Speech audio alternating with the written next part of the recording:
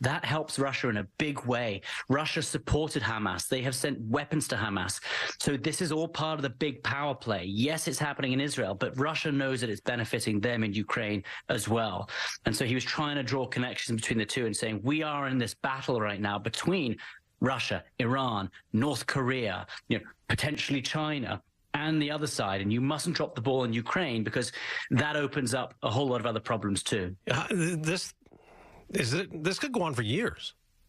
Oh, and I think they expect it to go on for years, and so does the US, and so does some of the European countries as well. And President Putin has always liked the idea of a longer war. It allows him now, once he failed to capture Kyiv at the beginning, it gives him time to just rebuild his military slowly, get hundreds of thousands more troops. He's in no rush. Yeah, but at the same time, how does Russia going to afford it? They've lost a lot more of their soldiers than they ever expected to.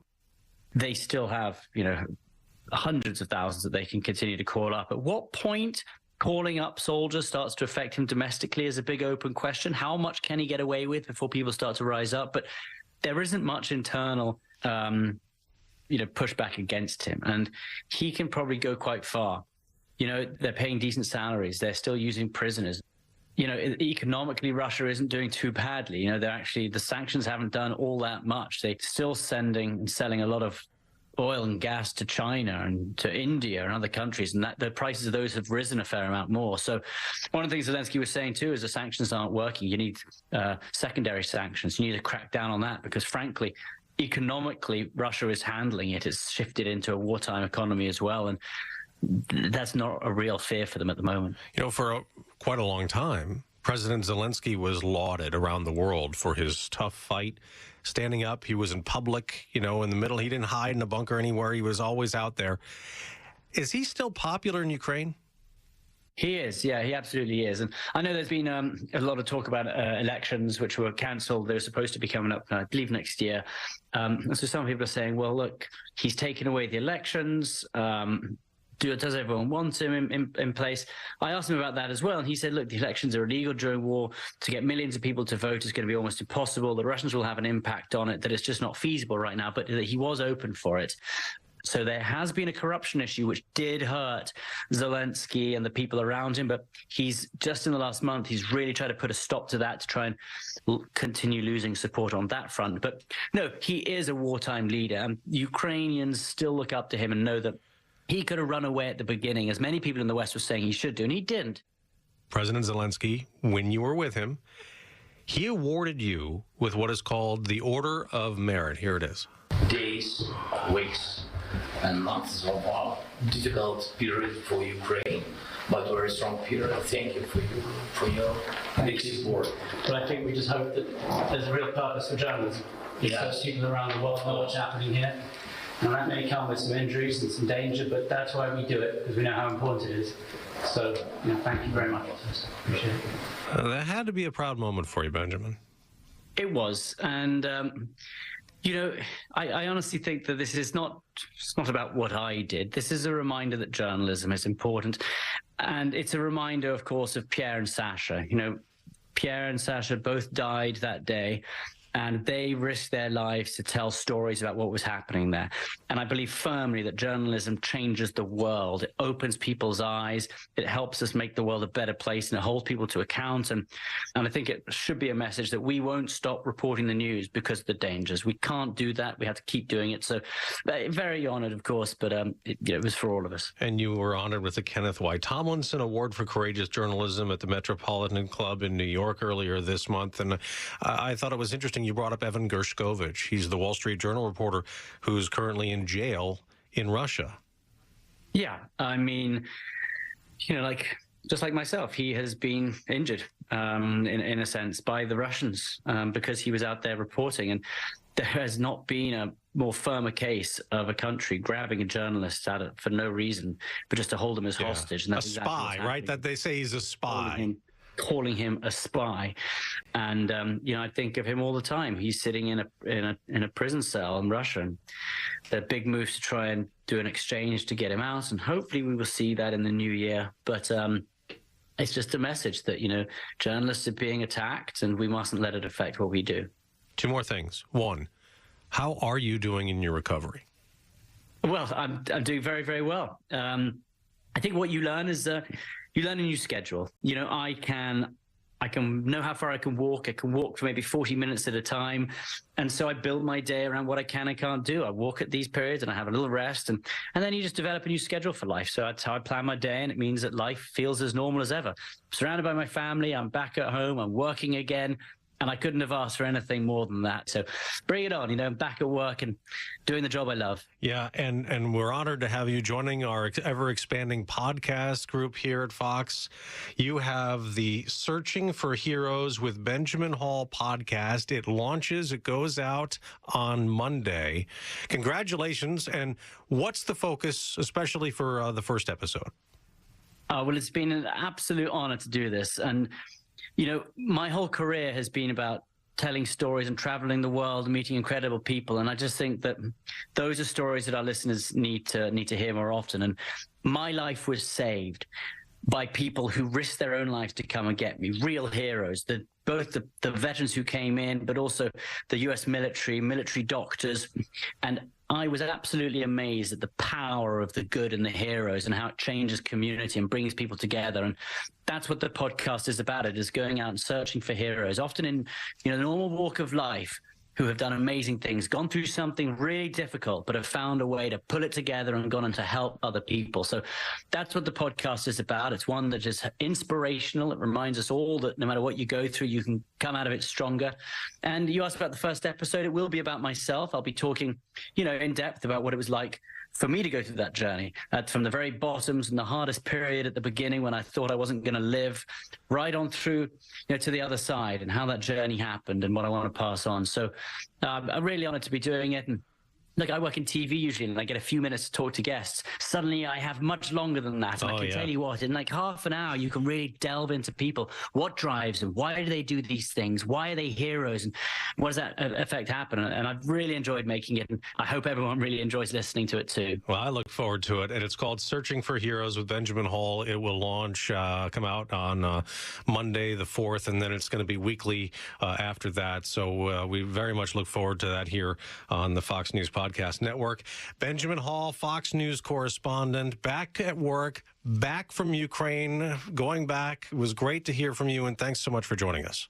Hey, Dave, thank you so much. I appreciate it. Wake up with Kayal and Company, mornings 6 till 10, Talk Radio 1210.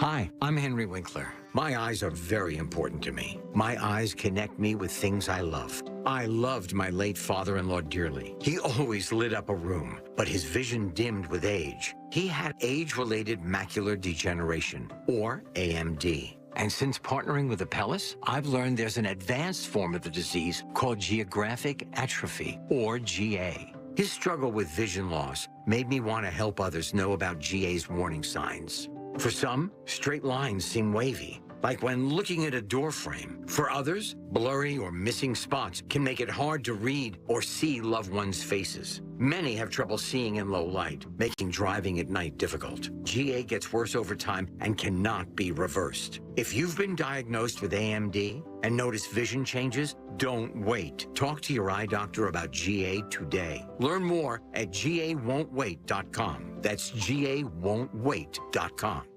Mommy, I don't feel good. Oh, well, let me check you for fever. I've got this Exergen thermometer. Just sweep it across your forehead and, 100.5. Yeah, you're staying home today. That sure was fast and easy, just like at the doctor's office. Mm-hmm. Doctors recommend these Exergen thermometers. Clinically accurate and backed by over 100 clinical studies, get your Exergen thermometer at Walmart and participating retailers. Learn more at Exergen.com. Simply Safe was named the best home security of 2023 by U.S. News and World Report. But we don't do what we do for the accolades. We do it to protect you and everything you love. Our advanced sensors and HD cameras are powered by 24/7 professional monitoring for fast emergency response. Visit simplysafe.com/radio to get 50% off any new system today. Advanced home security, 24/7 professional monitoring for less than $1 a day. There's no safe like Simply Safe. Hello, I'm a Bradford White water heater, and I'm looking for a good home, like yours. I promise to deliver all the hot water you need for your family. I'm reliable and efficient, and not bragging here, but I'm built to be the best, too. Just ask a plumbing professional. They'll tell you that Bradford White water heaters are a great choice for your home or business. Check out my website, bradfordwhite.com, and even find a pro who will install me. How you heat your water matters, so choose me. Choose Bradford White. I want to talk to you about Mike Garvey at Pro Health Plans. If you pay for your own health insurance, or if you're looking for coverage, do not go online looking for quotes. You'll get endless calls from call centers, and they will not stop. Instead, call Mike, an expert with over 30 years' experience. He can provide sound advice for your health insurance needs. Their plans let you pick your doctors, and it's 30 to 60% lower cost than Obamacare. The monthly premiums are independent of your income, so there'll be no surprise tax bills. If you pay for your own health insurance, own a small business, you're uninsured, you're on COBRA, or your employer coverage is just too expensive, call Mike at 610-529-1106. That's 610-529-1106. Or go to prohealthplans.com. That's prohealthplans.com. They'll custom design a plan managed by you, not the government. Call Mike at 610-529-1106 or prohealthplans.com. What is dedication? My biggest fear in the middle of my addiction was that my kids wouldn't have a father. And I started thinking, you know what? This isn't my story. I definitely had to become a better man to be a better father. It's important to me that my kids are empowered and truly believe that if they can think it, they can do it. That's dedication. Visit fatherhood.gov to hear more. Brought to you by the U.S. Department of Health and Human Services and the Ad Council. Fox News, I'm Sue Guzman. A truce between Israel and Hamas extended to a seventh day, just minutes before it was set to expire. Israeli President Isaac Herzog says he's still motivated to bring every hostage home. We are working and praying and demanding the immediate release of all the hostages. Herzog says Hamas still holding about 150 hostages in Gaza, 14 including an American released Wednesday. Former Secretary of State Henry Kissinger has died. He was 100. Kissinger rising into prominence during the former President Richard Nixon's administration, then Secretary of State for both Nixon and former President Gerald Ford. His influence far and wide, including the Vietnam War and establishing diplomatic ties with China. The art of leadership is to operate at the outer limit of what a society can achieve. America's listening to Fox News.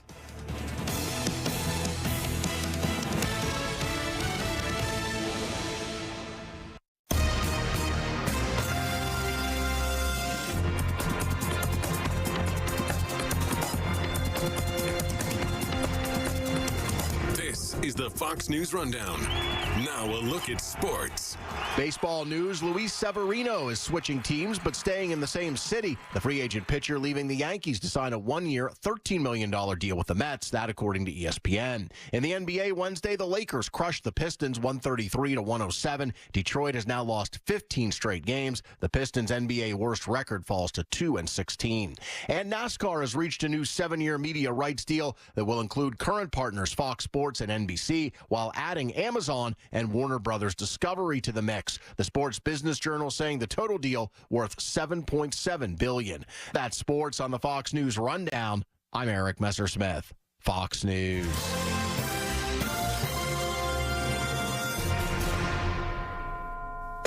Now an update from Outkick's Hot Mic. Today's media is ad-libs. You just use a different adjective or verb and you just write in the open blanks on the headline and the story and then repost the same crap over and over and over again.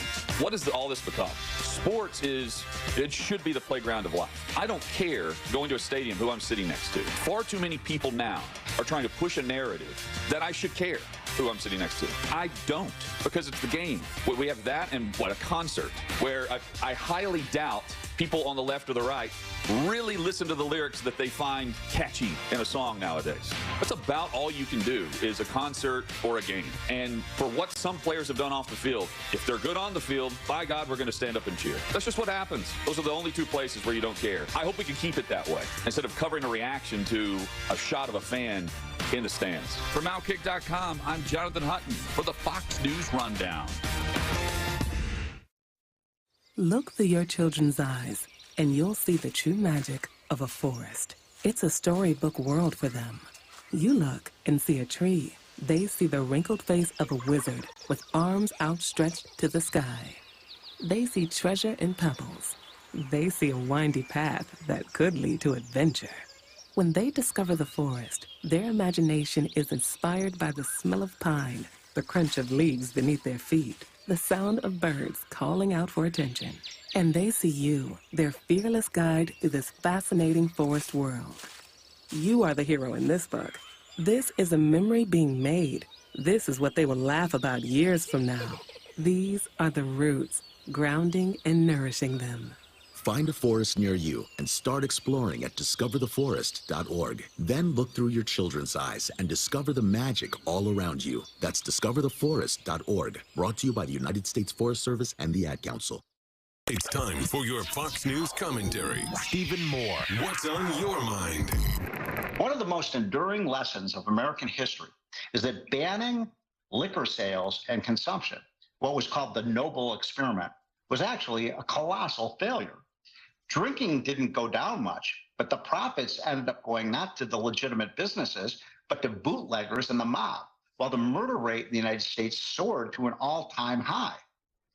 It was the policy that made America's most famous gangster, Al Capone, famous and rich. I was reminded of this when I saw recently that the Biden administration's Food and Drug Administration wants to ban menthol cigarettes. Menthol flavorings account for approximately 40% of cigarette sales. That demand will not disappear. It will be driven underground, creating more significant risks to consumers. 90 years after the failure of Prohibition, we're going to try it again with smokers. Ironically, many of the same liberals who campaigned for 3 decades for the legalization of marijuana and other softer drugs now want to effectively ban smoking.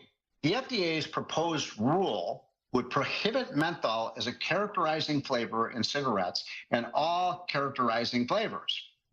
The government justifies its action because it has, quote, the potential to significantly reduce disease and death from combusted tobacco product use, unquote.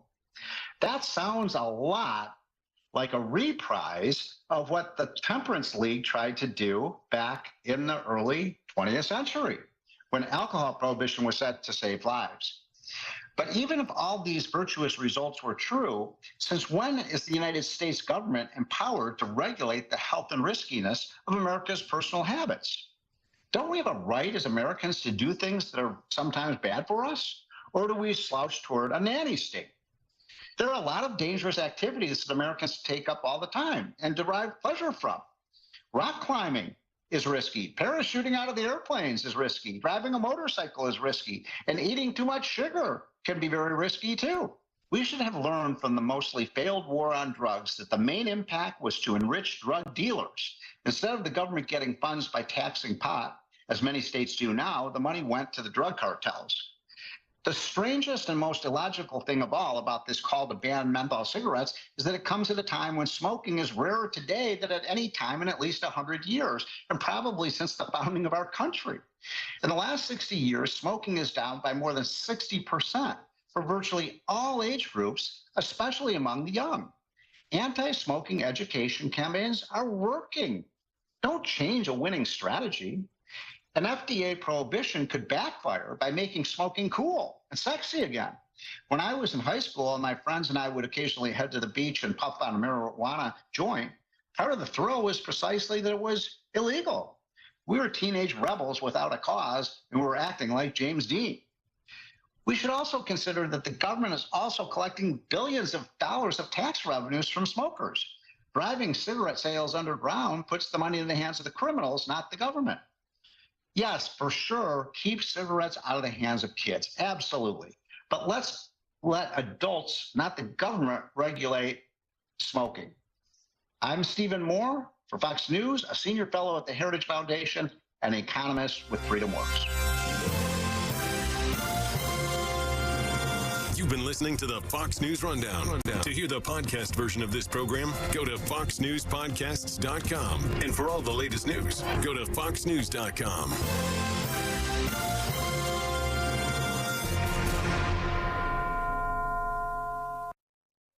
Hi, Hi, I'm Henry Winkler. My eyes are very important to me. My eyes connect me with things I love. I loved my late father-in-law dearly. He always lit up a room, but his vision dimmed with age. He had age-related macular degeneration, or AMD. And since partnering with Apellis, I've learned there's an advanced form of the disease called geographic atrophy, or GA. His struggle with vision loss made me want to help others know about GA's warning signs. For some, straight lines seem wavy, like when looking at a door frame. For others, blurry or missing spots can make it hard to read or see loved ones' faces. Many have trouble seeing in low light, making driving at night difficult. GA gets worse over time and cannot be reversed. If you've been diagnosed with AMD and notice vision changes, don't wait. Talk to your eye doctor about GA today. Learn more at GAWon'tWait.com. That's GAWon'tWait.com.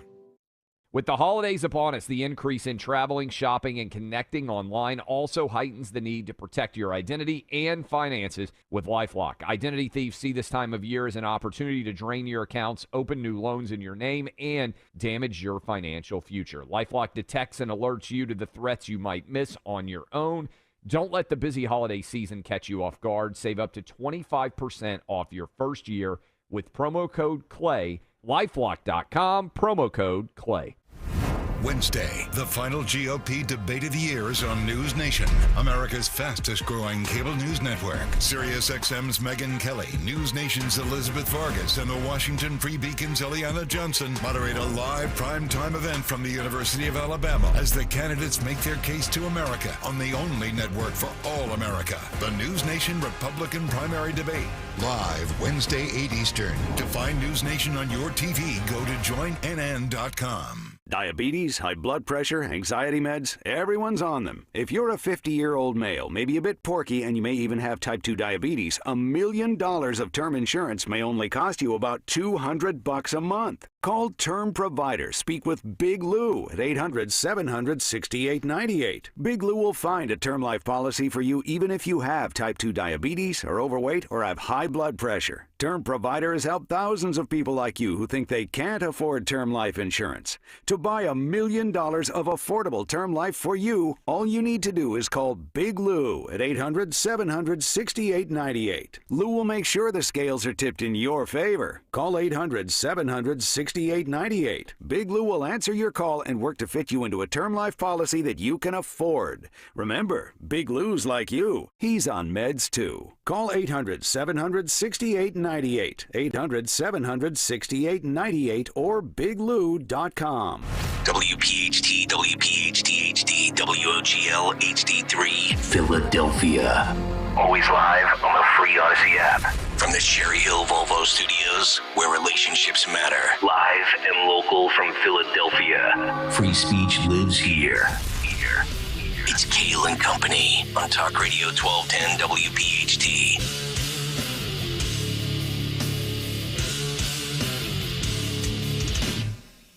And away we go, live on this Thursday, November 30th, the final day of November. It is indeed Kayal and Company, right here on Talk Radio 1210 WPHT. We are always live on the free Odyssey app, and of course, streaming live for your video viewing pleasure on YouTube as we head until 10 o'clock this morning. 855-839-1210, the phone number. Twitter, Instagram, at 1210 WPHT. I am at Nick Kayal, K-A-Y-A-L. Dawn Stensland with the news. Greg Stocker, the chairman of the board. Anthony Dorenzo, Phil Almquist, the associate producers. Loaded show today. Debate night in America. Kind of, sort of. And our buddy Sean Farash will join us at 9 o'clock this morning. All sorts of new Trump material. The great Trump impressionist. Dawn, good morning. How are you? Good Thursday morning. Can't believe December's almost here. Stalker. Yeah, today's the last day of November. Man, it'll be 50-something degrees, though, today. So. I'll take it. It's going to feel like a heat wave, you guys. Yeah. Great. Can't wait. Nice hot day for November after another nice hot ratings book for November for this program. Congratulations. Not our style to brag. Actually, it's no longer news. You know, it would actually be news if we dropped the ball and showed some, human element to us. But we're just like mutants. We're like robots. We just keep cranking it out. We are the mutants. No, That is it was. correct. It's a great. X-Men. It was great. Everybody did. It's amazing. Yeah, everybody's doing a great job. That's good stuff from all of this, all of the listeners that we have with this audience. Because without you, well, I know I'd be flipping burgers or something right now. So Yeah, unlike Elon Musk, we need advertisers. So thank you to all the advertisers and the people that support us. I because swear, Hi, Bob. we can't just say F you to the advertisers like billionaires can. So I know everybody today. I'm sorry, I don't mean to start a rant at 6:02 in the morning, but I know everybody today. Yeah, Elon Musk. Yeah. Well, you know what? Sometimes that's not how business works. Sometimes. Right. So you can do that if you can afford to lose $22 billion on a purchase. Yeah. You probably can afford to tell advertisers to go F off. But most of us don't fall in that boat, right? 99.9% of people don't fall in that boat. So what a moment. Well, come on. When he said that, I know you're going to play it late, but you just look at that and go, wow, I would love that. The second time was even better. Yes. Well, then he reiterated it. I texted Phil and Anthony last night. I'm like, I need that on the board, stat. Just make sure you censor out the F word. Yeah. All right, so we got a big take this morning on free speech versus hate speech in the arena of female sports when it comes to this trans invasion of their space. You'll hear from both Piers Morgan and Riley Gaines this morning. Also, it is debate night in America. Gavin Newsom, Ron DeSantis. Wall Street Journal, an unbelievable breakdown of the scorecard of every metric from employment to personal income to relocation to energy costs, student learning, on down the list, comparing these two governors and how they govern their said states. We'll break that down. Also, the LA Times admits that Ron DeSantis handled COVID better than Gavin Newsom. Woohoo. That's the LA Times saying that. So we'll get to that this morning. Cut sheet, all sorts of good stuff. Our buddy Sean Farash at 9 o'clock. And right now, let's get to the news. Round number 1, 6:04, the great Dawn Stensland. And good morning. We are sponsored. I'll tell you when the heat wave, so-called, is coming. We are sponsored this morning by United Tire. So a Kayal Company news follow-up, and this is a sad one. We had told you yesterday that there was a murder in the suburbs. This is Lower Pottsgrove Township, Pennsylvania. We knew that an 85-year-old woman in Montgomery County was found. She had been killed. They knew that somebody was in custody in the community they felt was not in danger. They released that for us. Now we're getting these new details. This is a 84-year-old man, the woman's husband, charged with first-degree murder in the death of his own wife. So the DA's office speaking out, saying that the suspect, the man accused and who they've charged, actually called 911 yesterday afternoon to report that his wife of many years was, quote, unresponsive. So when officers arrived there, they found Barton Seltman, the man, on his rear porch of the home. They're on the 1900 block of North Kime Street with blood all over his body, his hands, his face, his clothing. And then inside, they made that discovery of the gentleman's wife, Margaret Seltman, Mrs. Seltman. So the investigators releasing this information yesterday, saying this couple had gotten into a heated argument about money for the veterinary care of their cat. And that's when this fight turned horribly physical. And so according to police, Mr. Seltman told the officers his wife had grabbed a knife, threatened to kill him. He used a chair to push her down. And then he had told officers, according to the reports here, that he then no longer saw a knife in his wife's hand, continued to strike her in the head with his fist, a candle holder, while she was actually on the ground. The place looked like, there had been a brawl there in the house. But ultimately, many speaking out when we think about the economy, also, we talked just the other day about the fact that during this time of year, stress levels going up, domestic violence going up, and this is just a tragic situation. Although this couple had been married more than 30 years. And so a real tragedy there in the suburbs. But Wow. Now this man, obviously this is a first-degree murder case, and just a real tragedy for the neighbors speaking out, just shocked over this. And you said these are both of these individuals were in their 80s? Mid-80s, yes. Fighting over a cat's veterinary bill, essentially? Yeah, vet bills are... I'm guessing it's probably like, hey, it's going to cost X amount of dollars to keep a cat alive. One spouse said nope, and the other spouse said yes. Yeah, I think the husband probably said Fluffy has to go. Yeah. So So we have, it's just a tragic story for these, and for the officers too, you could tell. Sure. We do have more just this morning. The breaking news with regard to Israel and Hamas is that at that last hour, they had agreed to extend this ceasefire, releasing more hostages. And we also have news among the 16 latest hostages, the latest batch, if you will, those hostages released from Gaza, among them an Israeli-American woman with ties to Philadelphia, in fact. So I know that President Joe Biden was speaking out about this, as she is an Israeli-American citizen with ties to this area, and her name is Liat Bainin Atzili. She's 49 years old. She was one of the 16 hostages released from Gaza, and this was yesterday. She's safe in Egypt and has spoken to her parents, family in this area. So we're covering this story, but great news, in fact, for the family, with the exception, of course, that her husband was taken hostage also during that terror that happened on October 7th. And so her husband remains in captivity. This marks the 6th day of this so-called truce between Israel and Hamas in Gaza. There, talks ongoing in hopes to release more hostages, but they've released mostly the women and children. Mm-hmm. And so at this point, you have mostly men or teenage boys. That's got to be horrific if you and your spouse get kidnapped, you get released, and you're home for the holidays, and your significant other is still over there. That's got to be just torture. Yeah, it's well put. We're hearing more of these stories, Nick. I mean, the story about the little redheaded children, the 10-month-old baby. Yeah. That one has emerged that the 10-month-old, his 4-year-old brother, and the mommy, they were killed.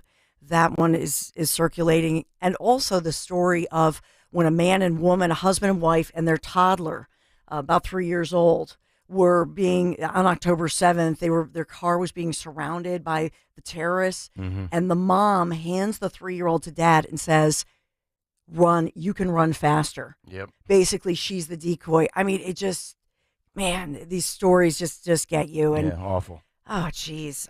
We do have a couple of other stories, and I know we'll talk about the fact that Henry Kissinger dies at 100. Of course, many revered him, many reviled him. I know we'll talk about that one this morning. And then since we were talking about pets, and yesterday you had talked about that mystery China illness that was striking humans, like a pneumonia-like situation. Well, now Pennsylvania dog owners, they are being told by veterinarians to beware of this. There's this mysterious illness that is continuing to spread, killing a lot of dogs. And so it's a respiratory illness. And so they're just spreading the word here that maybe avoid the dog park literally at this point. Yeah. It's like a kennel cough, right? It's a very severe form of kennel cough. You're exactly right. It's canine COVID. Yeah, canine COVID. You're to see dogs in N95 masks. I know. Oh, I gotta wear my mask. Make sure Buddy gets vaxxed. Yeah, well, he'll do anything for chicken. So will I. Yeah, I was just gonna say, Buddy and Nick. Oh, this is cute. Well, we are sponsored by United Tire this morning. We love our Philly sports teams, of course, even though Sixers lost to the Pelicans last night. We need Joel Embiid. I know. I know. I looked at the standings last night. Boston's like 14 and 4. I'm like, we are always staring up at that franchise. It's true. It's absolutely true. Yeah. But United Tire, thank you for sponsoring our news and weather this morning. We love our Philly sports team just as much as they love us, cheering them on. Same goes for the great team over at United Tire. Owners make customer satisfaction their top priority, working with you to get you back on the road faster. So when it comes to car service, you can trust United Tire. Right now we're at 30 degrees in the forecast. Yes, it's chilly, but we are warming up to 51 degrees, and this warm-up trend will continue. Big time. We also will have an update moving forward about the police search for that car thief who stole a gray Nissan Altima, but thankfully the car they stole with the 1-year-old little girl found, she has been found. She was in the back of that from Delaware. So thank God the 1-year-old girl is back home with family this morning. Kayal & Company News Live. All right, Dawn, thank you very much. 6:12 Thursday morning. Let's get to another big take. The Big Take on Kayal & Company. All right, the big take this morning, free speech and hate speech under the scope of protecting women's sports. The battle between common sense and mental health breakdowns is heating up. Biological fact opposed by feelings and confusion, telling women to take a backseat to males who wish they were females. If you thought Riley Gaines and those in support of ladies' sports were going to quietly ride off into the sunset, well, guess again. A House Oversight Subcommittee will be hosting NCAA swimming champion Riley Gaines and other women leaders in a hearing next week. House Oversight Subcommittee on Health Chairwoman Lisa McClain, a Republican from Michigan, announced on Tuesday that Gaines, Heritage Foundation Senior Legal Fellow Sarah Parshall-Perry, and former Oberlin College head women's lacrosse coach Kim Russell will be attending next week's hearing titled The Importance of Protecting Female Athletics and Title IX. The hearing is set for Tuesday, December 5th at 2 p.m., and it will delve into the Biden administration's proposed rules changes to Title IX to expand the definition of sexual discrimination to include gender identity. And therein lies the angle that I want to focus in on today with this ongoing saga. We've discussed the biological differences and the absurdity of men competing against women, but let's zero in on the Biden administration's efforts to expand Title IX and sexual discrimination, including gender identity. So let me get this right. Riley Gaines, or my daughters, or any girls out there are discriminating against a boy if he thinks he's a girl and he wants to come into a women's locker room and compete in women's athletics and, oh, by the way, dominate the competition. That's discrimination. No, it's unfair, and it's setting back the women's movement and centuries worth of progress, all in the name of inclusiveness. The left loves to alter the rules. Riley Gaines had Piers Morgan on her podcast to discuss the invasion and what females should do, and Piers Morgan mentions the B word. Listen and watch. And I actually think right now, every female competitor in women's sport in the world should just refuse to compete against trans athletes. Not because they're transphobic, but because they want to protect women's rights to fairness. And if they all did that one day, this ends. I 100% agree. And I didn't agree for the longest time. I thought women shouldn't have to boycott, but I can proudly say I've changed my mind on that. That is what it's going to take. That's what we need to see. And you're right, courage is contagious. I certainly believe that. But so is hopelessness. And so I think if we remain hopeless, like we're seeing so many women, so many people do, that's just as contagious. Yes, boycott. It's the one thing to do if you are a conservative fighting back against this left-wing madness. And it's one thing to boycott Bud Light or Target, but it's even more appropriate and righteous, in my opinion, to boycott men taking women's places in athletic competition. And when you speak up about it, it's no longer free speech. It's been labeled hate speech. The trans community will immediately claim they are under attack when parents or females speak out against this intrusion. You're labeled transphobic, and you're now exercising hate speech, which has nothing to do with the First Amendment and free speech, so they claim. So what gives with the double standard? Is it free speech or is it hate speech? Piers Morgan answered that question in part 2 with Riley Gaines and used other examples of chaos going on throughout the world. Listen and watch this. People are wrestling with what free speech actually means and how to police free speech. And what is the difference between free speech and hate speech? Take, for example, the pro-Palestinian marches in London. In this country, Hamas is a prescribed terror organization. Therefore, it is illegal to publicly support them in the streets. And many people would agree with that. They would say, look, this is a terror group. If you're out there promoting terrorism, that's not free speech. That is advocating and actively promoting hate speech. And so people can be arrested for that. But what do you do, for example, if there's 150,000 people, as there have been on some of these marches, and they have a banner saying from the river to the sea? Some people, many people on the Jewish side, Israeli side, would say that means the eradication of Israel. Others on the Palestinian side, that's not what it means at all. And you've seen actually United States members of Congress actually saying that's not what it means. So when there is a debate about the meaning of slogans and so on, how do you determine what is free speech and what is hate speech? They're quite complex issues. But what has definitely been noticeable to me is that you see someone like Tommy Robinson. I have no truck with him. I think he's a pretty loathsome individual.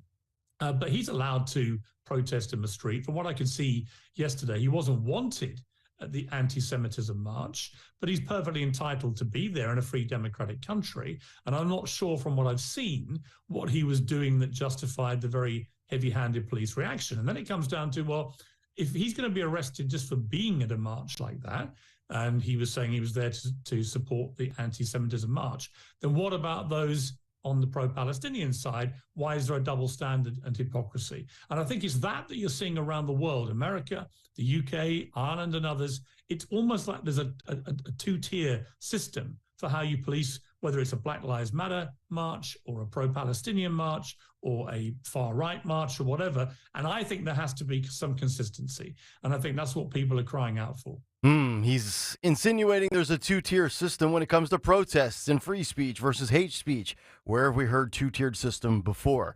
You know, the proposed Title IX rules change would mean that a school or college could not ban transgender athletes from competing. Lisa McClain, the Republican of Michigan from the House Oversight Committee, told Fox News that, quote, Congress must do everything it can to protect women's sports. The Biden administration is putting women's safety, privacy, and opportunities at risk by dismantling Title IX. And you should always be allowed to speak up, whether you're a male or a female, when it comes to something legislatively that has been created for your benefit, McClain goes on to say. She also goes on to say, quote, we look forward to hearing from Riley Gaines and other witnesses firsthand about how these rules changes harm fairness and protection for women in women's sports across the country. The rewrite of Title IX is an abomination. It's equating sex to gender identity, which means men would live in dorm rooms with women, Riley Gaines would say during a June 21st Senate Judiciary Committee hearing. Quote, men would have full access to bathrooms, changing areas, locker rooms. Men could join sororities,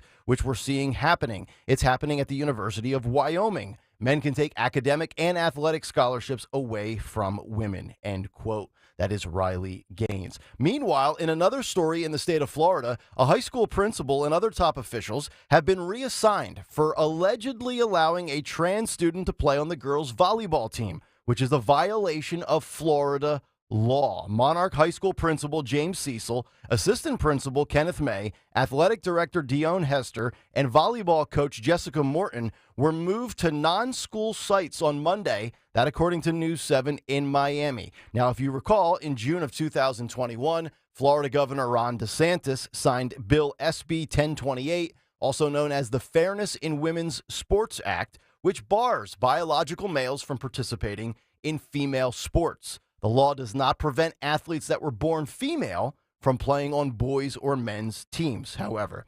Sadly, until every state follows through with a bill like Florida has done under Ron DeSantis, this will continue to happen. That is, of course, unless all females take a stand and boycott playing sports against men. And this nonsense will end once and for all. It's interesting, right? We live in an era of activism and advocacy in colleges and in high schools.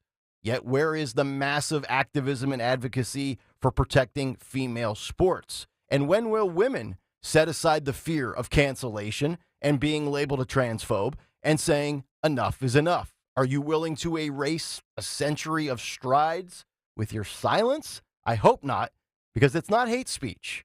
After all, it's free speech. And that's the big take. The Big Take on Kayal and Company. Big take this morning. If you want to jump in with thoughts and reactions, 855-839-1210 is the phone number, at 1210 WPHT on Twitter and Instagram. Or, of course, you can be a part of the Kayal and Company comment community on YouTube. Just go to youtube.com/@1210 WPHT. Hit the like and subscribe buttons and join the conversation today. Coming up next, we'll get some thoughts as to what we discussed in the Big Take. And then it's DeSantis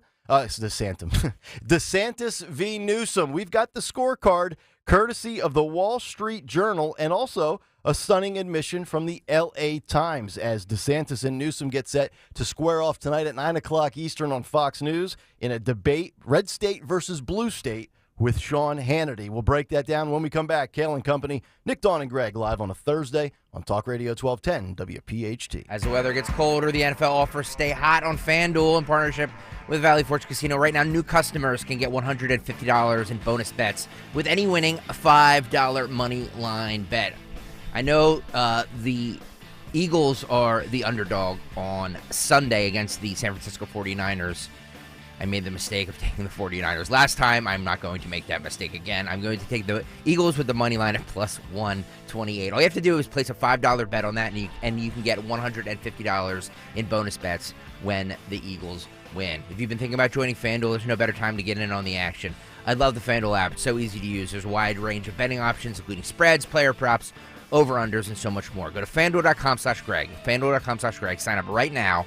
FanDuel Sportsbook is the official partner of 1210 WPHT and the NFL. 21 and over. President PA. First online real money wager, only $5 pregame money line wager required. $10 first deposit required. Bonus issued as non-withdrawable bonus bets that expire 7 days after receipt. See terms at sportsbook.fanduel.com. Gambling problem? Call 1-800-GAMBLER. Listen to Kayal and Company every morning this week at 9:20 and win tickets for Sebastian Maniscalco before they go on sale. You can win a pair of tickets to see Sebastian Maniscalco's It Ain't Right Tour 2024 at the Wells Fargo Center on September 27, 2024. If you want to get a temperature gauge on what society is looking like, go to jury duty. The people there are one step away from being a defender. Tickets on sale 10 a.m. Friday, December 1st at Ticketmaster.com. Listen to Kayal and Company mornings at 9:20 this week on Talk Radio 1210 WPHT. You get up every morning and make it all work. You make the hospitals and the labs work. You keep the shelves stocked, the cash registers ringing, the production lines producing. At Vestas, we have the uniforms and workplace supplies you need to do what you do every day. When you think uniforms, floor mats, first aid kits, restroom supplies, think Vestas. Vestas, uniforms and workplace supplies for the people who make it all work.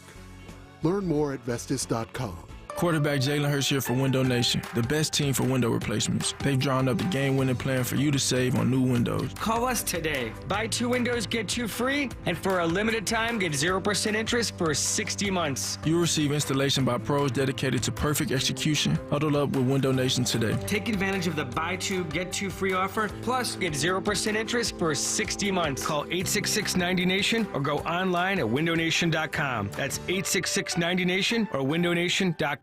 Headed to the National Appliance Warehouse for your new kitchen appliances? I know big box stores have low prices, but what about service? It's great. Their cutting-edge team of professionals will answer all of your questions. They'll even suggest what to ask. They do it all, including their own delivery and custom installation teams, plus 0% extended financing. Wow. I know, and you can shop over 100 brands in their 15,000 square foot showroom. That's 6 times the amount of space the average home improvement store devotes to appliances. Okay, so better service, selection, and prices, right? Always. National Appliance Warehouse Price Assures scans prices online and updates electronic tags in real time to confirm theirs are the lowest. It's the season of savings at National Appliance Warehouse. Save on GE appliances. Earn up to $3,000 rebate with purchase of select customizable cafe appliance suites. Shop an unmatched collection of GE, Cafe, GE Profile, and Monogram appliances. Click nationalappliancewarehouse.com or visit their showroom on 202 in tax-free Wilmington. Does your broker say, we're different, we're a fiduciary, we only make money when you make money? Well, the reality is, no broker is different. They all collect fees, even when you lose money. Does that sound like a fiduciary responsibility to you? Crash Proof Retirement is the only firm in the country which fully records all educational sessions, guaranteeing a fiduciary responsibility and transparency. My name is Ed Topkowitz. I went with Crash Proof Retirement in 2013. Crash Proof Retirement earned my trust. When you come in, everything's recorded. I think is proof that they are a fiduciary. I have a team of expert people who know what they're doing and have me as their first concern. And you don't pay any fee. Register for the next Crash Proof Retirement educational event at the Falls at the Doubletree in Mount Laurel, New Jersey on December 13th. 800-722-9728. or crashproofretirement.com. When you need to know, depend on KYW News Radio 1039 FM. Former Secretary of State and Nobel Peace Prize recipient Henry Kissinger dies at 100. The pause in fighting between Israel and Hamas extended another day, minutes before expiration. And a mysterious respiratory illness that can be fatal is affecting dogs around the country. Vets say to keep sick canines away from other dogs. Get the latest anytime on KYW News Radio. Now on Crystal Clear 103.9 FM. You've never needed us more. Oh, I think we're lost again. Wait, what does that sign over there say? Caution wildlife crossing? No, next to it. If you're 60 or older, you may be at increased risk of serious consequences from RSV, respiratory syncytial virus, compared to adults younger than 60. Ouch, I didn't know that. Not all dangers come with warning labels. Talk to your pharmacist or doctor about getting vaccinated against RSV today. RSV vaccines, including Pfizer's, are available. Learn more at bewareofrsv.com. Brought to you by Pfizer. Don Stensland this morning at 10. Kayal and Company now on Talk Radio 1210 WPHT and the free Odyssey app. Suckers walk, money talks, but it can't touch my 3-lock box.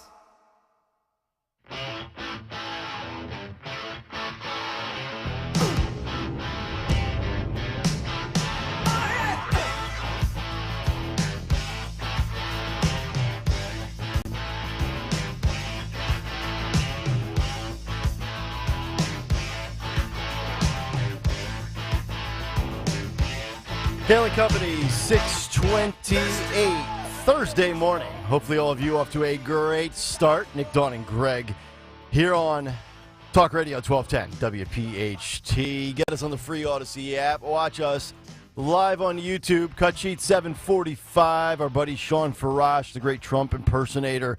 He's got some new impressions. He'll join us coming up at 9 o'clock this morning. One of the questions that I'm going to ask the former president of the United States is whether or not he will sit down tonight at Mar-a-Lago to watch DeSantis v. Newsom on Fox News at 9 o'clock as he takes on Sean Hannity, as Fox has been kind of portraying it and billing this to be the great blue state versus red state debate.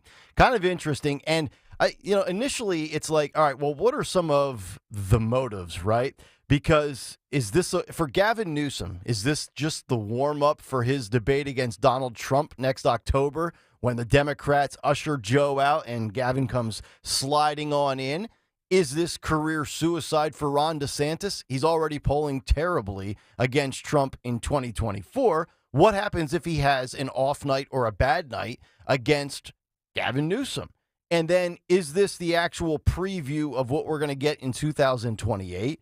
Or could this somehow, some way be the preview of 2024? And I'll be interested to see how the ratings come for this, because the ratings have gone down in each of the three Republican primary debates, from the first to the second to the third. I think they went from like 12 million to the 9 million to 3 million. I'm wondering if DeSantis and Newsom can actually outrate the last debate that we had on television, which was now, 4 or 5 weeks ago? So that'll be interesting. But I want to lay this out for everybody. The Wall Street Journal did a really great breakdown, a scorecard, a tale of the tape, so to speak, between Gavin Newsom and Ron DeSantis. And it's very easy to digest. They hit you with about 11 or 12 different categories, and then they showed how each governor fared in those respective categories. Now, those categories are, and I feel like Alex Trebek here on Jeopardy, employment, unemployment, business formation, personal income, population migration, energy prices, taxes and spending, pensions, Medicaid, homelessness, the deficit, and student learning. And in every single category, with every metric, Ron DeSantis absolutely crushed Gavin Newsom. We'll get to those in a moment, but I want to gauge people's thoughts on where they're at with this debate tonight. If this is remotely worth watching, if this is a complete snooze fest, because I think Ron DeSantis, despite having all the policy victories and all the measurables in his favor, also has the potential for 2 microphone drop moments tonight. If things go awry, or if Newsom has a gotcha moment, DeSantis has 2 aces up his sleeve, and I think these will hit home And if you're waiting for this guy to show some charisma and personality, I think these two opportunities will present that for him tonight. So the first one, I think, is if Ron DeSantis needs to go there. In fact, I don't even know if you need to go there, but I would just go there anyway. I would say how Gavin Newsom's in-laws left California and relocated to his state. Like, your wife's parents left your state for my state. What does that say about your state? That would be the first one. And then the second one would be the rules for thee and not for me. Remember when Newsom got busted in an L.A. restaurant? French Laundry. Yeah, schmoozing with no mask on, as everybody else had to be wearing masks and taking vaccination cards into restaurants. Those are some moments that you don't live down, I think. Yeah, I don't know. I understand what you're saying. We'll obviously watch it here because it's our jobs. Yeah. If it wasn't my job, would I watch it? You're not feeling it, huh? Zero chance I would watch it. Okay. And I stand by the fact that this is not a personal opinion on which one I like better. Mm-hmm. I'm just saying from a debate standpoint, Gavin Newsom is going to be prepared, and he's going to carve him up. You think so? I 100% think so. Okay. Now he's going to be prepared for all of those, quote unquote, mic drop moments that you said from DeSantis. He's going to be prepared for him. So here's the question. So he's going to have some sort of rebuttal. How do you have a rebuttal to any of these metrics that I'm about to give you? Look, Dawn, Greg, jump in at any point. I don't want to keep rambling on with all these stats. I don't want people's eyes to glaze over.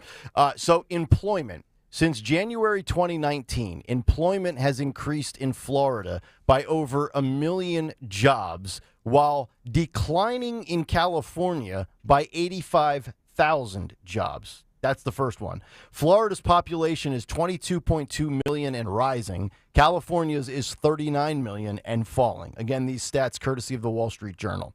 Unemployment in California, the jobless rate is 4.8%, which is the second highest in the entire country and nearly twice as high as Florida's, which is 2.8%. Business formation. Florida has received 2.7 million new business applications since January of 2019, which is 1 for every 8 residents, compared to 2.3 million for California, or 1 for every 18 residents. Personal income. Business and worker earnings have increased by an annual compounded rate of 7.7% in Florida, while compared to California at 5.1%. Population migration. Between July of 19 and July of 2022, the latest available Census Bureau data, 1 million Californians left for other states, while 737,000 have moved to the state of Florida. Now you get to some of the more kitchen table issues. Energy prices. Electricity prices are twice as high in California as they are in Florida. The average cost of gas is 70 cents more per gallon in California than it is Florida. Yeah, I'll keep going, but go ahead. I understand all of this. The facts are the facts. I'm just saying that he's going to have some sort of rebuttal for all of this. Okay. He may, but I will say this too. And nobody's going to take the time to read and look up what you just did. I'm sorry. Of course not. No, but I think there's an old saying, even with any kind of debate like this. Think about the fact that Ron DeSantis essentially, think of lifting weights. Think of working out like we do every day. You know what I mean? 30 hours a week or whatever, when we're talking and we're into it and we're in the issues and we're debating and so on and so forth. It's like lifting weights every day. DeSantis has been on the campaign trail now. He's been doing not only debates, but town halls. He's on the stump, 24/7. And so he's somebody who is, in my opinion, is more in touch now. Yes, all the facts that you're stating are on his side, but as well, he's somebody who is out there every day dealing with these issues. So for DeSantis, to me personally, this is an opportunity for him. I think he has the most to gain and the most to lose in the sense. I would agree. Right? That this could be a game changer. If DeSantis it's a KO, it's a knockout punch. Right. And he just, boom, boom, he hits him with the policy stuff. And he also says, like, I'm out there, not just in Florida, across the country. You're out of touch, this and that, the other. if he delivers that KO punch, then it could potentially be a game changer for DeSantis in the presidential race. Yeah, and I also think we have to really, and I want to give DeSantis a fair shake here because, look, has his campaign as president been a disappointment? Yes. But I don't know where the notion has come from that he's bad in debates. DeSantis is not a bad debater. Harvard debate team. I mean, he's loud. He's loud. He's combative. Nobody said he's bad in debates. He's awkward in debates. Look, he is awkward. Yes. You just posted a meme the other day of him where he has that awkward smile. Yeah. He's awkward in debates. He's got like he's a not poop-eating grin. Anthony, you're fired. Like, that's not. Yeah. Gavin Newsom will carve that up. I agree. He will. I'm just saying. Yeah, Look, and that's why he has to play on it. DeSantis has to say, "Look, I know I'm awkward. I'm a guy. You know, I served in the Navy. I served in the U.S. military. I'm not slick and pretty like you." Right. He needs to point out the fact that he's the guy who got the job done. Right. And Gavin Newsom is, showing up in China for the photo op and then fumbles with the kid. That was a bizarre moment too. I would definitely bring that up. You can't even play basketball with a kid. No. Because he's got to be the star and show off. Yeah. I think we have to separate flair, style, and substance. Flair and style versus awkwardness and substance. Absolutely. Newsom's got all the stuff that you look from the visual, whereas DeSantis can be a little awkward. He's got a weird grin. His laugh makes you uncomfortable. But what he says, what he puts into play is a winning formula. Yeah, but that's what I was saying. DeSantis has to point that out. He needs to be a little self-deprecating about it. And DeSantis is the one that needs to point that out. But DeSantis I don't think he will needs ever to do say that. it. I don't think he will ever If say he that. did, I just think DeSantis, look, if he loses this, if he's like Greg says, and he just looks awkward, and he's done. Yeah, I know, and that's why. Which is what Sean Hannity wants, by the way. Sean Hannity knows exactly what he's doing. Sean Hannity knows exactly what he's doing. He is trying to play a little bit more favorable to the left here, isn't he? Look, he's buddy with Newsom. He is. Don't let this whole thing. He's buddy with Trump. Exactly. He's using Newsom to wipe out. And Trump is also friendly with Newsom as well, which is a fascinating. So it's in a weird way, you kind of have like Trump, Hannity, and Newsom kind of in this little triangle, and then over there on the right is what you would think should be Fox's guy, Hannity's guy, DeSantis, and DeSantis is kind of like on an island by himself in a weird way if you think about it. Because initially you're like, oh, okay, it's Fox News, it's Sean Hannity, it's a home game for DeSantis, right? It doesn't feel like a home game though. It feels like the road team's got a lot of fans showing up tonight. And maybe the biggest fan of all is the moderator and Sean Hannity. Yeah, you guys are looking at this, in my opinion, you guys are looking at this as, from, DeSantis has the facts on his side. Okay, I'm sure he does. But people aren't going to sit there and take the time and look up facts. Right. They're going to look at style, they're going to look at substance, and they're going to look at who gets the upper hand no matter what the truth is. And I think that nobody's really seen DeSantis, Newsom do these debates. He's really, really good at it. Yep. Really good at it. Yep. And from everything that I've seen from Ron DeSantis, and Don pointed out, he's done this 4 times now. He's not impressed me at these debates, and he's debating people that are like-minded. Right. And not people against him. He also was in a different format, Greg. And that's another point of this, that he has never, we haven't seen DeSantis one-on-one with somebody in this kind of a format. Yeah. Part of what made DeSantis so uncomfortable, and I talked about that yesterday with the bizarre, 1990s, here's Ron Burgundy doing the news. I mean, it has been a bizarre, awkward format. Yep. I think DeSantis will be more comfortable in this, and I think that he's going to be ready for this, but it's do or die for DeSantis. It really is. This could be it for him tonight. Yeah, I mean, at the end of the day, Sam, I think, on the YouTube chat said this debate means nothing. It's absolutely true. It's true. It's an exhibition. This debate means absolutely nothing. Yes. And I said at the start, if it wasn't my job to discuss this, and watch this stuff, I would have zero interest in seeing this. You know, this feels like to me. This feels like in the beginning of Rocky IV when Apollo fights the Russian in the exhibition, and it was supposed to be a friendly exhibition. It really wasn't supposed to mean anything. But Drago killed Apollo Creed. He did. I mean, Gavin Newsom or DeSantis, one of them could kill the other one tonight in what is supposed to be an exhibition that really means nothing. But you may say it means nothing. However, if DeSantis, like I say, does something amazing and he goes viral with some viral moments, for example, then it means something because it revives him as the number 2 against Trump. Yeah.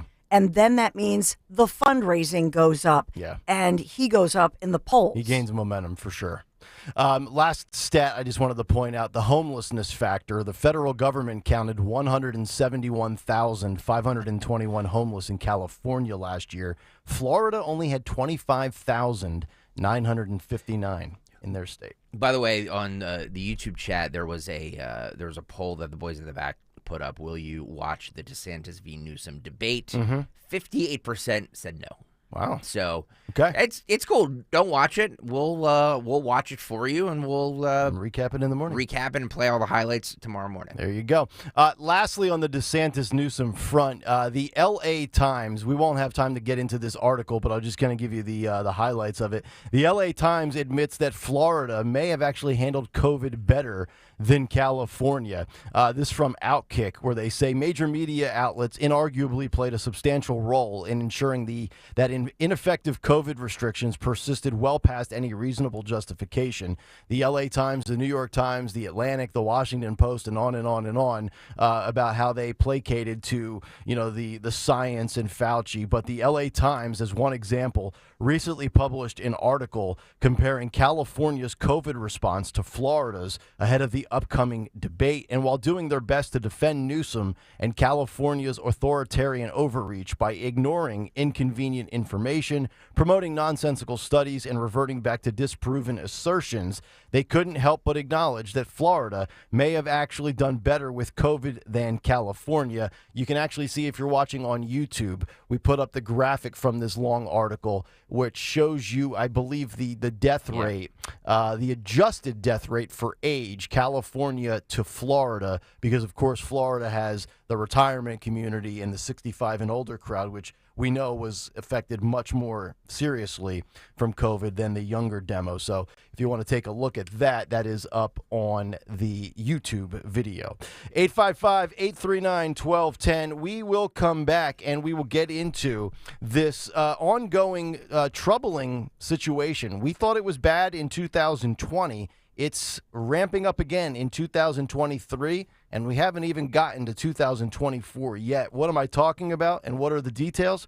Well, you have to stick around to find out. But right now, let me tell you about the Piazza Auto Group. One of the many reasons I love working with this family, and that's what they are, they're family. They treat you like family, is the extensive inventory that they provide. Just about 5.5 weeks ago, I stopped on out to Piazza Hyundai of Westchester on Route 202, and they wanted to show me the #1 Motor Trend SUV of the year. And I was expecting to see a 6 or an 8-cylinder, a gas guzzler. No, it was the 2024 Hyundai Ioniq 5. It is a powerful, fully electric vehicle with 320 horsepower. That's right, 320 horsepower with a fully electric vehicle and a great charge range of 303 miles per battery charge. And you can take advantage of a complimentary home charger and up to a $600 installation credit today with a purchase or lease at Piazza Hyundai of Westchester. You can also check them out in Pottstown or shop online at piazzaautogroup.com and tell them Nick Kayal sent you. Diabetes, high blood pressure, anxiety meds, everyone's on them. If you're a 50-year-old male, maybe a bit porky, and you may even have type 2 diabetes, $1 million of term insurance may only cost you about $200 a month. Call Term Provider. Speak with Big Lou at 800-700-6898. Big Lou will find a term life policy for you even if you have type 2 diabetes, are overweight, or have high blood pressure. Term Provider has helped thousands of people like you who think they can't afford term life insurance. To buy $1 million of affordable term life for you, all you need to do is call Big Lou at 800-700-6898. Lou will make sure the scales are tipped in your favor. Call 800-700-6898. Big Lou will answer your call and work to fit you into a term life policy that you can afford. Remember, Big Lou's like you. He's on meds too. Call 800-700-6898. 800-700-6898 or biglou.com. How you heat your water matters. Did you know that water heating is the second highest user of energy in the home? Choose a high-efficiency Energy Star certified water heater from Bradford White. Get energy savings that's good for the environment and your wallet. Ask your plumbing professional about the built to be the best quality of a Bradford White water heater.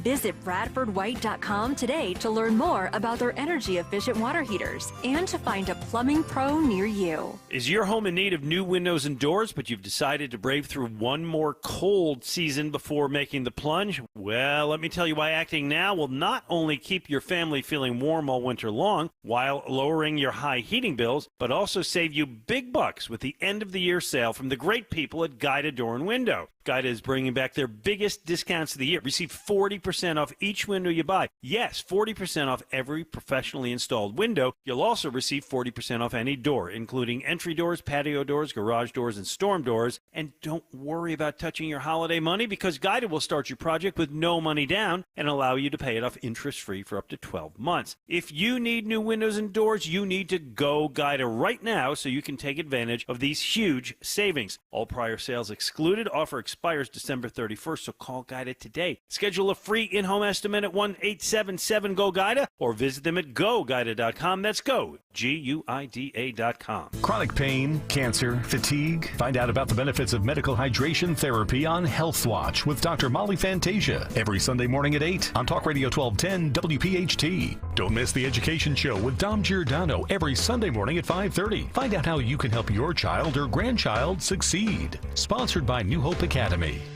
See Joe Conklin's comedy show at the Holy Rosary Regional School on Walton Road in Plymouth Meeting on Saturday, February 3rd. For tickets, go to joeconklin.com. joeconklin.com! If the market volatility of the past year has made you nervous about your retirement future, you're not alone. So many people are waiting for the perfect time to retire. And those folks are going to be waiting a really long time, I hate to say, because there's no perfect time. The market is always unpredictable and volatile. But that doesn't mean that it's hopeless.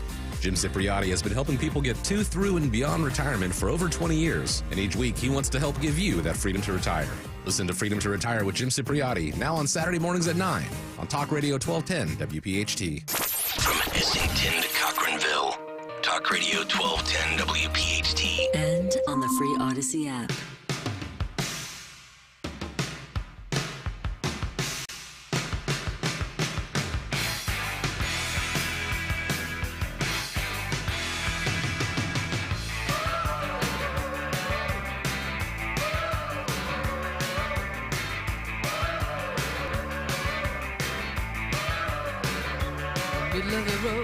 It's Kayal Company. 6:49 Thursday morning. Hopefully all of you off to a great start on this chilly Thursday. Nick, Dawn, and Greg. Get us on the free Odyssey app. Watch us live on YouTube. What's on the cut sheet? Less than an hour away. Dawn will have some news to kick off hour number 2. And also, just how obsessed is Jack Smith with Donald Trump and his Twitter feed? We will get to those details coming up as we kick off hour number 2 after the news. But I did say that there's stuff going on again in 2023 that we were probably expecting to have happen in 2024, that we know happened in 2020, and that is big tech once again focusing their efforts of censorship on Republican candidates. Yet Joe Biden seems to skate free and do whatever the heck he does on Twitter, which I don't think it's actually Joe Biden using his Twitter feed. But this is a very interesting story from Fox News, as big tech companies have already censored every presidential candidate. That according to the Media Research Center.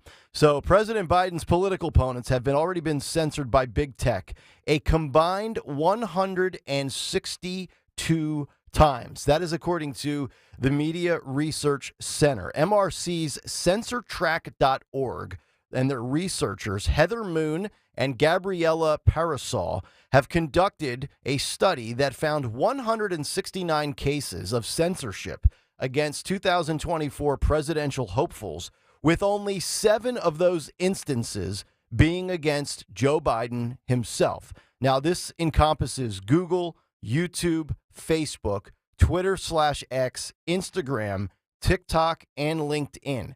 Quote, this year, 2024, has yet to begin, but election interfering censorship is well underway as big tech companies have already censored every presidential candidate. That was from Moon and Parasol. Quote, from censoring candidates' campaign websites to fact checks to removing content and accounts altogether, social media platforms have been hard at work interfering in the upcoming election and silencing the voices of those who seek to represent and lead the United States.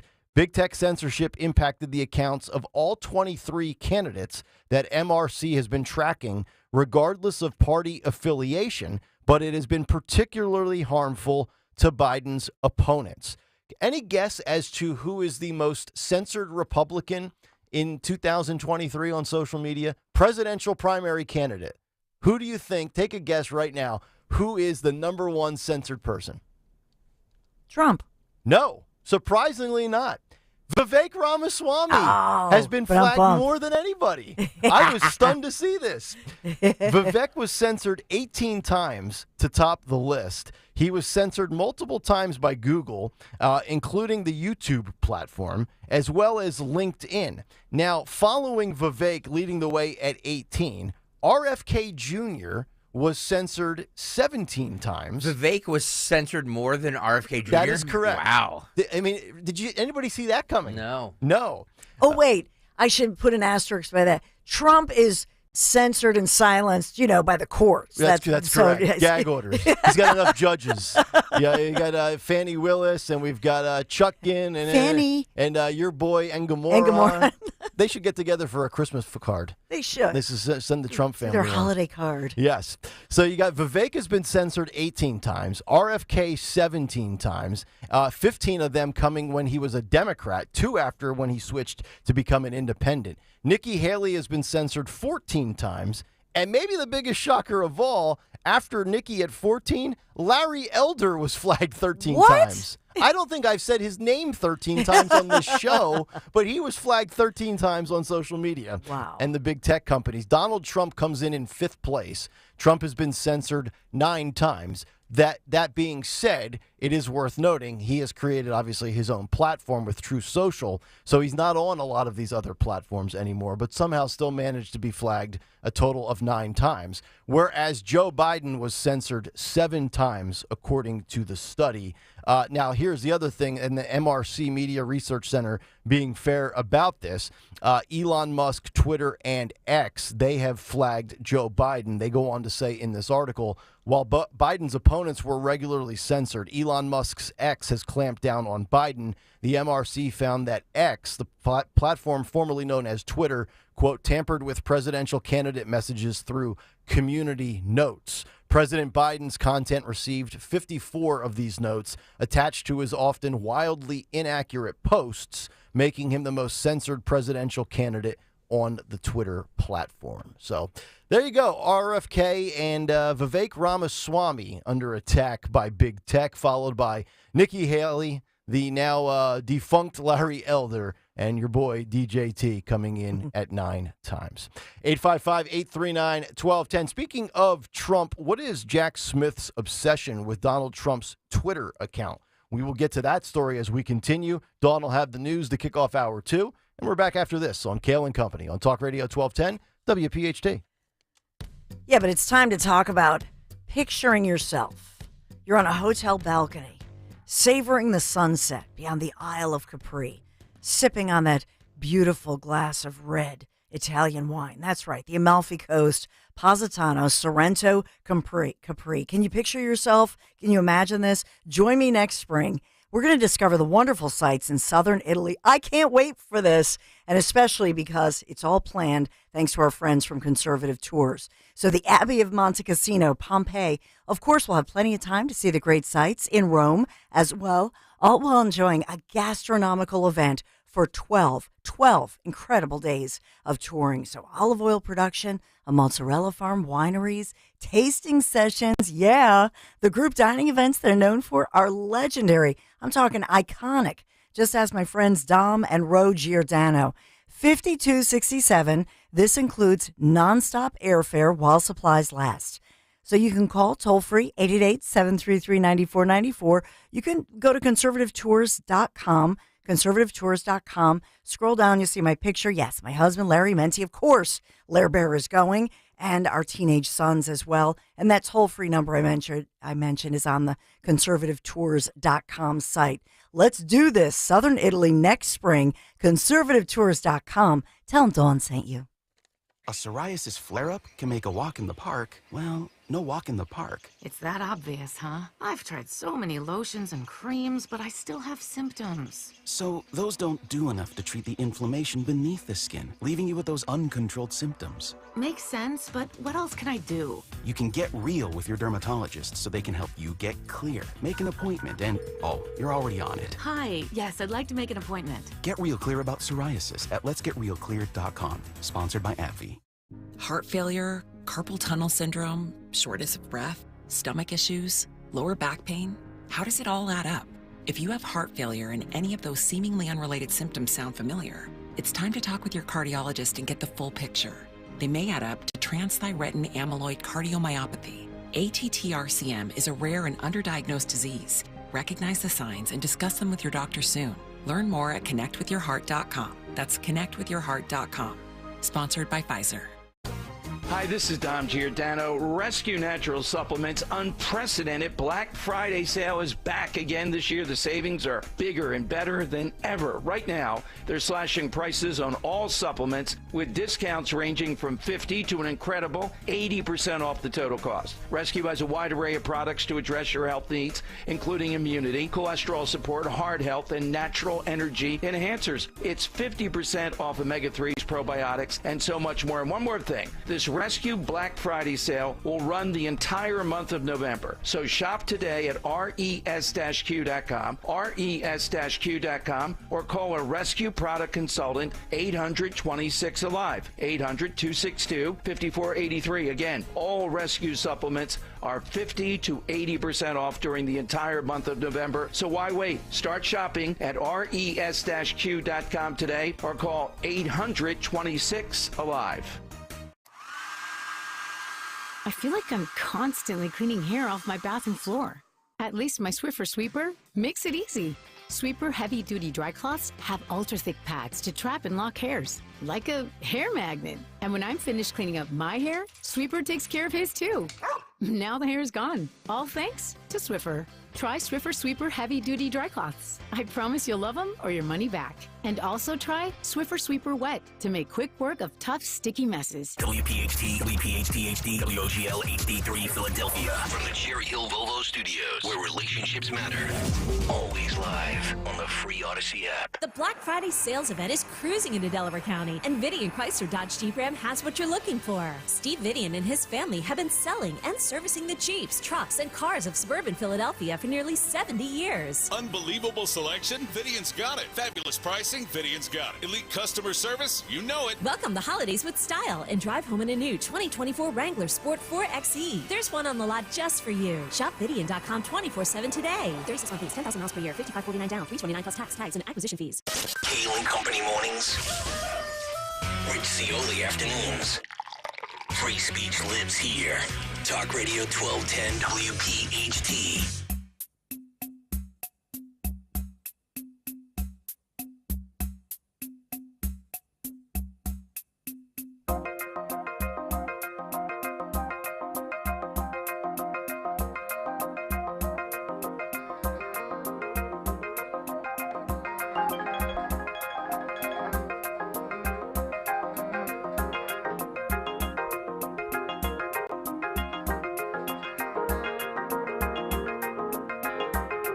Straight up 7 o'clock Thursday morning. Welcome back in as we kick off hour number 2 here on Kayal and Company.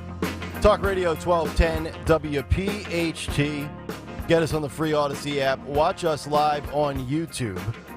It is going to be a great cut sheet this morning, which will feature Elon Musk like you've never heard before, as well as the latest follow-up to the Deadspin story with the Chiefs fan, where Jesse Waters and his staff was able to track down the father and the kid that loser, Karan J. Phillips, tried to paint as a racist. Had him on his show last night. You'll hear that audio coming up later as well. Still ahead this morning, Anheuser-Busch's top heir selling a $4.5 million mansion. Geez, I wonder why. And also, from the Washington Post, the CDC has some new data post-COVID on life expectancies. So we'll get to that. And also, this morning, our buddy Sean Farash, the great Trump impersonator. And if you've been wondering about the cost of living, and maybe you heard the big take yesterday on Bidenomics, an interesting story about the additional money you will need just to maintain the lifestyle that you currently live. We'll give you that dollar amount coming up later this morning. But before we get to all of that, let's get to the news. Round number 2, and there is a lot of it. 7:02, the great Dawn Stensland. And good morning. There is so much happening this morning, and as well, a big change weather-wise. So we'll talk about that this morning as well. Just updating you as Philadelphia police and authorities, in fact, across multiple states are searching for a carjacker, and for some tense moments, a baby napper, if you will, because that carjacker crossed state lines while after stealing the vehicle outside a convenience store with a little girl sleeping in her car seat in the back seat of that stolen vehicle. So this morning, police searching for the carjacker, searching for that vehicle. But the good news here, after that Amber Alert went out, the baby is back home safe with her family in Philadelphia. So it all started actually in Delaware from a Newcastle County outside of 7-Eleven. We always say this, especially this time of year, with a lot of people who might run into a convenience store. It's happened about 5:30 in the evening. And so it's one of those scenes where, it's the dinner hour. I need some milk. Got to run to the store. Baby falls asleep in the back seat. Leave it running for 30 seconds. And, parent runs in and boom, somebody jumps in the vehicle and speeds away. I mean, I don't even feel comfortable leaving my 9, almost 10-year-old daughters in the backseat of a car if I run into Wawa to grab a Gatorade. I don't know how people leave babies in the backseat. I don't even leave my 6'3" baby David. Oh, my Lord. My 16-year-old son, you're coming in with me. And don't give me any attitude, mister. David is also still in a car seat, too, in the back of her minivan. It's like, you got to come into the Acme with me, honey. Wait. You can't stay in the car on your phone. Let's not gloss over what you just said. So you leave your 9-year-olds in the back while you. No, I said I won't. He won't. I don't. No. Okay. No, okay. I said I wouldn't even do that. Okay. Yeah. Which is why I can't understand how you leave a baby back there. Okay, so all right, let me ask, Frady Cat 1 and Frady Cat 2 here. Yes. Of at what age do you? I agree, baby. I agree. Yeah. I won't leave my 3-year-old. No. Okay. But what age do you start leaving them in the car? I would say within the next year or two. Maybe by the time they're 10 or 11. It also depends on where it is. Yeah. Because so you think about Delaware. Mm-hmm. I have relatives who live in Chester County, and they'll go to, especially this time of year, you go cross over to Delaware to shop, right? Tax free. And they wouldn't do that with like their little girls, even if they're 11, 12, because of right now the fears of like this human trafficking stuff. Mm-hmm. You know what I mean? Love of God. Everybody's worried about this Nobody's. stuff. You're worried about. Nobody else is worried about human trafficking but you. We should all be worried. Oh my Lord! To your general point, I think location matters, right? If you're Thanks, Nick. if you're at a gas station in Camden, New Jersey, I think the rules are different than Bluebell, PA. Thank you. Are they though? I mean, I would think so. Yes. Why though? Some places are safer than others. Okay. Perceived. You're not safe anywhere. Okay. If you want to ask me about. Yeah. No, I do think it depends. By the way, if I had boys, Mm-hmm. I would probably leave them in the car at 9. But I have girls, so maybe call me sexist. No, that's not. I'm fascinated by this. Yeah. I would have brought it up if I wasn't. Yeah, boys. If they're big boys, and your boys would be big, but if they're little wimpy boys, then no. Well, yeah. But if they're right. 98 percentile at right. 9, Yeah. you're fine. Yeah, if they're future alpha males, you leave them in there. If they're like, if they're like our boy La Rosa for the Biden administration, I'm probably going to bring them in with me. They can't handle themselves. Well, in this case, thank God we can tease about it a little bit because the little girl's absolutely fine. They did check her out at St. Christopher's Hospital. But I will point out to you that this carjacker could potentially seriously be charged with kidnapping in the sense that this individual crossed state lines because they went from Delaware across to Philadelphia, which may lead one to believe that perhaps the carjacker or carjackers are not actually from Delaware, but rather from Philadelphia. So that search continues. It's a gray Nissan Altima, and it's the plate number 562644. So we've got that going on. Philadelphia police working with the Newcastle County Division of Police to find that situation. A really tragic story that we're learning new details about. And this is a man from the Northeast, from Northeast Philadelphia. He had, over the Thanksgiving holiday, he was staying in the Poconos with family and took his niece, nephew, another child kayaking on Emerald Lake.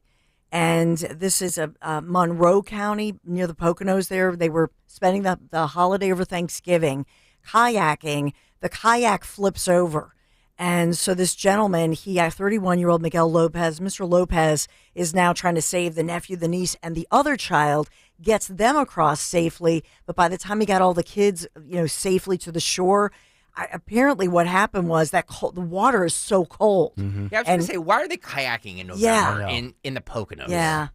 Well, polar Arctic plunge. Yeah, do it in the, first of all, kayaking can be dangerous if you don't know what you're doing because it does, for somebody big like me, like you get in there and you're kind of, you've done it? Move, yes. Yeah.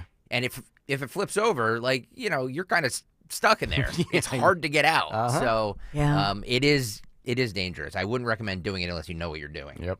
Yeah, so Mrs. Lopez, she just said her husband was, saved the kids, prioritizing them, not thinking of himself, or what to Greg's point, and tragically, the search and rescue teams did recover his body. I've done it once, but it's a heck of a workout, too. It is. It's a great workout. Yeah. By the way, doing it at 6 o'clock in the morning when the sun's coming up and everything like that is absolutely beautiful. Yeah. I wouldn't recommend doing it in November when it's frigid temperatures. But. Yeah. In a new directive yesterday, this came out, Pennsylvania Governor Josh Shapiro, Democrat, his administration is asking all counties across Pennsylvania to begin using a standard set of instructions to explain how to complete those mail-in ballots. And so Shapiro's top election official, Al Schmidt, we know him well here in Philadelphia, he said some counties already use these methods, but they're trying to, in essence, make the mail-in balloting give some sense of, an even keel here. And because there are many questions, obviously, over election transparency, that sort of thing, and a lot of court battles over provisions in the state's 4-year-old mail-in voting laws that obviously have led to counties throwing out tens of thousands of mail-in ballots cast by legal voters. Mm-hmm.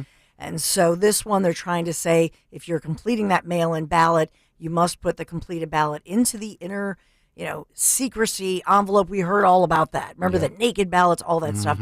So they're trying to, just add some uniformity here and educate voters to make sure that, we don't have any more problems with these mail-in ballots. And think about what's going on here. If you kind of read between the lines, so to speak, since Shapiro has become governor, automatic voter registration in Pennsylvania, and now this. Look, Pennsylvania is one of the 6 or 7 battleground states. It's a key swing state. Better be paying attention, folks. Democrats are working their way toward victory. I hope Republicans aren't asleep at the wheel. Getting back to the question on how old do you leave your kids in the car, what's the age? Heaven01 says, no, Nick, you're crazy. 11 years old is not safe to leave in a car alone. Do you think they can defend themselves? Even women have been carjacked. No way. Oh, okay. On second thought, after further review, 18 it is. They come in with me until they're officially adults.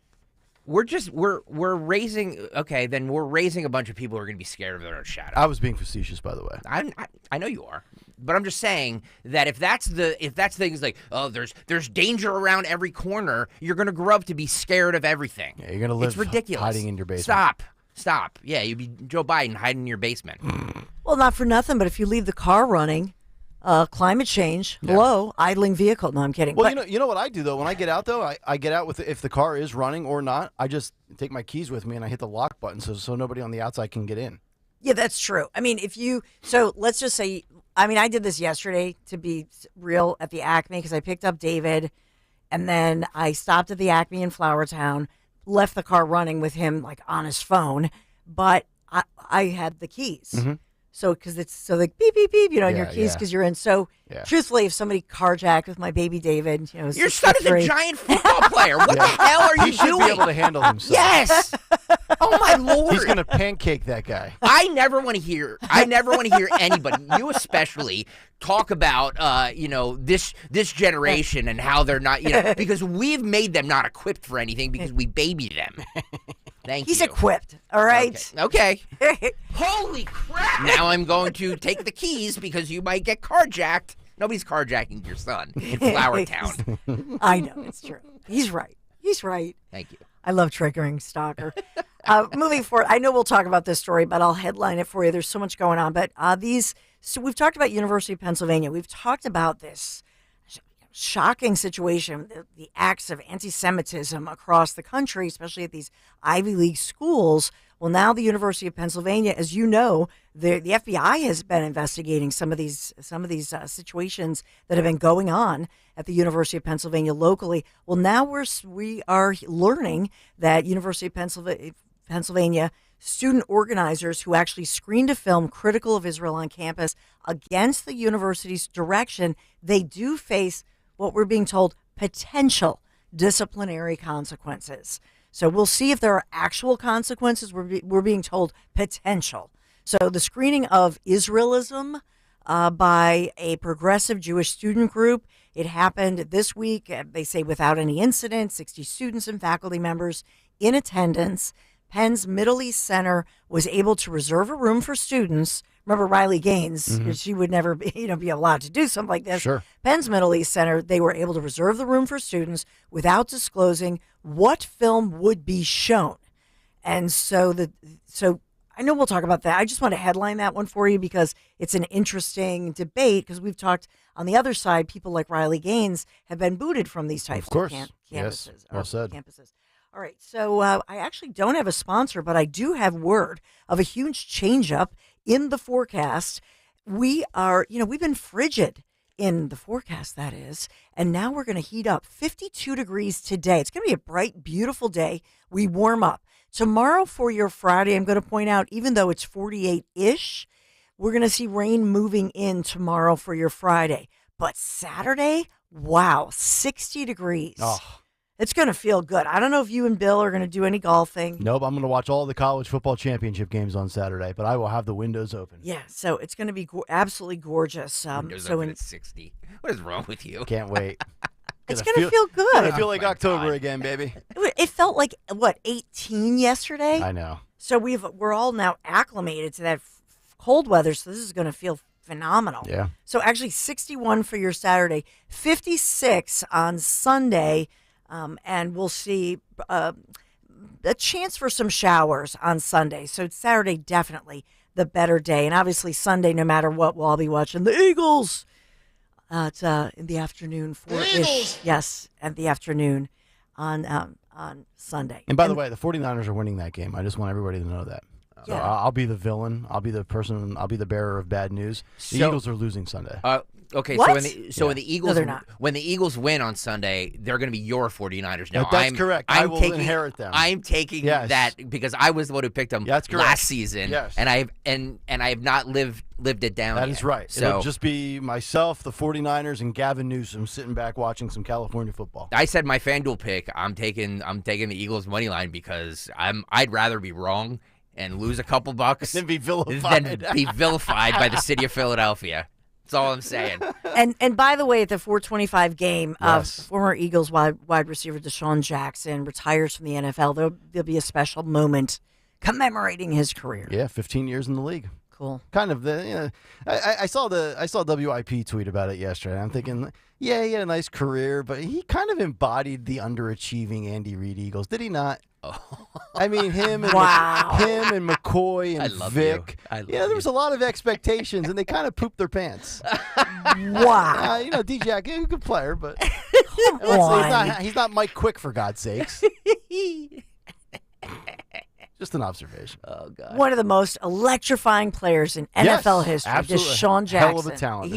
He told Marks and Reese yesterday that he feels like he could still go. Yeah. So I feel like I could still go, too. I got about 3 snaps in me, too.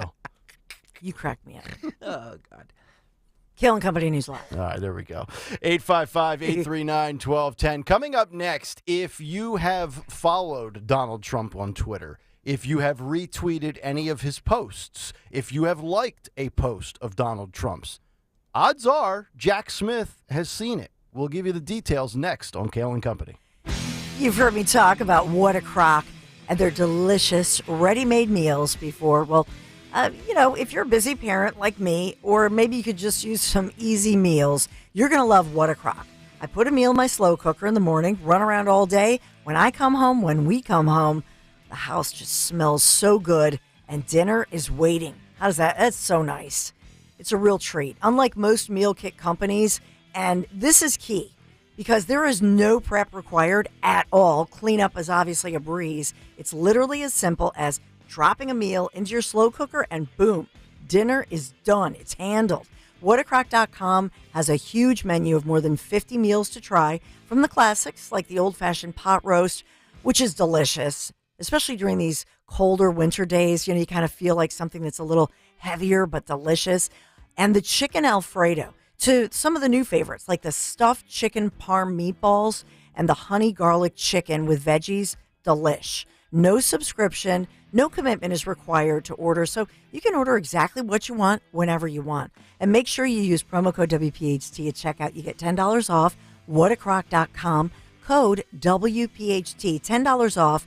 If you've tried What a Crock before, you'll know how much of a lifesaver their dinners really are. And they're a great gift today as well to send somebody. Maybe somebody who just had a baby, they've just moved, or maybe you have a college kid in your life. You want to send them a little care package. Order now, whatacrock.com. Tell them Dawn sent you. There are so many terrifying political and economic trends tearing down the global economy. But your retirement does not have to collapse with it. The exclusive crash-proof retirement system guarantees over 5,000 consumers not only survive, but thrive despite market volatility, guaranteeing protected growth that cannot be taken away. My name is Robert Sims. I live in Levittown, Pennsylvania. The interest credited to my crash-proof retirement system can never be taken from me. With all the debt that the nation has, I am leery of where the economy is going to head long term. I feel good about where I sit with the crash-proof retirement system, regardless of where the economy goes in the next 5 years or so, because it has delivered on its promises. Register for the next Crash-Proof Retirement educational event at the Falls at the Doubletree in Mount Laurel, New Jersey on December 13th, 800-722-9728 or crashproofretirement.com. You get up every morning and make it all work. You make the hospitals and the labs work.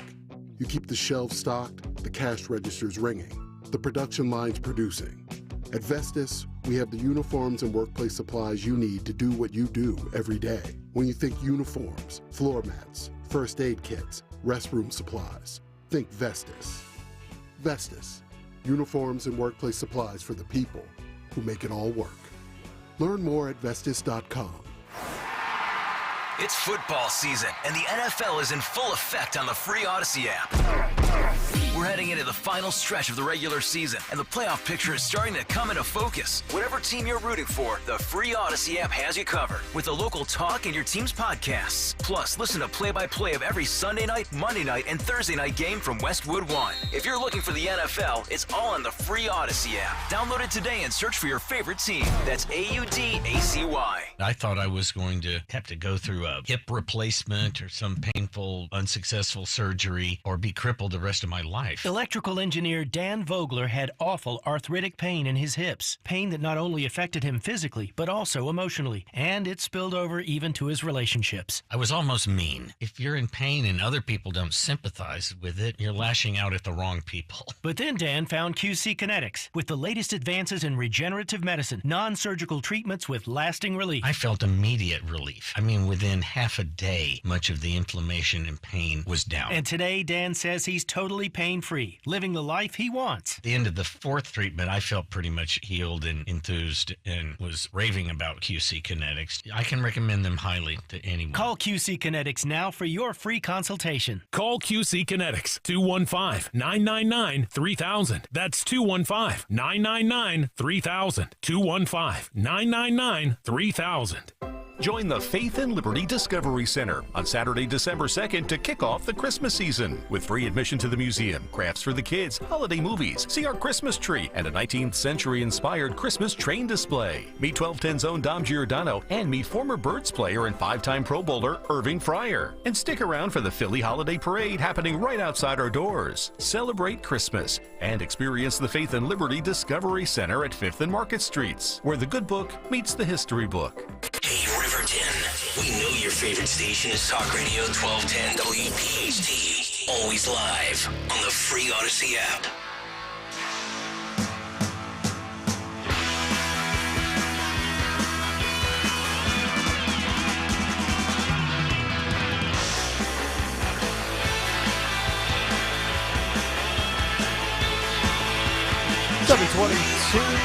Kayal and Company rolling on live here on a Thursday morning. What's on the cut sheet in just about 20 minutes?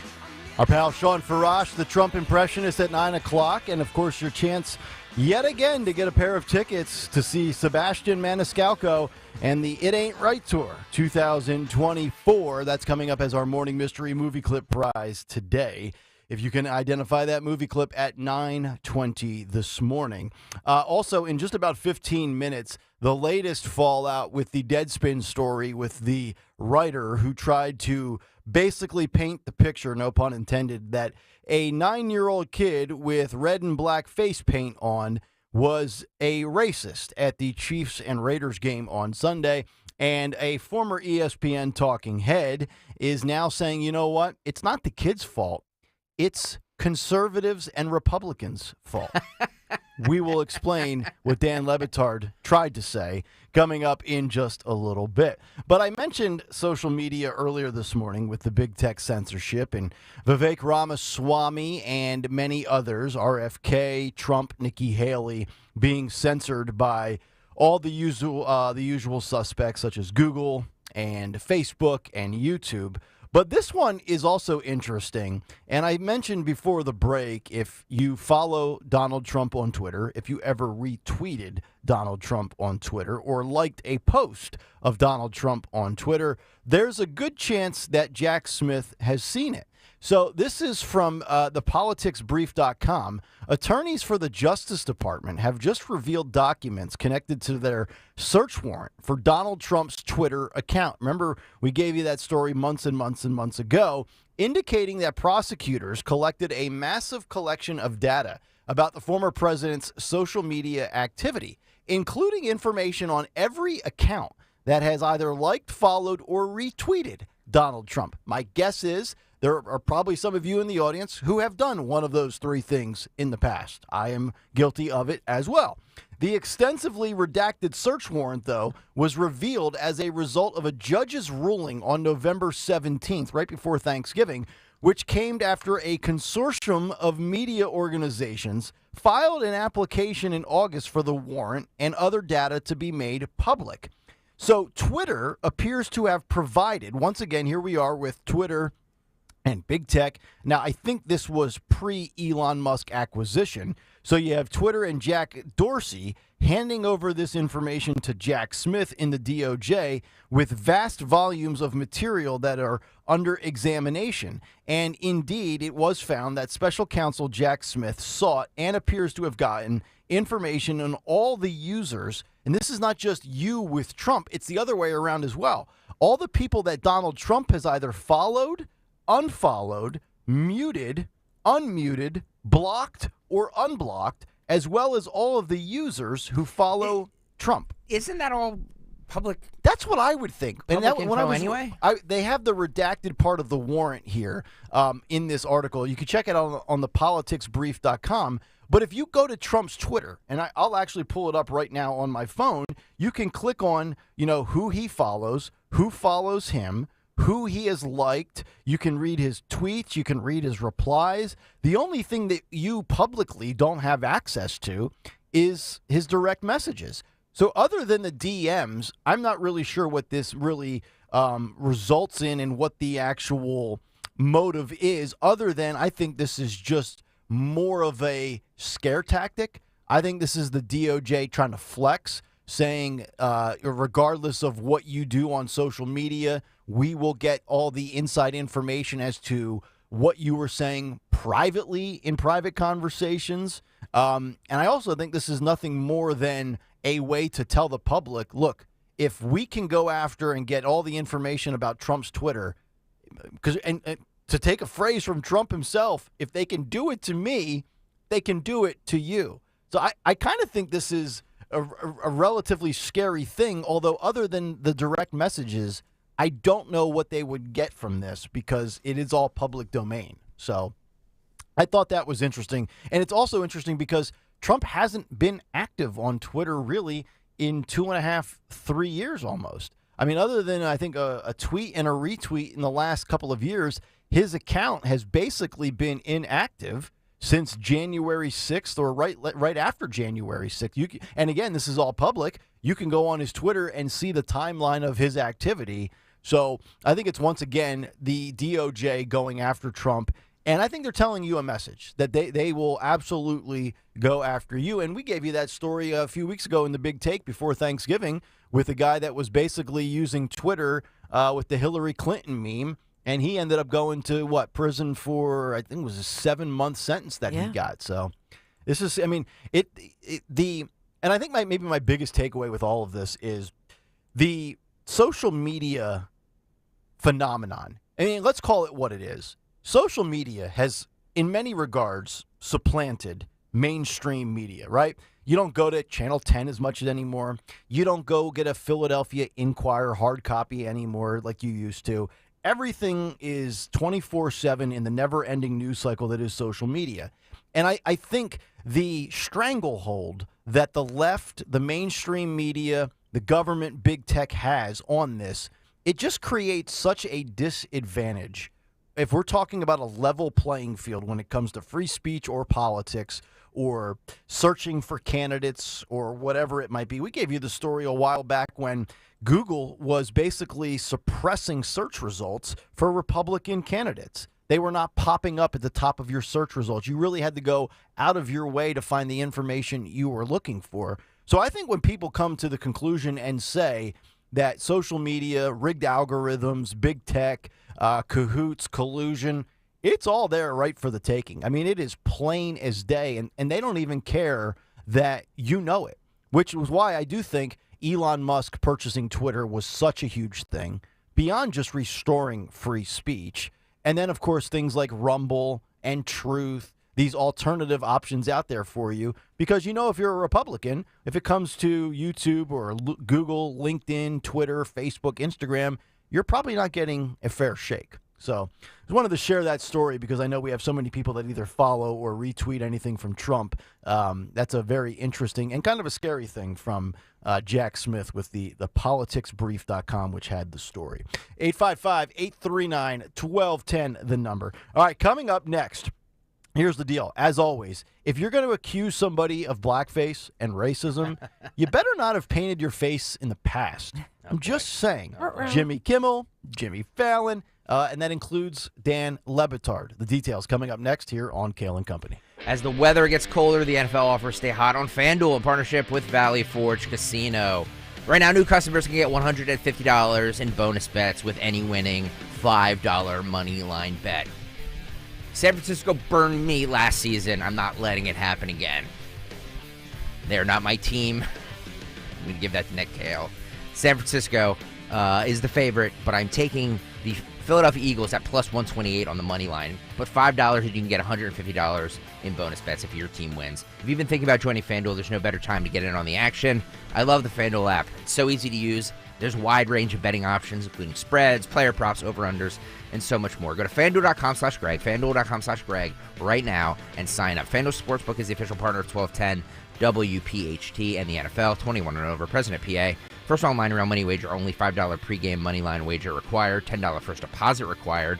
Bonus issued as non-withdrawable bonus bets that expire 7 days after receipt. It's a tongue twister. See terms of sportsbook.fanduel.com. Gambling problem? Call 1-800-GAMBLER. The future of joint pain relief is right here in the Philadelphia region. QC Kinetics, advanced regenerative medicine. Hey, Dawn Stensland here. If you've been told that more steroids or surgery are your only options, not so fast. Get a second opinion. Learn more about how you can harness your body's own healing agents to attack that joint pain. QC Kinetics does not mask the pain. These treatments go to the very core of the problem, using concentrated healing properties placed directly into your joint, which repairs and restores that damaged tissue. Imagine living life, especially this fall, with no more pain in your knees, your aching shoulder, your back, your hips. No drugs, no surgery, no downtime. Just call the local medical professionals, get a free consultation. QC Kinetics, the nation's leader in regenerative medicine. 215-999-3000. Just call QC Kinetics, 215-999-3000. Tell them Dawn sent you. Diabetes, high blood pressure, anxiety meds, everyone's on them. If you're a 50-year-old male, maybe a bit porky, and you may even have type 2 diabetes, $1 million of term insurance may only cost you about $200 a month. Call Term Provider. Speak with Big Lou at 800-700-6898. Big Lou will find a term life policy for you even if you have type 2 diabetes, are overweight, or have high blood pressure. Term Provider has helped thousands of people like you who think they can't afford term life insurance. To buy $1 million of affordable term life for you, all you need to do is call Big Lou at 800-700-6898. Lou will make sure the scales are tipped in your favor. Call 800-700-6898. Big Lou will answer your call and work to fit you into a term life policy that you can afford. Remember, Big Lou's like you. He's on meds too. Call 800-700-6898. 800-700-6898 or biglou.com. 40 days to lose 20 to 40 plus pounds. With NJ Diet, it only takes 40 days to lose a contractually guaranteed 20 to 40 plus pounds. They use your hair, saliva, and blood work to personalize supplements that will target your hormonal imbalances so you can shed that fat. Then NJ Diet uses DNA info to help you keep it off. Locations in King of Prussia, Cherry Hill, and Newark, Delaware, or from anywhere with live online video consultations. Call 855-5NJ-DIET or visit njdiet.com. That's njdiet.com. The Crash Proof Retirement Show will air before and after Penn State basketball this Saturday. Tune in at 11 a.m. and again right after the game to learn how to create your own Crash Proof game plan. A psoriasis flare-up can make a walk in the park, well, no walk in the park. It's that obvious, huh? I've tried so many lotions and creams, but I still have symptoms. So those don't do enough to treat the inflammation beneath the skin, leaving you with those uncontrolled symptoms. Makes sense, but what else can I do? You can get real with your dermatologist so they can help you get clear. Make an appointment and, oh, you're already on it. Hi, yes, I'd like to make an appointment. Get real clear about psoriasis at letsgetrealclear.com. Sponsored by AbbVie. Heart failure, carpal tunnel syndrome, shortness of breath, stomach issues, lower back pain. How does it all add up? If you have heart failure and any of those seemingly unrelated symptoms sound familiar, it's time to talk with your cardiologist and get the full picture. They may add up to transthyretin amyloid cardiomyopathy. ATTR-CM is a rare and underdiagnosed disease. Recognize the signs and discuss them with your doctor soon. Learn more at connectwithyourheart.com. That's connectwithyourheart.com. Sponsored by Pfizer. Calling on Blackwood to follow 1210 WPHT on the free Odyssey app. Download it now.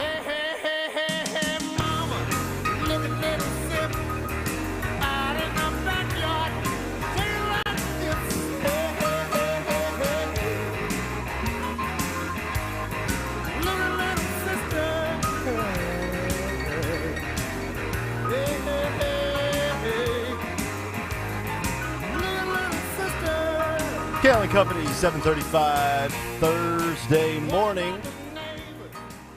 What's on the cut sheet? Well, you're going to find out in just about 10 minutes. Also coming up this morning, Sean Farash, the Trump impressionist and impersonator. He'll join us at 9 o'clock. And, of course, another great prize for the Morning Mystery Movie Clip coming up at 9:20 this morning. This segment brought to you by Wawa. Welcome back to Wawa Siptopia, your handcrafted beverage happy place. Right now, all your crafted to crave favorites are only $3 for a 16-ounce and $4 for a 24-ounce. Gotta have a Wawa.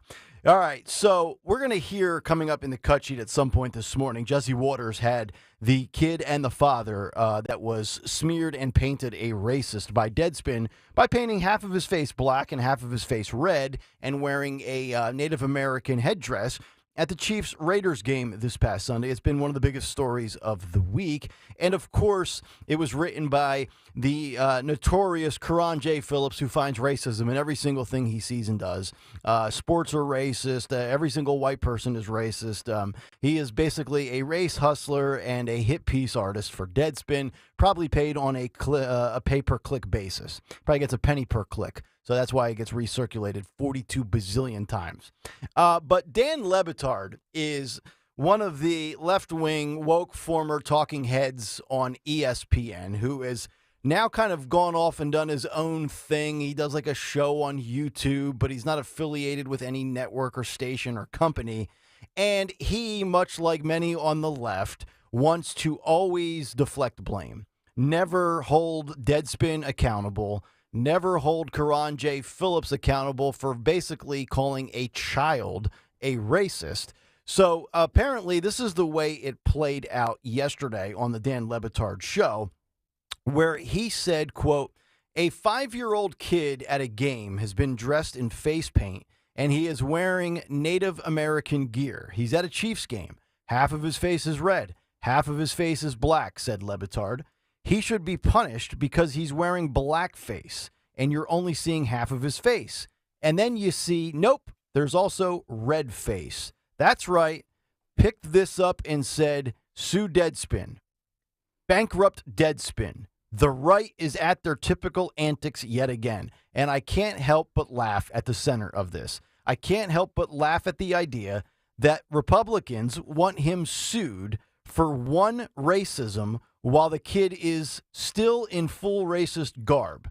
The only part of him that's not intentionally kind of racist is the black part. The rest is team colors, and he's going for just being a fan. But the racism is already in there, just not the kind the right is picking up and flogging Deadspin with over a 5-year-old kid. Like, the stupidity of this is remarkable. So, according to Dan Le Batard, Deadspin is not a entity that is at fault here for falsely depicting an innocent child as a racist. Instead, the right is at fault for holding Deadspin accountable. Now, if you're watching on YouTube, we have a picture of Dan Le Batard when he was doing his show either at ESPN or on YouTube like he does now, where he is dressed up as former WWE wrestler Kane. And if you're looking at it right now, he's got a black wig on, a black and red spandex suit, and his face is painted half red and half black. Now, if you looked at that right there, would anybody arrive at the conclusion that Dan Le Batard was wearing blackface? No. No. So now if we could, Anthony and Phil, if we could slide maybe both of these guys together in the same shot on YouTube, our little friend from the Chiefs game and Dan Le Batard. I'd like to see them both side by side if we have the capability. If not, just keep alternating and flip-flopping them. I look at the kid from the Chiefs game and I say, you know what?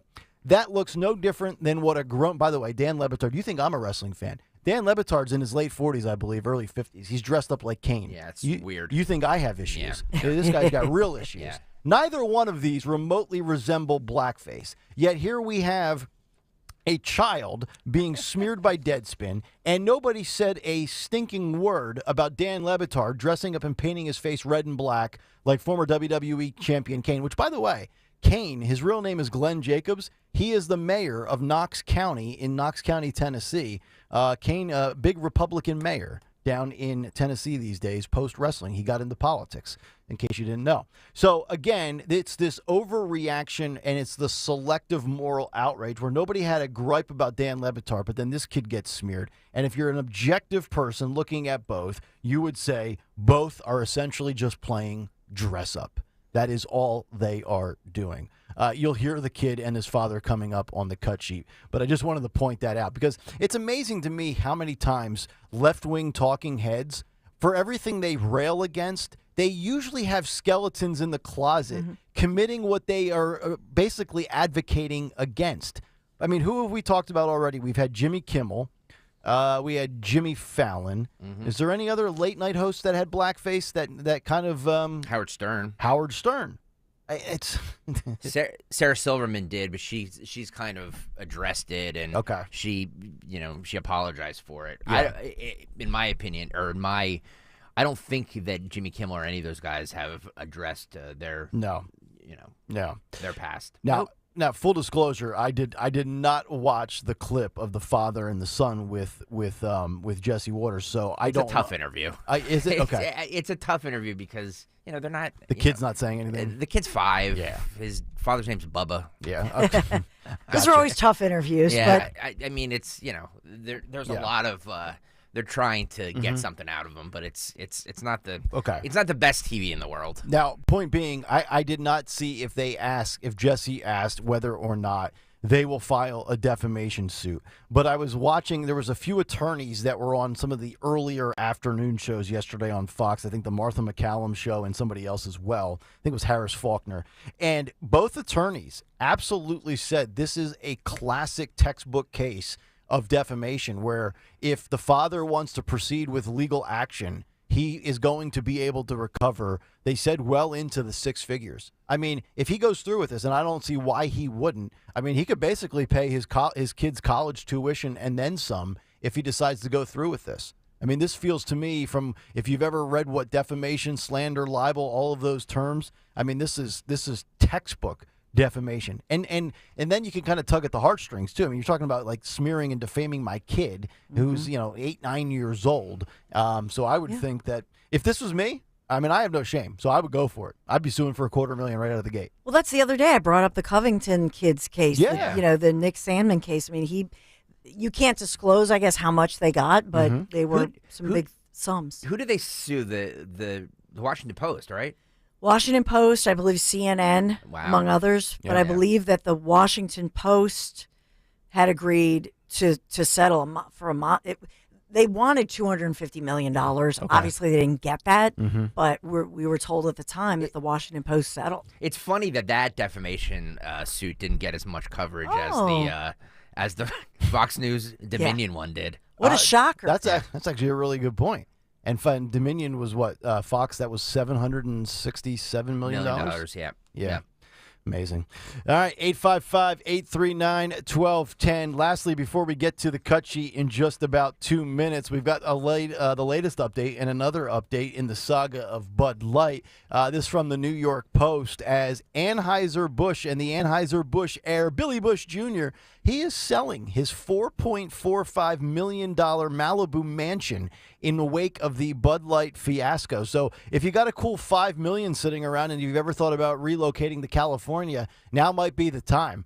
According to the New York Post, Billy Busch Jr., the heir to the Anheuser-Busch legacy, has listed his Malibu estate for $4.45 million. The 58-year-old put his contemporary hillside retreat on the market, an oasis adorned with modern aesthetics with Sean Matthews at Compass. His Malibu haven stands as a testament to contemporary luxury living, offering serene ocean views, meticulously designed spaces, and an allure that complements the essence of high-end Californian lifestyle. It was built in 1962, 3 beds, 2 bathrooms, and this is an absolutely gorgeous piece of property. It's on the New York Post website if you want to see the picture.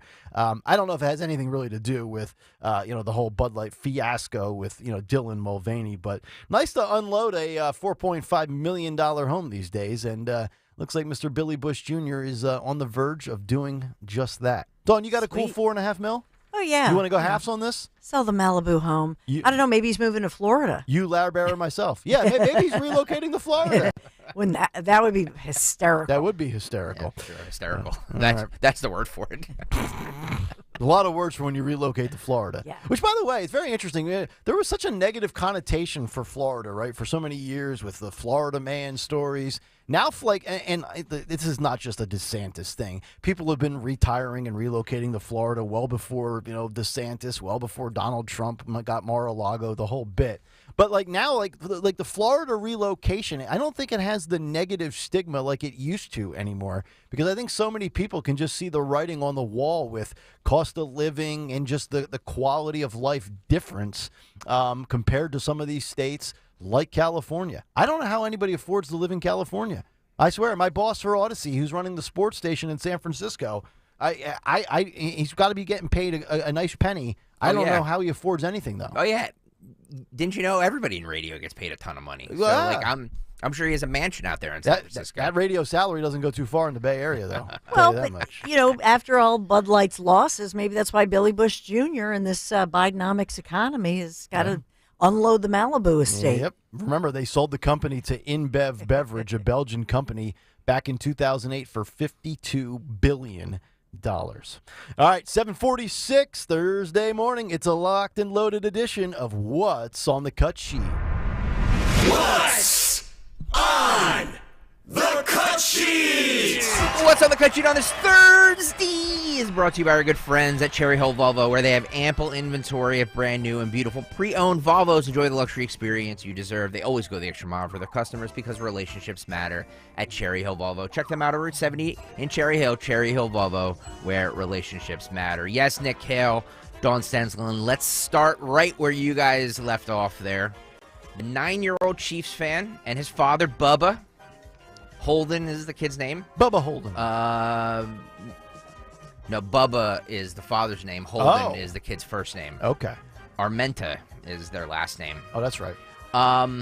They did an interview last night with Jesse Waters on Fox News Primetime, and it's there's a lot of elements to this that I want to break down because there's some really cool things in this, including the fact that the Kansas City Chiefs are all going to paint their face on Sunday in solidarity with this kid. Oh. I did not know that. The Chiefs players? That's what they're saying. Okay.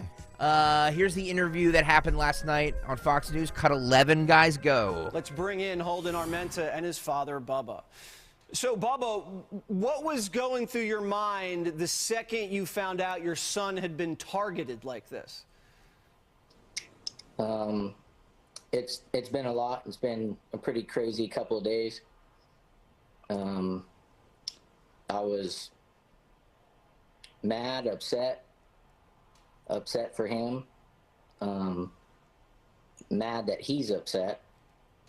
He's See what I mean? pretty devastated. I mean, he's seen the videos and everything posted. He's excited.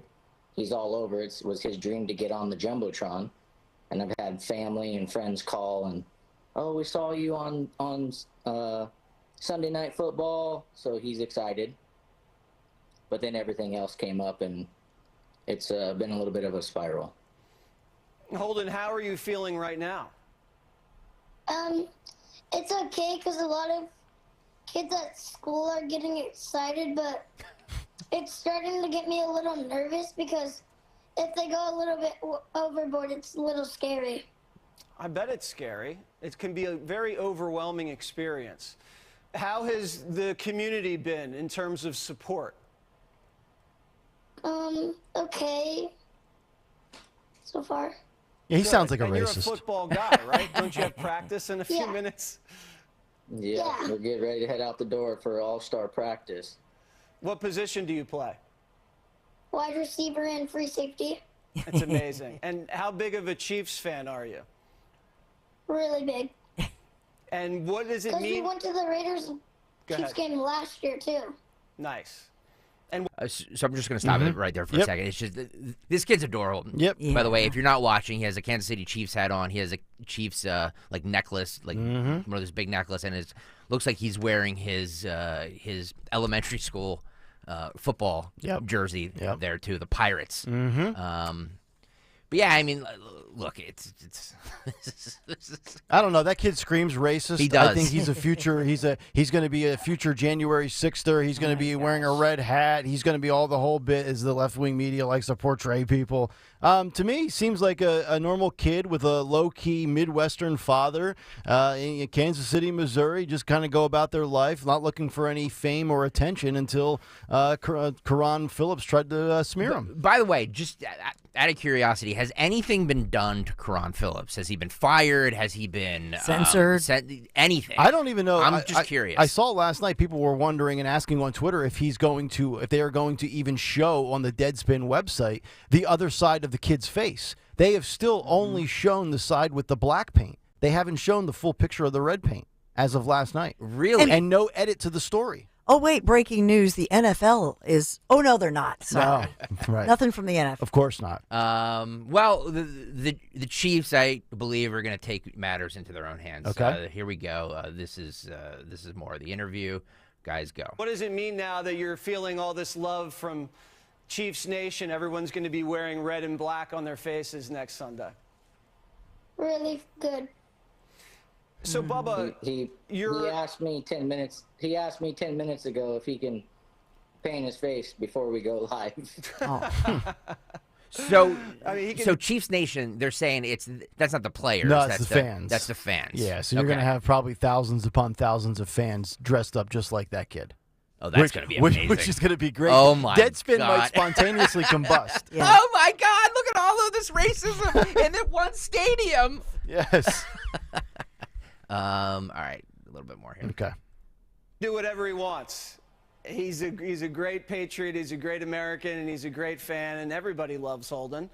But Karen over at Deadspin doesn't. Bubba, would you like an apology? What would you like from Karen at Deadspin? You know. By the way, I love that his name is Karen. Karen, yes. Yeah, Karen. Not Karan, but Karen. That's amazing.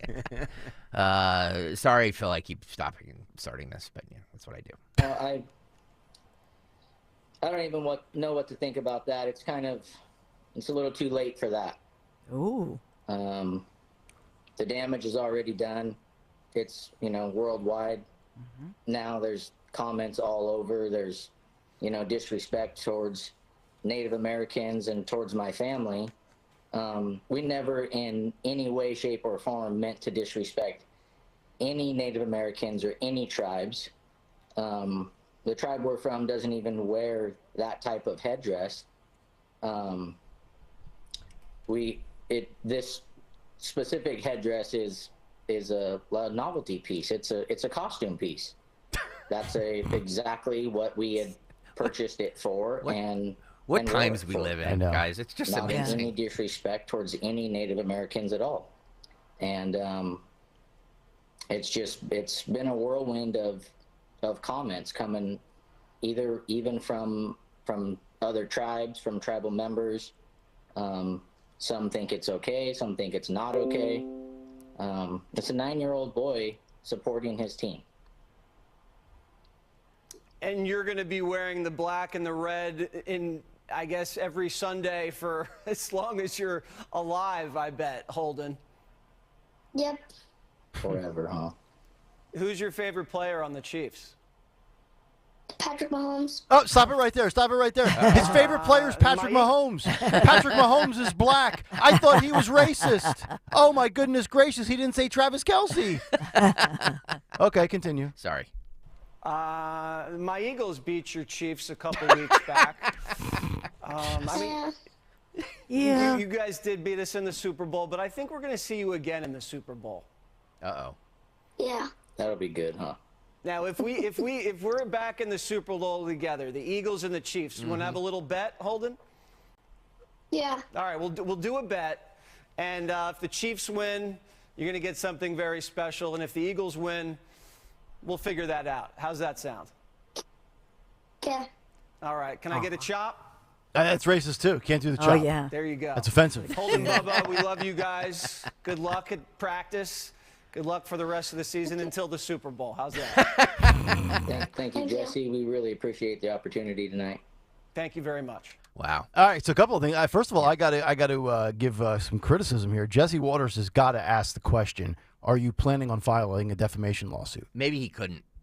Is some legality against Yeah. that? Okay. But he said all the words. When he said the damage is done, Mhm. some of his language told me 100%. Yeah. They already have the lawyers. The lawyers told them what not to say. But when he talked about in the beginning, it's been tough, the thing spiraled. But when he was mentioning the word damages, I thought, oh, there it is. Yeah, for sure. I like the fact that he was taking a few shots there. We beat you guys a couple of weeks ago. Yeah, it was cute. Okay, for those that don't know, Jesse Waters is from Philadelphia. Yeah, so it's going to be interesting to see how this thing plays out. Yeah, for sure. You know. Settlement. Yeah, I agree. But it makes you wonder, like, Deadspin, I think they filed bankruptcy twice. I'm like, what do they have to offer if they are found liable of defamation? I mean, Karan J. Phillips, I'm assuming, is not making a six-figure salary as a writer for Deadspin, so I don't know. Can you get blood from a stone? Well, let me ask you guys this, because a lot of places, scouring the internet all day is what I do. So a lot of websites, if they have opinion columnists, they say the opinions and thoughts or whatever of this columnist does not represent X. That's true. So therefore, that kind of alleviates them of any sort of criticism or lawsuits. Am I wrong? I would think so, but after all this new evidence has come out, I mean, on top of the fact that this kid and this family are Native American, on top of the fact that they didn't show the second side, I've got to imagine there's some sort of editorial element here where Deadspin could easily show both sides of the picture and then kind of cover their you-know-what, but they haven't done that either. Yeah. I mean, look, it's a... Tony Bruno said it yesterday. It's a part of that Gawker website, which is just it's like they're gutter snipes. That's all they are. And he mentioned something yesterday. They did something to Hulk Hogan back in the day as well. Oh, you don't remember that? Was that with the sex tape? It was the sex tape. Okay, Gawker, I didn't know if that was specifically. Gawker released stuff. Hogan sued. Okay, and there was word that I believe Peter Thiel, that guy Peter Thiel, was behind Hulk Hogan suing them, like kind of gave him the funds to, hire the best lawyers and everything like that, and basically shut down Gawker. Hulk Hogan basically shut down Gawker. Okay, so Hogan won that case then. Yeah, Okay. totally. Yep. This kid, I cannot imagine that this is ever going to see the light of day in court. They're going to settle this. The difference is with other people picking it up is that you had somebody attack a child, a minor, put his image out there and identify and say, this kid right here is a racist kid. Yep. There's the damage. Yep. Boom. There you go. So Gawker, a couple years ago, hopefully this shuts down Deadspin. Yeah. Can we get TMZ next? Oh. Oh. Now, you really hate TMZ, don't I do. you? I absolutely do. But I go to it. I mean, I'm guilty, and I'll probably keep going to Deadspin just to see if there's anything that gives us content. Yeah. President Joe Biden is officially on the campaign trail, and I guess we can assume that he assumes that Trump will be his opponent because he went after him yesterday at a campaign rally in Pueblo, Colorado. He was at a wind turbine manufacturing company yesterday doing a campaign rally, and he took on Trump directly at a campaign rally. So I guess we can assume that he thinks he's going to be his opponent. Okay. Cut one, guys, go. Meanwhile, my predecessor wants to get rid of the Affordable Care Act. Over 40 million Americans today get their health insurance through the Affordable Care Act. His plan is to throw them off that plan. That would mean the number of uninsured African Americans will go up by 20%, or Latinos will go up by 15%. Folks, this is not your father's Republican Party. Like I said, I made a promise to be the president for every American. And I'm keeping my promise. It's also not your father's Democratic Party. Yeah, exactly right. Well said. He's made the promise to be the guy for every American, even though every American can't afford to live in the America that he runs. Very interesting, too, that he did not get the memo that Gavin's going to shove him out the back door in the summer of 2024. So, is it possible that Joe could be replaced and Joe literally has no idea? Do you think it's like almost like the person that's dead man walking at their job and it's a matter of days until the bosses fire them and they don't know they're getting fired and they think all is well, and then all of a sudden they have the meeting and they say, oh, we wish so-and-so the best in their future endeavors. Could they really do Joe that dirty? Could they legitimately shove him out and he had no idea it was coming? I think he's fully aware of all this. Oh. Do you? Mm-hmm. I do. Okay. He's, what does he call, what is his saying? The old dog or the old whatever, down dirty dog or whatever. He has all those weird sayings, but he is an old dog with regard to politicking. He's been doing this more than half a century, and this is what he knows. He's a political animal, and I think that he wants to be president again, and so he's going to fight it every which way he can. I think he's fully aware. He was also on a full cognitive decline last night or yesterday afternoon when he referred to Trump as this. Instead of cutting him, or like Congressman Trump and Bo want to do. Congressman Trump.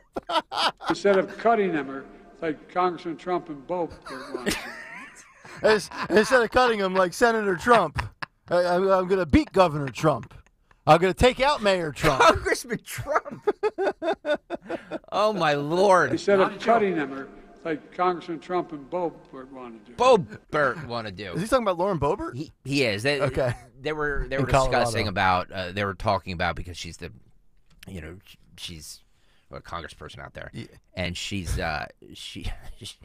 he mentioned her and gave a sign of the cross. Yeah, I was in a movie theater with the Bobes and Congressman Trump, and we were all kissing and caressing each other. We should start keeping track of, because remember how somebody was calling in? We've had calls where they've said sundowners and this and that. We should keep track of what he says and what time of day, right? Because it gets worse as the day gets later. You know what I mean? Yeah. But I think it's the old saying of, things he's known for a while, he knows well. Mm-hmm. Yep. And we know his work schedule typically noon to 4. And you're right. So, as the sun starts to set after daylight savings time, Joe's battery starts to dwindle down. It's like me. I hate the winter. It's like the Energizer Bunny. Again, this one's a little hard to hear, but this made the rounds on social media yesterday. He's in Pueblo, Colorado at a wind turbine manufacturing company talking to some of the workers there. And he joked about having the ability to order a man to blow up the world.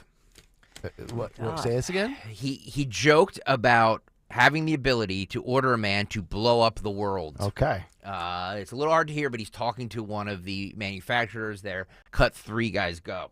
This is Nick. Hey, Nick. This is Nick. How are you, buddy?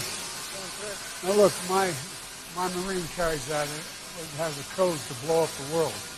That doesn't. This is not nuclear weapons, is it? All right. Okay. Yeah. Wow.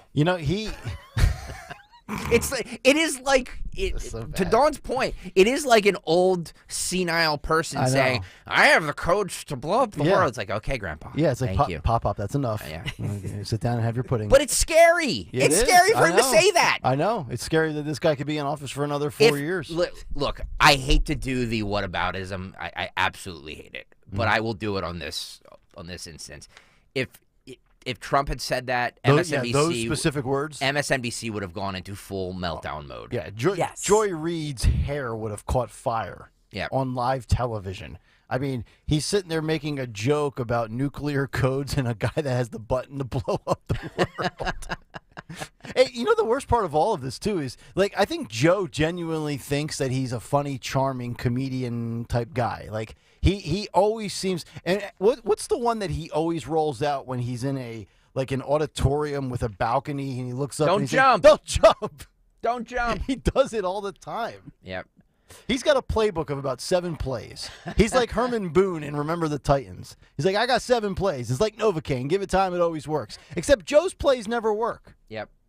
So true. All right, so let's get to the audio that ever. So apparently yesterday there was the New York Times Deal Book Summit that happened yesterday. They had everybody there. Jamie Dimon was there. Kamala Harris was there. Elon Musk was there. It was a huge event that happened in New York yesterday. We have all of the following people, but let's start with Elon Musk. The clip that's making the rounds on social media is him telling advertisers that he will kill Twitter and tells them if they want to hold him up for money to go F themselves. There's like a 30-second clip that's going around, but I figure it's better. I always like full context of everything. That's my big thing. I need full context of stuff. So this is how that interview, the Q&A started and how he ended up talking about the anti-Semitic tweet that he put out, some deemed anti-Semitic. Yep. He did apologize for it. He said he regrets doing it. All right, so he's done more than Deadspin has. Cut 4, guys, go. Obviously, you know that there's a public perception that, and you're clarifying this now, but there's a public perception that that was part of a apology tour, if you will. That this had been said online. There was all of the criticism. There was advertisers leaving. We talked to Bob Iger today. I hope they stop. You hope? Don't advertise. You don't want them to advertise? No. What do you mean? If somebody's going to try to blackmail me with advertising, blackmail me with money, go f*** yourself. But go f*** yourself. Is that clear? I hope it is. Hey, Bob, if you're in the audience. Well, let me ask you then. That's how I feel. Don't advertise. How do you think then about the economics of X? If part of the underlying model, at least today, and maybe it needs to shift, maybe the answer is it needs to shift away from advertising. If you believe that this is the one part of your business where you will be beholden to those who have this view, what do you do?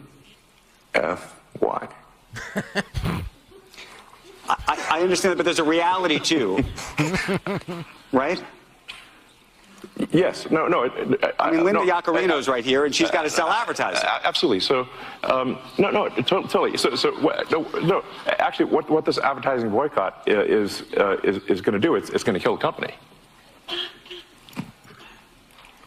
And do you think that He's so awkward. And the whole world will know that those advertisers killed the company, and we will document it in great detail. But those advertisers, I imagine, are going to say, we didn't kill the company. Oh yeah. They're going to say, tell it to Earth. But they're going to say Elon, that you killed the company because you said these things, and that they were inappropriate things, and that they didn't feel comfortable on the platform, right? That's what they're going to say. And let's see how Earth responds to that. We've never seen Elon be that adamant, and every time he said the GFY. Every time he said that, he looked at the crowd for reaction. He was almost like he was in like a showman type mode. Of course it was. Of course, that's all. Elon Musk is all about publicity and getting clicks. Yeah. That's all he cares about. Yeah.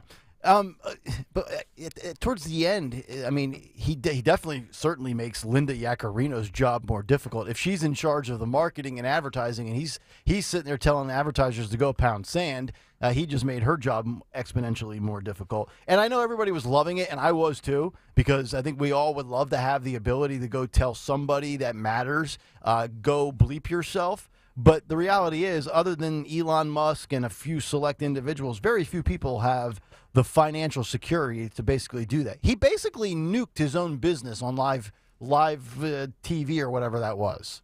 But he's saying don't. I think part of this is also for the media. Remember, he's suing Media Matters. So I think a piece of this is that what he's saying is, hey, don't blackmail me to try to get me to say something that you want me to say. Mhm. The whole reason that he bought this platform, and lost money on it even before this mass exodus of advertisers, was because he says he believes in free speech. Yeah. That's why we celebrate him, quite frankly. But he'll use all of this, all these losses. Elon Musk is about Elon Musk. Let's not Oh, sit here and I pretend think he's some free speech activist, because he's not. He's Like, not. I will push back on that. I actually think that he actually has put his money where his mouth is. I actually think he believes. Think about what he's done. If he doesn't purchase Twitter, there is no social media outlet out there other than Truth or I guess Rumble that allows the level of free speech that his platform does. Yeah, I mean, we wouldn't think about what we would not know. Yeah. You don't know what you don't know. The Twitter files. Right. Yeah. All of that with the government, allegedly. Well, I think two things can colluding. be true at once. I mean, he restored free speech on Twitter, and he's also an attention whore. I mean, I think there's two. Okay. Both things can be He's true. got an ego. He's a multi-billionaire, but and you need to have that kind he of didn't ego. have to do this. But I just want to point out that he will use all of these losses in his huge defamation lawsuit against Media Matters, because this all began with Media Matters allegedly concocting and creating a situation through technology. As much as I despise Media Matters, and I do, because they've gone after this radio station and people on this radio station, I am no fan of Media Matters. He's not going to win that lawsuit. He's just not. He can say he's going to, but he's just not going to win that lawsuit. Well, he's not. If he can, I mean, they say that they have the evidence as to how they technically and digitally altered something to make something look a certain way they almost when it actually basically- never happened. Yeah, he's claiming they staged a crime scene is basically what they did. Essentially. I'm sure they did, because they take stuff from radio stations. They have a bunch of people that sit there and scrub radio stations and just take things out of context and say, look, Don Stenzel said this, or Nick Kayal said this. But it's not just staging a crime scene. It's staging a crime scene, allegedly, and then making Elon Musk, in this case, appear to be the killer, the murderer, the key suspect, and then going on social media and claiming he's the killer. Yeah. So there are multiple steps. That's what he's claiming in this suit. Yeah, I do love in the beginning when he talks about right before he drops the first GFY, he's like, oh, so you're going to come after me with advertising? You're going to come after me with money? Like, he's almost saying, like, you really think you can hurt, like, he mentioned Bob. Hey, Bob. He's talking about Bob Iger from Disney. So Disney, Comcast, NBC Universal, all these companies that bailed on their advertising on Twitter, he's basically saying, dude, you're not going to put a dent into me. I've got more money than you could ever do to harm me. Then he should just declare Twitter a not-for-profit entity, and just let it live where it lives. Don't have CFOs, CEOs, whatever, and just declare it a not-for-profit thing and just be done with it. It'd probably be a smart decision, because if you can't get ads, the only other way you're going to get revenue is through subscriptions. And I know a lot of people, they're not willing to pay the $11 a month for the blue check and everything else that it includes. I will remind you that what's important to note is that Elon Musk transferred. He's no longer in California. He's in Texas. Yeah. And Texas Attorney General Ken Paxton, remember, had opened that probe, an investigation into Media Matters for potential fraudulent activity after all of this. Mm-hmm. I'm just telling you, Media Matters, they're not going to win that lawsuit. Anyway, speaking of throttling, Andrew Ross Sorkin asked Elon Musk about throttling the New York Times. He says, what does this say about you for free speech? New York Times, the big sponsor of this event that happened yesterday. And this is, well, let me comment after this clip. This is cut 12. Is it cut 12? Cut 12, guys, go. Issue. The New York Times company and the New York Times newspaper, it appeared over the summer to be throttled. What did? The New York Times. Well, we do require that that everyone has to buy a subscription, and we don't make exceptions for anyone. And I think if I want the New York Times, I have to pay for a subscription, and they don't give me a free subscription. So I'm not going to give them a free subscription. But were you throttling the New York Times relative to other news organizations, relative to everybody else? Was it specific to the Times? They didn't buy a subscription. By the way, it only costs like $1,000 a month. So if they just do that, then they're back in the saddle. But you are saying that it was throttled. No, I'm saying. I mean, was there a conversation that you had with somebody? You said, look, I'm unhappy with the Times. They should either be buying the subscription, or I don't like their content, or whatever. Any organization that refuses to buy a subscription is not going to be recommended. But then, what does that say about free speech? And what does that say about amplifying free speech is not certain exactly voices? free. It costs a little bit. But that's it. But that's an interesting. It's like in South Park where they say, freedom isn't free. It costs $1.05 or whatever. But it's pretty cheap. Okay. It's low cost freedom. I got a couple more questions for you. You can't be. Let me just say this: you can't be all about free speech and then just say, but you have to subscribe, or if you don't because again, if you're going to make it a for-profit thing, that's fine, but you can't say F advertisers. Then. But I don't think Elon Musk did anything to prevent the New York Times from sharing their articles or tweeting or posting any type of opinion pieces or op-eds or anything. Like if you were to pull up the New York Times Twitter feed right now, they were still able to post everything. I think all they lost was, I believe, if you're a person, you get a blue check mark. If you're a media outlet, you get a gold check mark. He took away their gold check mark, and the New York Times kind of had a big, poop fit with that because they didn't pay for it. But think about it. He just said there, so the average guy has to pay $11 a month for it. The New York Times and companies like that, to be verified with the gold check, they have to pay $1,000 a month. So if it means that much to the New York Times, then pay the $1,000 a month. If not, then quit griping. Well, that's my whole thing about this is that nobody's telling you you have to be on Twitter. That's correct. So nobody's forcing you to be there. It's a business decision for him to say, yeah, if you're not going to pay the subscription, then we're not going to give you the whatever platform you want. Right. Fine.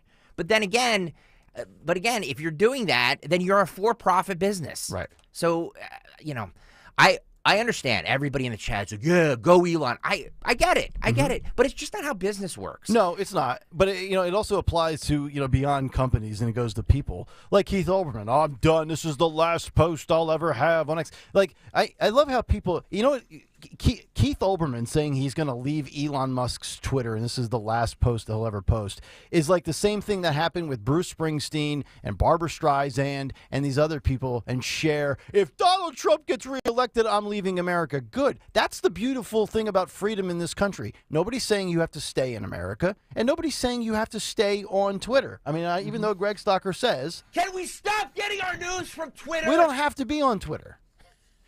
I will say this, that Musk and X, they had announced that if companies would have to pay the $1,000. They announced that, that was like last year, that you'd pay the $1,000 unless you were a top advertiser, or in some cases, so the top advertisers, they get the gold check. And then, but there's also a threshold of how many followers do they have. So they had a whole protocol about that. That was kind of well established. Sue on the YouTube chat writes, but free speech doesn't have to do with a monetary cost, so making people subscribe is not free speech. Again, agreed. If you're making people, if you're going to just say Twitter is not a for-profit thing, then great. Did he say that? He never said that. I mean, he's basically saying it by telling advertisers to go F themselves. Yeah, in a way he is.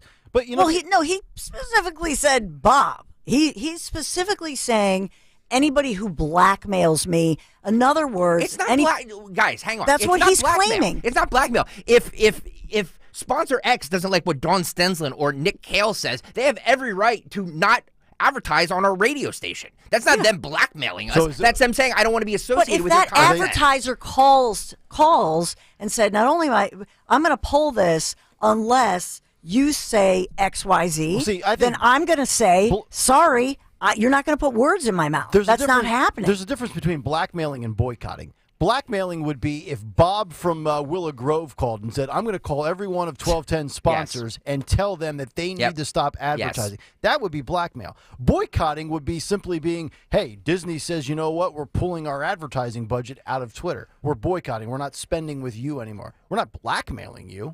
Whether it's true or not, and again, I despise Media Matters. Whether it's true or not, what Media Matters did to X is irrelevant. Apple looked at that, or Disney or whoever looked at that and said, you know what, I don't want my content being associated with this, so remove it. Mm-hmm. That is not.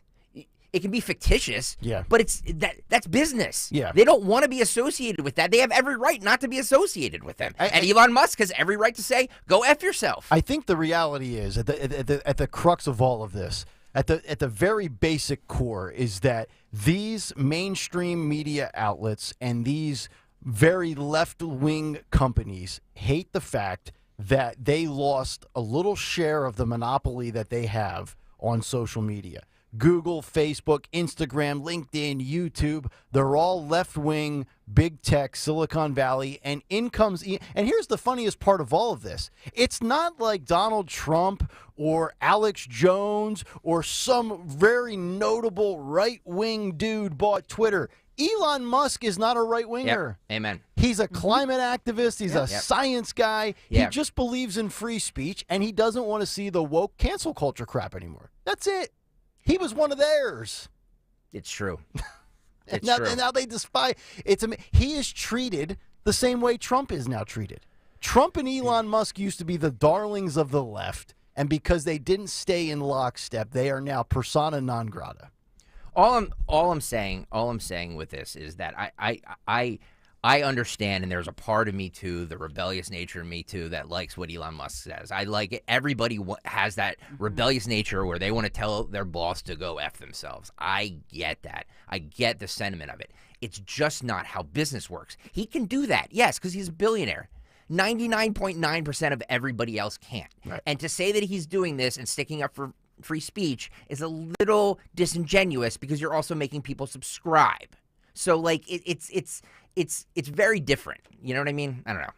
He referenced South Park with freedom comes the $1.05 or something. Yeah. He said. Well, this is him describing. And look, anybody who thinks Elon Musk is anti-Semitic is just they have no idea what they're talking about. Let me just ask you something. When you make this thing, so because he has people subscribe, that by definition, according to you, is that okay? Well, then that's not free speech. Well, let me ask you this: is the New York Times, which you're supposed to subscribe to, because we have to subscribe. Sure. So is the New York Times not representing democracy and fair journalism? In other words, just because somebody subscribes. No, they're representing capitalism. I think two things can be true at once. In other words, the New York Times, well, they claim that they do journalism. They claim that they protect democracy. They claim that they do freedom of speech and all of those important things that we value in America. But you have to get a subscription? Yes. Elon Musk to me is saying the same thing. Yeah, but the New York Times is also a for-profit business. So Elon Musk just has to decide what he wants Twitter to be. Does he want it to be a for-profit business or does he not? It does seem like, to your point about what he wants it to be, it seems like he's basically experimenting in real time with what Twitter should be. You can't do both. If you want to make it an absolute free speech place where everybody can go, it's like the town square, great. Then you don't have to deal with advertisers. Then you don't have to deal with anything. You can run it as you want to, but then don't make people subscribe to it. Then just make it free and make everybody be able to have the same reach that everybody else does, whether they subscribe or not. Now, if you want to make it a for-profit business, then you can't tell advertisers to go F themselves, and then you can make people subscribe. Right. This is a specific thing. If an advertiser is calling him and saying, Elon, you can't say this, you must say that. Think about it. This is a guy who's a billionaire, right? You're not going to tell Elon Musk what to do with his shoes, let alone his company. Well, this is very reminiscent of when Peloton tried to tell Dana White to stop talking about being a Trump supporter. Yes, some businesses and business owners can do that. Most can't. That's all I'm saying. And by the way, an advertiser can call up here and say, you guys need to apologize for what you said. We can certainly tell them to go F themselves, and we're not going to do that. Right. But they have every right to pull their advertising. Well, and this is one of the reasons why I got out of sports media. I won't name any names or any teams, but when I was in Nashville, Tennessee, we had a partnership with one of the pro sports franchises, and they monitored everything and said, I don't want you to talk. There was a player that was involved in a domestic situation, and they're like, we don't want you talking about it. I'm like, what do you mean you don't want me talking about it? It's the biggest story in the city. He goes, you work for the flagship of the station. And I'm like, okay, well, I'm still talking about it. And I got in trouble for it. Yeah. So, but again, it's of course I wasn't making Elon Musk money, but again, with money comes power. He addressed being called anti-Semitic. He said this about that. Cut 5, guys, go. You do appreciate that when you wade into these very delicate waters at these very delicate times, yes, that it can create a real, as it created headlines for the past 2 weeks, and economic impact. I'm just so curious what in your brain when you see all this happening. Are you sitting there going, oh my God, I stepped in it. I wish I didn't do that. Are you saying, screw them. I hate these people. Why are they after me? But all of that. Yeah, all of that. Look, I'm sorry for that tweet or post. It was foolish of me. Of the 30,000, it might be literally the worst and dumbest post that I've ever done. And I try my best to clarify 6 ways to Sunday. But at least I think over time it will be obvious that, in fact, far from being anti-Semitic, I'm in fact philo-Semitic. And all the evidence in my track record would support that. One thing I always loved about the way the left operates when they see something they disagree with or they view to be anti-this or hateful in that way on social media is he then goes on to clarify what he meant. He apologized, and they don't let it go. And then this guy's bringing it up again. It's almost like they're the judges, and they'll dictate, and they'll tell you when they've got enough pounds of flesh out of you over your mistake. I hate that mentality that they have on there. Right, and I think it's good of him and shows humility that what he's saying because his platform that he owns is all about little quips. It's all about the soundbite, so-called, and it's not about the context. And so what he did when he was agreeing with somebody, he was agreeing with the point because he knew it had been manipulated. That's what he's referring to in that clip that you just played. He's not in any way admitting that he is anti-Semitic. He was agreeing with somebody who was in the weeds, and it was what he's saying is it was stupid of me to get so down in the weeds and not realize what a hot mess this was going to cause by commenting on or liking somebody's tweet. That's what he was saying. We got a great tweet, and I think this actually is spot on. Ill Skills just tweeted the three of us. And he says, free speech and free promotion to the entire platform are completely different, which I agree. I mean, you don't have to pay for free speech on Twitter. You have to pay for the additional features such as the check marks, the promotion, the reach, the advertising, so forth and so on. So I think that's a good breakdown by Ill Skills. Free speech and free promotion to the entire platform are completely different. I mean, it's just weird to me that, magazines, subscription, all these things you have subscriptions to in life, and the very people who are complaining about Elon Musk, for example, do they get paid? Right. Should we all just work for free, do everything for free? Well, and not all subscriptions cost, too. Greg Stocker asks you to subscribe to our YouTube channel 37 times a day, but it's free. Doesn't cost you a damn thing. You just got to click the stinking button. Yeah. So. Look, I'm just all I'm saying is that I applaud what Elon Musk said. I do. There's a part of me that is like, I'm glad that he's not letting advertisers, sponsors dictate what he does. Right. I'm glad. But if you're going to be a business person, you know what I mean? Like, you don't always have the luxury of doing that. Yeah. And he's speaking for a lot of people, which was his point. Mm-hmm. I think that Elon Musk will, whatever happens. I know you want to jump out of a cake for Elon. He. I might too, actually. No, I listen. I would love. That's serious FU money. Mm-hmm. I would love that. I would love to be in his space. Yes, he's tapping into every 99.9% of people who don't have his money. That's right. And it's go, like, you I know can what? do this. Yep, all you woke people who've been shutting everybody else down, I'm going to shut you up and give you the middle finger. And that's what he's doing. I love it. Yep. But at some point, when you look at it at the same time, he's expanding medical, the Neuralink, and there's so much important work that he's doing. And so part of me feels, I hope he wins this thing against Media Matters. I actually the Media Matters, let us not forget who created that. It was the Clintons. Hello. I mean, it's a nightmare. And we've all felt the effects and the tentacles of sites like Media Matters and what nasty stuff they do. Mm-hmm. So I feel like he will take them on, is taking them on, and I feel he's like a dog on a bone. He's not going to let it go. Once he's victorious with that, and that comment that you just played illustrates to me that he's already to the point where he's like, all right, I've made my point. Now I'm going to go back to, curing people's horrible diseases through my technology, and I'm just going to play with my little kids, and bye-bye. I'm out. That's correct. Let's move on here to somebody else that was on the panel, Kamala Harris. So from one of the smartest people in the world to our vice president. Okay. Something we can all agree on is that she is a giant dope. That's one way to put it. She was asked by Andrew Ross Sorkin if TikTok should be banned or regulated. Mm-hmm. And then she spends 2 minutes talking about how Russia interfered in the 2016 election.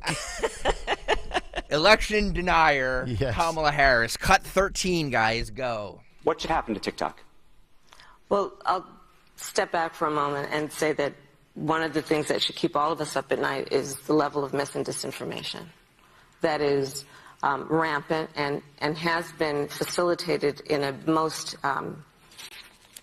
extreme way by social media. There's no question about that. I was a member of the United States Senate when I was for 4 years.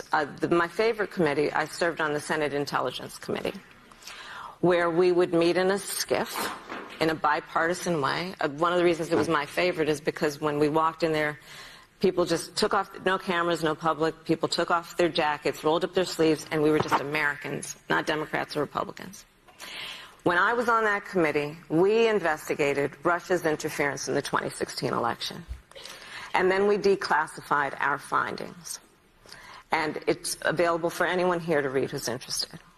Russia interfered in the 2016 election, targeting specific groups of Americans with dis and misinformation, with an intention to undermine the American people's confidence. Yes, but what about TikTok? In our institutions, including our electoral. That was with American-owned social media and platforms. that was 2016, which Right. was a lifetime ago in technology. By the way, as an example of that, most of the method was by text, literally words and letters. Pause it real quick? Images and yes, there we go. I love how he right there. What's his name? Andrew Ross Sorkin. Andrew Roth Sorkin. Sounds like Bill Taft, your golf buddy down the. I didn't notice that. He sounds I'll try to assess that in a second. Sorry. No, that's fine. I love how he throws Kamala a bone there. Oh, and it was American owned. He was so trying to pick and prod at Elon Musk. Yet he's like Kamala's right hand wingman right here. An interesting observation. I love how they always bail the Democrat out as they're bloviating on and on. As a total stock answer that had nothing to do with the question. I was just going to say, as she's not answering his question about TikTok, should TikTok be banned and regulated? It's like you yes asking, or no? It's like you asking me what 4 + 4 is, and I memorized what the weather forecast is, and I memorized the weather forecast, and I start going on a spiel about meteorology. And you're like, what does that have to do with 4 + 4?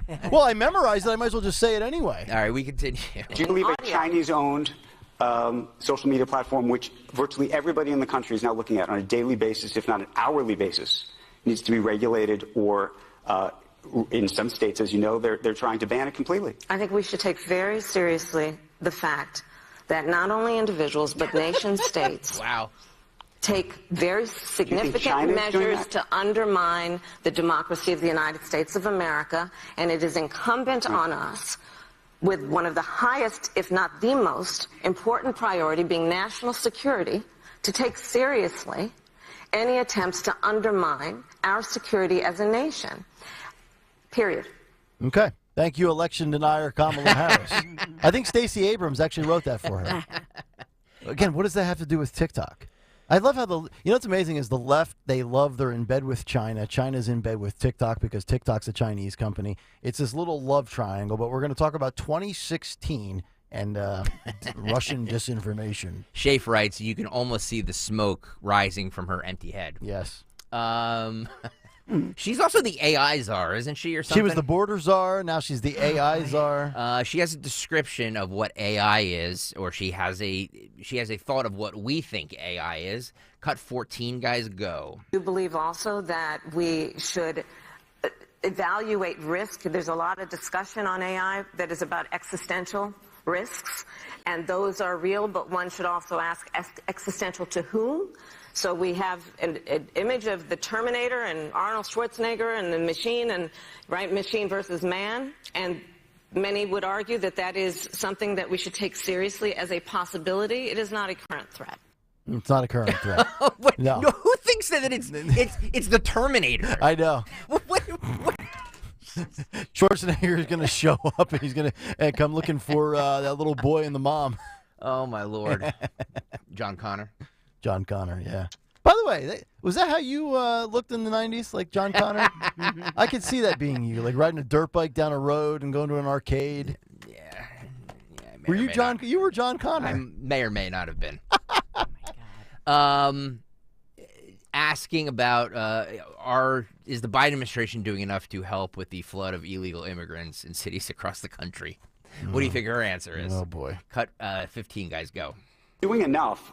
But the other question, do you think the federal government needs to be providing financial support to these municipalities that are having these issues? The second question first, yes, and we are. Now let's get to the first point. The states and the mayor would say not enough, and not really. Wow. We are. Uh-oh. So we can negotiate whether more is needed, and that is something that, in terms of this conversation, but more importantly, what is needed, and let's we can reevaluate that. But we are providing resources. Yeah. And to your point, this has become an issue for many cities around the country, red and blue. But let's take a step back, Andrew. First of all, I would say it's no surprise to anyone here that our immigration system is broken. It is. And one could talk about what happened over the previous 4 years before we came in terms of what may have been an intent to break our immigration system, but it needs to be repaired, and we are working on that in a way that we establish a safe and humane and orderly immigration system at the border. But ultimately, and the business leaders here know this, we need to facilitate legal and lawful immigration in the United States to the benefit of not only many issues, but our economy. And the fact that there are political games being played with this, because in November of 24, some people have decided that may be the best weapon against an incumbent Democrat, is to talk about immigration, when let's all remember, from a President Bush to John McCain to Lindsey Graham at some point, there was an agreement that this should be thought of as an issue that affects our country as a nation, and that this should be approached from a bipartisan perspective. Let me ask you about this. Sadly, there is no will to do that right now. You know, speaking of shifting the blame, she tries to blame the Trump administration. I'm not sure if you guys have seen this clip. It's been circulating for about the last day or two. Brandon Johnson, the mayor of Chicago, he blames the migrant crisis in Chicago with the amount of people that are homeless and camping out on streets. He says that's the result of right-wing extremism. Did you guys see this clip? I did. It is remarkable. And I'm thinking, wait a minute. Okay, so you're the mayor of Chicago. Chicago hasn't had a Republican mayor since 1927. And then they show the videos of all these people on the street. And I'm like, yeah, they don't look like right-wing extremists to me. Has she been on the border yet? I'm curious. No, but I haven't been to Peru either. So, when asked about is Israel, because she was also asked about the Middle East. I mean, to Andrew Ross Sorgin's credit, he asked her everything. Mm-hmm. Like, I don't know if that was the intent or not. But He gave did. a little pushback with the immigration there. A little bit. You could tell she got a little like, Little Andrew, I'm not going to backpedal. Yep. I can't lose my point in my script. Asking about what's going on in the Middle East, do you think that Israel is following rules of war? She gives a word salad here. Cut 16, guys, go. It's critically important that humanitarian aid be given to Gaza and that the rules of war be followed. Do you think they're following them? Well, that's a very broad question. There are many rules. But I will say that we are looking at that is Right. at some point a discussion that can be But had. is that up for Right grabs? now- Meaning Wow. Are the rules being followed? I mean, Well, that's a very broad question. There are many rules. Oh, you should have pulled out the rule book. I mean, let's go through each one of these one by one. Are you adhering to this rule? She wanted to play both sides there. She wanted to appease the pro-Palestinian movement by saying, well, rules are, they're broad and this, that, and the other. And I've been saying it for 7 or 8 weeks now. This is a disaster for Democrats. This is a disaster for this administration because they're gonna spurn one side or the other of their base. What a cowardly answer that was. It was. It really was. I mean, it was just. I mean, talk about a slap in the face to Israel. Yeah. Like, are they following the rules of war? Absolutely. Is Hamas following the rules of war? Exactly. I'm just wondering. Slaughtering animals and children and babies and senior citizens and women. Finally, she was asked about her and Joe Biden's low polling numbers. And she blames it on the media, sexism, and racism. Oh. It's always somebody else's fault. It's never their fault. It's remarkable. Cut 17, guys, go. in your own popularity. Sure. You've seen the polls also. Your ratings, 38.5%, Biden's 40.4%, and Trump is higher. Ron Klain says this, and you've seen press about yourself over the years. He says that he believes that your popularity or unpopularity or whatever rating you want to put it as is a function of sexism and racism.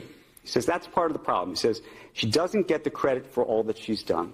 Do you think that's true? Well, are we talking about the media or people? As it relates to the media, I'm sure some of that is true. Wow. There you go. The media. I wish. He should have hit her with the latest independent poll. Or just hit her. Yeah, or just hit her and stopped right there. I'm not advocating that. It's a joke, guys. I can't believe you said that.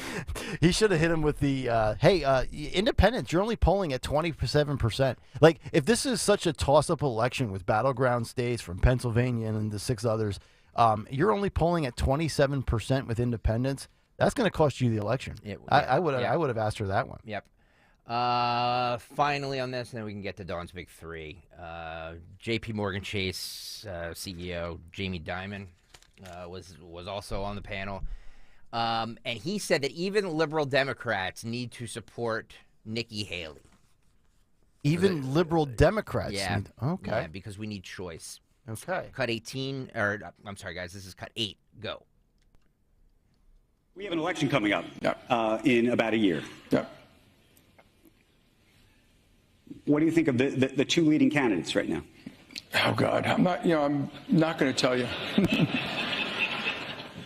You're not going to tell me? I did come out and make a nice statement about Nikki Haley. You did. You've been talking to Nikki Haley. Yes, I have. Even if you're a very liberal Democrat, I urge you, help Nikki Haley, too. Get a choice on a Republican side that might be better than Trump.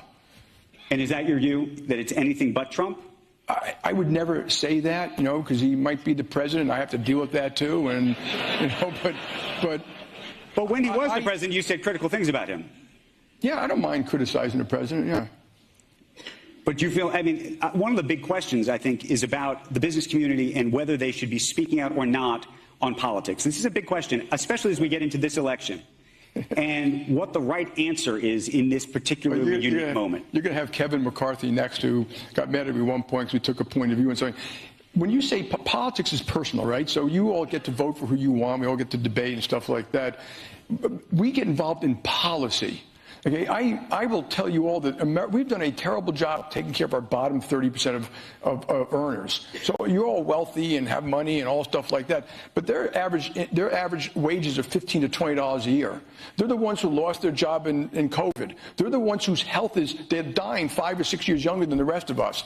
They're the ones who don't have medical insurance. Just out of curiosity, what's Jamie Dimon doing to help? I was just going to say, do you think Jamie Dimon gives a damn about the bottom 30% of society? And by the way, wasn't he a part of the 2008 bank crash where they were too big to fail? I mean, come on, guys. He's the survivor. Yeah, he's the one guy who loves to criticize government and presidents, but took the took the bailout whenever. Oh yeah, when they handed it to him. Yes, Give me a break with these guys and the weasel. I think it's him saying that about Nikki Haley is actually to her detriment, because it just proves that they're all in bed together. Yeah. Not literally. Right. You know what I mean? But they're all intertwined, big business. And, there's certain people you don't want their endorsements for, right? Yeah. I think that's one of them for Nikki. By the way, this morning Trump is, talking about that this morning on Truth Social. Highly overrated globalist Jamie Dimon. Yes. Is quietly pushing another non-MAGA person, Nikki Haley, for president. I've never been a big Jamie fan, but he had to live with this guy when he came begging to the White House. I guess I don't have to live with him anymore, and that's a really good thing. He's 100% correct there. This is anybody, Democrats too, liberals who talk about big business. Bernie Sanders, who's constantly going after big business and these big corporations. Jamie Dimon is the face of that. Yes, he is. And it's disgraceful that I don't know. Noted Trump hater, but I think at the beginning he tried to make it sound like he doesn't want to see a Biden versus Trump rematch at all. So I think that was kind of one of the pivots. He did say at the end of this that we all need to come together as a country. And there's too much division and this, that, and the other, and blah blah blah blah blah. Yeah. How much profit did he make last time? You know what I mean? Not that I think profit's a bad thing. No. Look, I want everybody to make as much money as they possibly can. Yeah. I'm a capitalist, damn it, which is why again, I will say I'm a capitalist and a corporate whore. Again, I will say this, that it's bad business to tell advertisers to go after themselves, because I'm a capitalist. There you go. All right, that'll do it for What's on the Cut Sheet Part 1. Our buddy Sean Farash coming up at the top of the hour, our great Trump impressionist. I got about 6 or 7 questions for the 45th President of the United States. We'll look forward to that, but right now we get to Dawn Stensland and her Big 3 at 8. It's the Big 3 at 8 on Kayal and Company. Big 3 at 8, sponsored by Consumer Cellular this morning, which will rise to sunny 52 degrees. Number 1, we've talked about the local connection with regard to one of the hostages released yesterday. 16 of the hostages released from inside Gaza, including an American citizen with dual citizenship with ties to our region. In fact, the ceasefire in the Gaza Strip between Israel and Hamas remains ongoing today after the two sides agreed to a one-day extension. So that was made at the last minute, and we're continuing to follow that one. With that as your context and your backdrop, more than 100 people gathering at the steps, the iconic steps of Philadelphia's Museum of Art yesterday for the city's 3rd annual Palestinian Day of Solidarity. So there was a celebration yesterday. They were speaking out about the thousands of civilians they say have been killed in the Gaza Strip. They weren't talking about the civilians who are the hostages or the Israelis. They were talking about the resilience of the Palestinians and that sort of thing, and waving the flags. There were 0 city officials. Usually somebody from the city goes. Mm-hmm. Nobody in attendance from the city of Philadelphia. Usually they have some representation. Yeah. Nobody. Oh boy. So I think that says volumes that the city leadership is staying away from this one. Mm-hmm. Let's talk about a new ban that may be imposed in Philadelphia. I'm not talking about a book ban or anything of that nature. What is Philadelphia City Council expected to vote on today? Well, they are poised to ban the wearing of ski masks in certain public spaces. That's about time. You don't need to have a stinking ski mask on. And I hate the cold. What if it covers your face? And No, see, this whole COVID stuff has created this false sense of covering up your face security to commit crimes and be a coward. I want the banning of all masks in public spaces. But these are specifically, the dark-colored ski masks. Oh, I know. It's not a medical little blue mask. Yeah. Okay. Yeah, but we've seen people wearing like what are those, like those little Under Armour hoodie sleeves that go up like halfway up your face? Yeah. Yes. Yeah. You don't like those either? You don't like that? Well, the ACLU would disagree with you and what Philadelphia City Council. ACLU has a problem with this and says that it's just probably going to be canceled or challenged at the very least. Now, is this when you go into certain buildings, or is this like just generally walking around on the sidewalk? Because to me, there's a difference. They're saying that the bill allows the city to actually fine people $250 for wearing a ski mask in parks, schools, and on public transit. Okay. Obviously, there are carve-outs and exceptions. For example, religious, if you're because the ladies who have to cover fully with in some religions, like being Muslim, etc. So if it's your religion, that's different. Or if they said if you're wearing a ski mask because you're participating in a winter activity like sledding. Okay. So I can understand why you would wear a ski mask when you're outside at the park. Why would you have a ski mask on in school? Why would you wear a ski mask while you're on SEPTA? I don't understand that. You're going into the Wawa that's now closed or the ShopRite. Yeah, you're going into a warmer facility. In this day and age of lawlessness and all the crimes and the muggings and the assaults, and these people have this extra layer of identity protection. Not in this city. So you're all for banning this, huh? Yes, I am. Okay. Yes, I am. You and your bands. I'm trying to make Philadelphia a safer city. And that's really what the theme of, those in city council, this is expected to pass because they're saying the people won't come into the city because all these, I will admit when I come in and I, maybe should say this, but when we come in, there's no traffic and all those red lights because they've done all that construction and whatever. If I see, and I often see people in ski masks, they're riding a bike or they're even on the warmer days. I'm rolling through the lights. See, I've got no problem if you're doing that out in public spaces, riding a bike on a street corner, walking on the sidewalk. But in certain venues, there should be no face coverings unless it's some religious belief. But I was just going to say that somebody's going to sue over religious exemption, and they're going to. They can have that. I get that. They can have that. I just question. I mean, this is kind of funny to me. They're banning this, and think about the law in Philadelphia. A police officer cannot even pull over a vehicle because of these crazy laws where they say it's against your civil rights to pull you over. If you look highly suspicious with a fake tag, etc.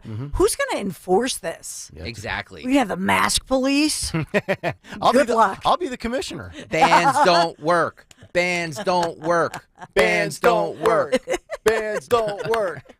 Well, my number three ban. What about no smoke? New Jersey's Senate Health Committee, has been a huge issue, as you well know, and now New Jersey's Senate Health Committee has taken up this bill that would completely ban smoking in all Atlantic City casinos. Nick, you okay with that too? Yes, absolutely. Oh, I can't stand to walk into a casino and feel like I'm choking to death. That's why I love parks. You just want to ban everything. Masks, smoking, TikTok. No, if you want to smoke out in public or in your house, do it. In public places, I think casinos across the board should be banned. We've banned it in every restaurant, haven't we? Do you have to go to a casino? You're talking to Nick Kayal. Of course I well, I could use the app. If you don't like the smell of smoke, smokers are going to be in casinos, don't go. That's why I go to parks. Smoke free. Is it? Yeah. The Wind Creek up in Bethlehem, smoke everywhere. I didn't even realize that. I throw my clothes in the garbage when I get home. Well, the supporters say a complete ban will eliminate the concerns about secondhand smoke, especially for the workers who are stuck there all day. But the opponents fear that this total ban will steer people away from the casinos and cut into their revenue. I think casinos are one of the 3 dirtiest places on earth. Casinos, airports, and... I had a third one, too. Casinos, airports. In fact, if there's a place you want to wear a mask, it might be a casino or an airport. Some grimy people in there. Well, and yet you spend all your time there. Well, he goes to the one clean place. He goes to parks, which is very clean. I haven't been to parks since October. Well, you're you're due to go then. I know. When's the next comedy night? Are we going to have another one in December? I have no idea. It's Thursday. Yeah. Usually Thursday night. Yeah, we should Maybe probably it's have next one before Thursday. Christmas, I would know, imagine. right? There's got to be one. We could go to Parks and have them put on tonight's debate on the big screen. I'm never turning that down, by Right? the way. Yeah, Calustian buys free Tito's in clubs. Does he? Yeah. Puts it on the company card. Beautiful. Some of the big bosses are listening, and they're like, I know. oh, does he now? Oh, does he now? Lorenzo's dad's there. He's drinking, the non-alcoholic beers. He's having like what's the non-alcoholic beer? O'Doul's. O'Doul's. Your dad's getting in an O'Doul's and snatching up all the apps. I think we need to call Nick Kayal our banner in chief. We'll put up a huge banner. Yeah, our banner in Whatever chief. you guys need to be. I'm multi-device. He loves bands. Well, we love. I've resorted to the ban because I know the elected officials and our police aren't going to do anything about it. I'll save the city. We are sponsored by. Oh yeah, you'll save the city. He's going to pull off his shirt. Could you imagine if I ran for office and became the first Republican mayor in Philadelphia in 73 years? You would make national news. I'd have no shot. I'd be wasting my time. I'd be like David O. And our friend Sam. Yep. Well, we are sponsored by Consumer Cellular, which offers unlimited talk and text on every plan starting at just $20 a month. Stay connected in rain, sleet, and snow with their premium nationwide 5G coverage. No contract, free activation. Just visit consumercellular.com. Switch today. Kayal & Company, Big 3. All right, Dawn, thank you very much. Coming up next at the top of the hour, our buddy Sean Farash, the great Trump impressionist, will join us. He's got all sorts of new material. We'll get his thoughts on Melania and the outrage of her outfit. Uh-oh. Will he be watching DeSantis v. Newsom tonight? Hunter Biden to testify. The concern of another virus from China. All of that from the 45th president of the United States when we come back. It's Kayal & Company, Hour 4, next on Talk Radio 1210 WPHT. But first, it's time to sip a limoncello from your hotel balcony, savoring the sunset. Picture this, beyond the Isle of Capri. I'm talking about the Amalfi Coast, Positano, Sorrento, and yes, Capri. Join me next spring. We're going to discover the wonderful sights in southern Italy with my friends from Conservative Tours. The Abbey of Monte Cassino, Pompeii, enough time to see all the great sights in Rome as well, all while enjoying a gastronomical event for 12 days of touring. Olive oil production, a mozzarella farm, and yeah, the wineries. I can't wait for the tasting sessions. The group dining events they're known for are legendary. 5267, that includes nonstop airfare while supplies last. Call toll-free, 888-733-9494, or you can just go to conservativetours.com. Scroll down. You'll see my picture, the full itinerary and description. And yes, my husband, Larry Menti, our sons, we're making it our family trip of a lifetime. Won't you join me? And the toll-free number is on there on conservativetours.com. We're also going to find out why so many locals, why so many Italians take their vacations in Puglia, which is known as Italy's best-kept secret. Charming villages and unparalleled cuisine, authentically Italian. Come away with me, Southern Italy. It's going to be an awesome time. ConservativeTours.com. Tell them Dawn sent you. Black Friday means amazing deals at Hessert Chevrolet. Save up to $5,000 off MSRP on a new Silverado 1500 or $5,000 off MSRP on a new Chevy Traverse. That's an awful lot of green in your pocket on a Black Friday. Don't miss these deals because they won't last long. Get to Hessert Chevy today. Online at HessertChevy.com. Find new roads. Your way or no way at Hessert Chevrolet. Must have a compatible lease in household and qualify for leasing through GM Financial. Applies to select vehicles. See dealer for details. Offer expires 11/30/23. When you need to know, depend on KYW News Radio 103.9 FM. Former Secretary of State and Nobel Peace Prize recipient Henry Kissinger dies at 100. The pause in fighting between Israel and Hamas extended another day, minutes before expiration. And a mysterious respiratory illness that can be fatal is affecting dogs around the country. Vets say to keep sick canines away from other dogs. Get the latest anytime on KYW News Radio. Now on Crystal Clear 103.9 FM. You've never needed us more. Does a broken down heater have you feeling the chill this holiday season? Horizon Services Heating, Cooling, Plumbing, and Electrical is here to warm you up with $50 off any heating repair. Horizon's experts are available to get your system back in working order fast. And in the event your system can't be repaired, Horizon Services can replace your system as soon as the next day to get you back to comfy and cozy. Book your repair today at horizonservices.com. WPHT, WPHT HD, WOGL HD3 Philadelphia. From the Cherry Hill Volvo Studios, where relationships matter. Always live on the free Odyssey app. Hi, I'm Rachel, and I have a serious heart condition called hypertrophic cardiomyopathy, or HCM. Some symptoms include being short of breath, feeling tired, or having dizziness or chest pain. I still had symptoms on my beta blocker, so I asked my cardiologist about any treatment advances. It was a breakthrough for me. That's why I'm working with Bristol Myers Squibb to raise awareness about HCM and to help others like me. Talk to your cardiologist today and visit hcmrealtalk.com for more information. Sponsored by Bristol Myers Squibb. The future of joint pain relief is right here in Philadelphia. QC Kinetics Advanced Regenerative Medicine. It's amazing stuff. If you've been told more steroids or surgery are your only options, just hold up just a second. Get that second opinion. Learn more about how you can harness your body's own healing agents to attack that joint pain. And I'm talking lasting relief. This is not about masking the pain. That's not what QC Kinetics does. These QC Kinetics treatments, they go to the very core of the problem using concentrated healing properties placed directly into your joint, restoring and repairing that damaged tissue. Just call the local medical professionals. I visited them in King of Prussia. They are great people, and they're doing great work. Get a free consultation today. QC Kinetics, the nation's leader in regenerative medicine. Just call them, 215-999-3000, 215-999-3000. QC Kinetics. Do me a favor, call them today before noon, okay? Get this done, feeling good before the holidays. QC Kinetics, the nation's leader in regenerative medicine. 215-999-3000. Tell them Dawn sent you. Calling on Blackwood to follow 1210 WPHT on the free Odyssey app. Download it now.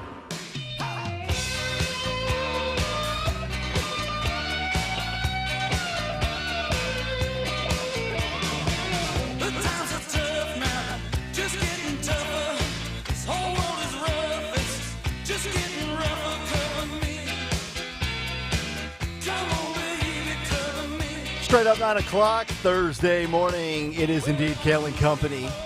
As we continue, final hour here on this Thursday, Talk Radio 1210 WPHT. Of course, you can stream us on the free Odyssey app.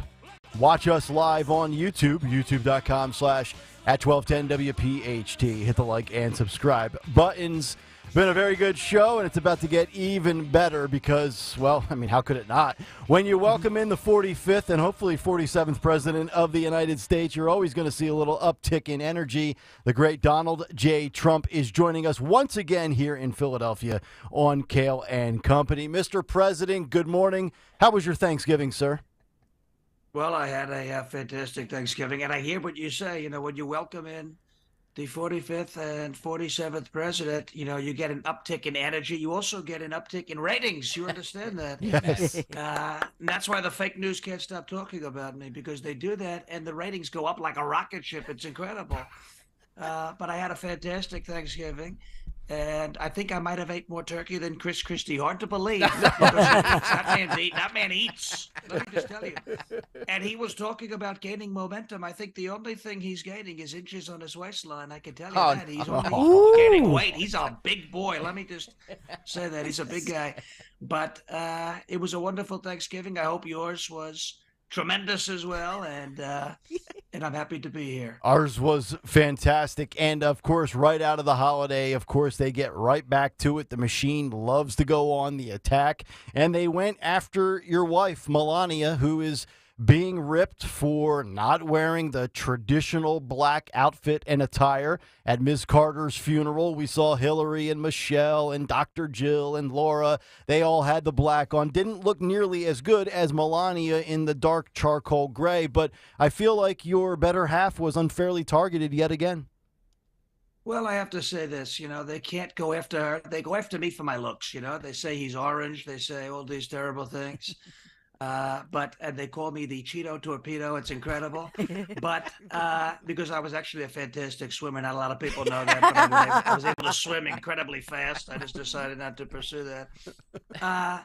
But you can't go after Melania's looks. You know, you can't do that because she's beautiful. She's a beautiful person, and they know that. So they have to go after what she was wearing. And I can tell you this, She looked tremendous. And, you know, it was a gray dress. It wasn't a black dress because we're not allowed to do with the black dresses because then they say that's racist and cultural appropriation. So we can't do that. But she was wearing, and she was very respectful. And I also have to say this, not the first time Hillary's been to a funeral and not the first time she's probably, and not in this case, but she's been the reason for many funerals before. So, Sir, what are you saying? Not for this one. Well, I'm saying, you know, she's a terrible person. That's what I'm saying. We don't want to say too much because we don't want to be the next one, if you know what I mean. Exactly right. Donald Trump joining us here on Kayal and Company. You know, tonight, Mr. President, on Fox News at 9 o'clock with Sean Hannity, we are going to have what they are calling is the great red state versus blue state debate. Gavin Newsom of California, Ron DeSantis of Florida. Will you be watching and taking in the festivities tonight from Mar-a-Lago?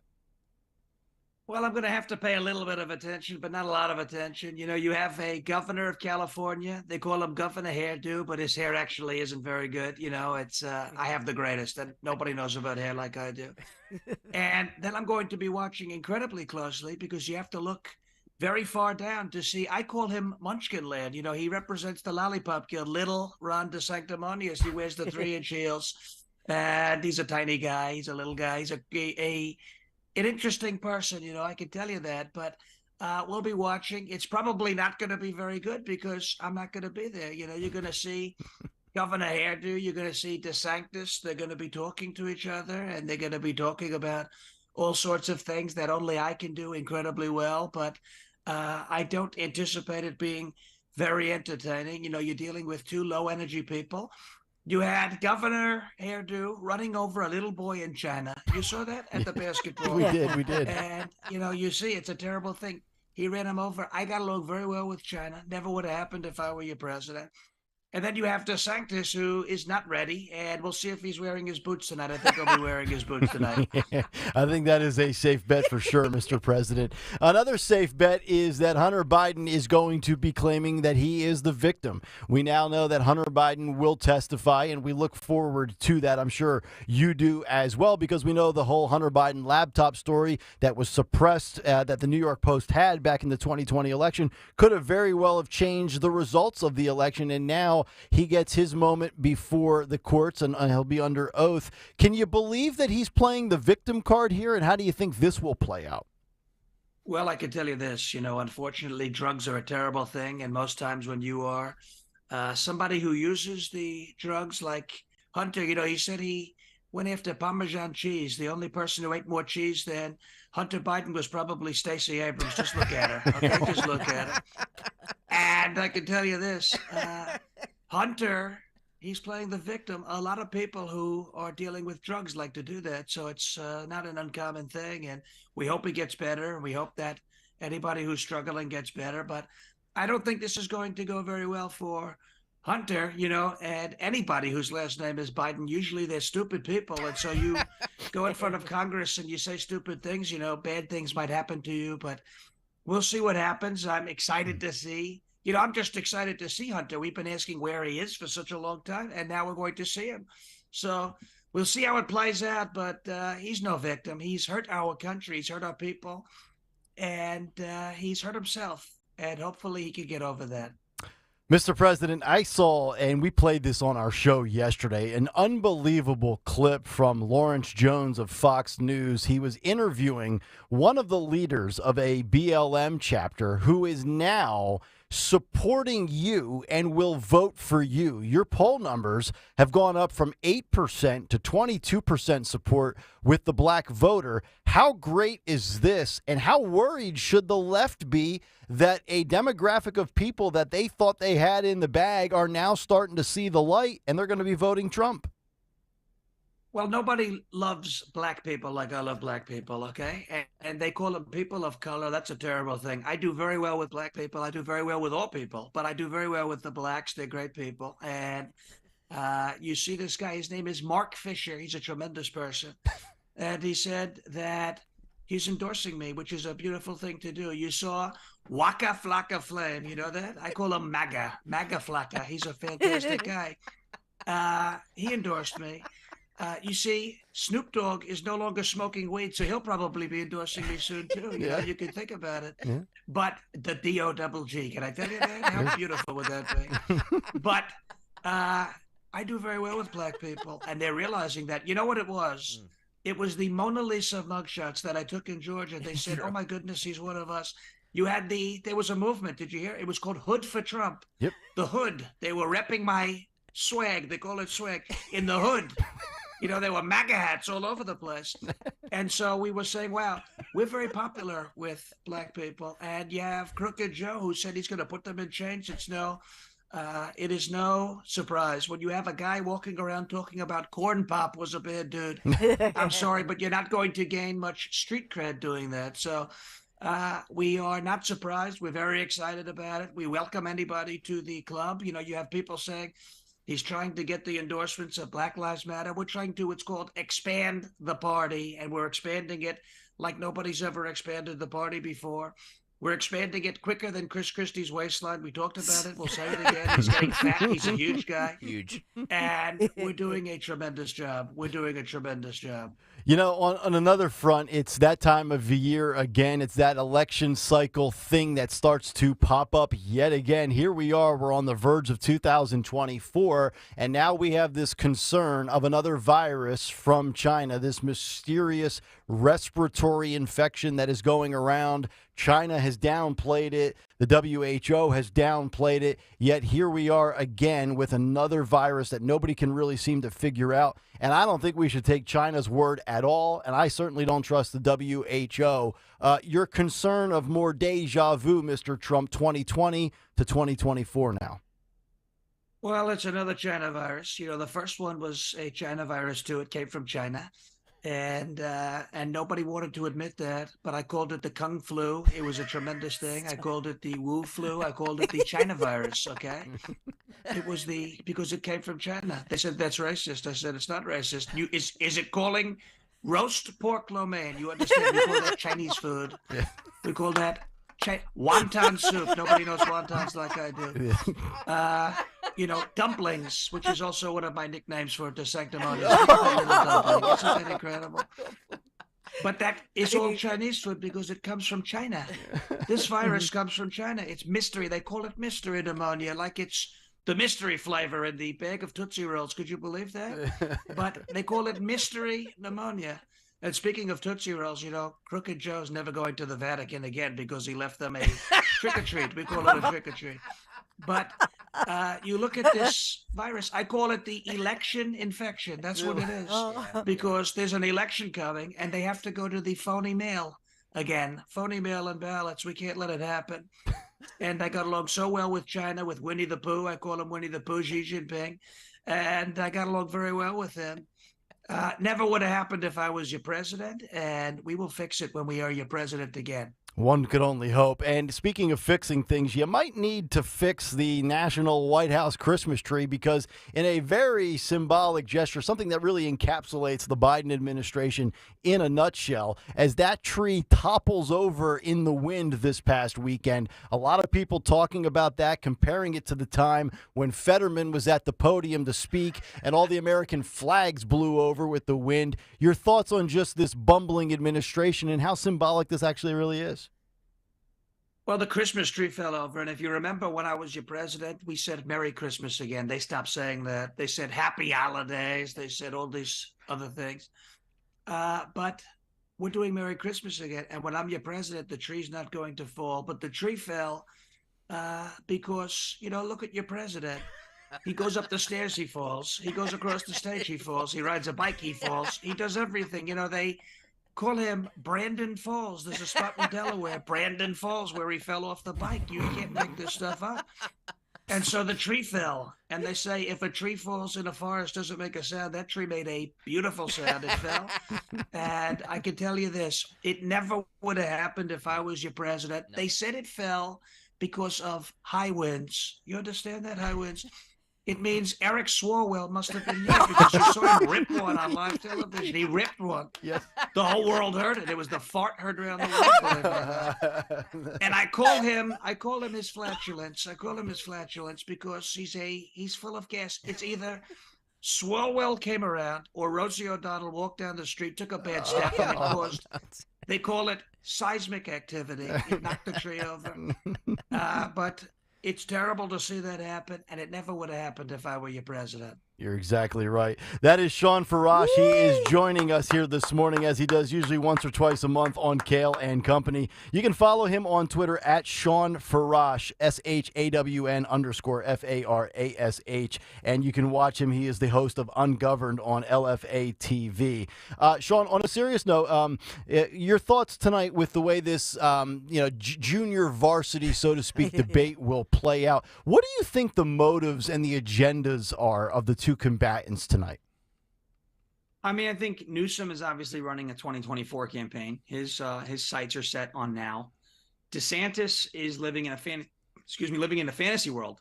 And I believe, he may think he's got a shot, and Kim Reynolds and him have been holding hands lately, and that's nice in Iowa. He in all actuality, doesn't have a shot. And my problems are less with DeSantis himself. I think he's a great governor. And I have problems with folks on my side of the aisle of this primary who are, he's a good governor. I mean, I don't think we should take much away from him. Is he perfect? No. But I do think he did a fantastic job in Florida. My wife's from Florida. I was visiting there a lot in 2022. It was a great way to escape from New York. Visiting there a lot in 2022. Yes. It was a great way to escape from New York and Andrew Cuomo and Kathy Hochul, et cetera. But there are people surrounding DeSantis that have just become intolerable. And it's them who are really, I believe, in a fantasy world. They think that DeSantis is taking on one of the most popular governors in the Democrat Party in the United States.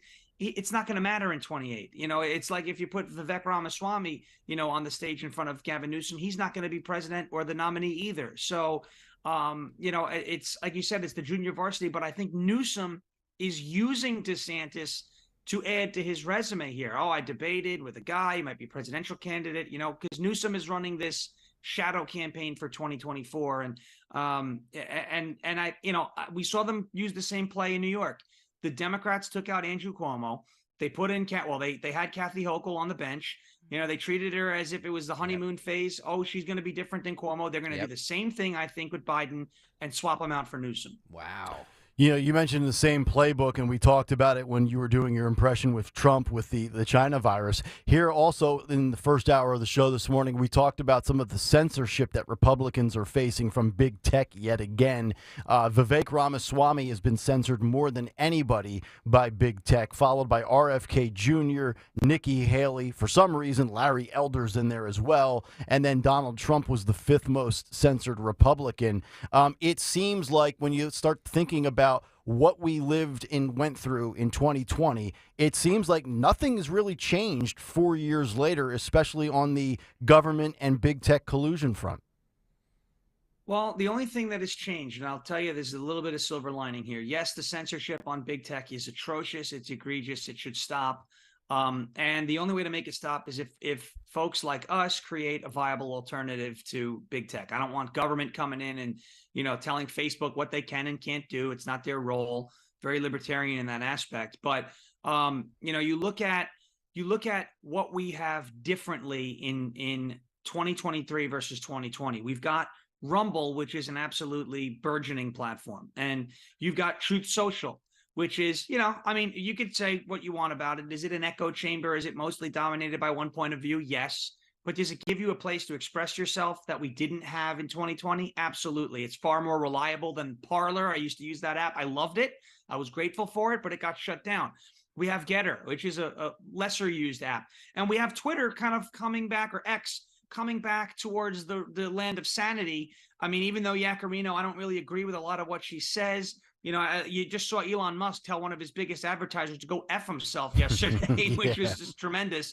That's the difference between now and 2020. The silver lining is that if you are getting knocked down on one platform, there are other places for you to go. People can follow you there, grab your content and share it back to where you've been banished from, right? And I think that's really a good silver lining. Is the censorship horrible? It is. Is it time for us to leave or stop participating as much on some of those platforms? I think to an extent it is.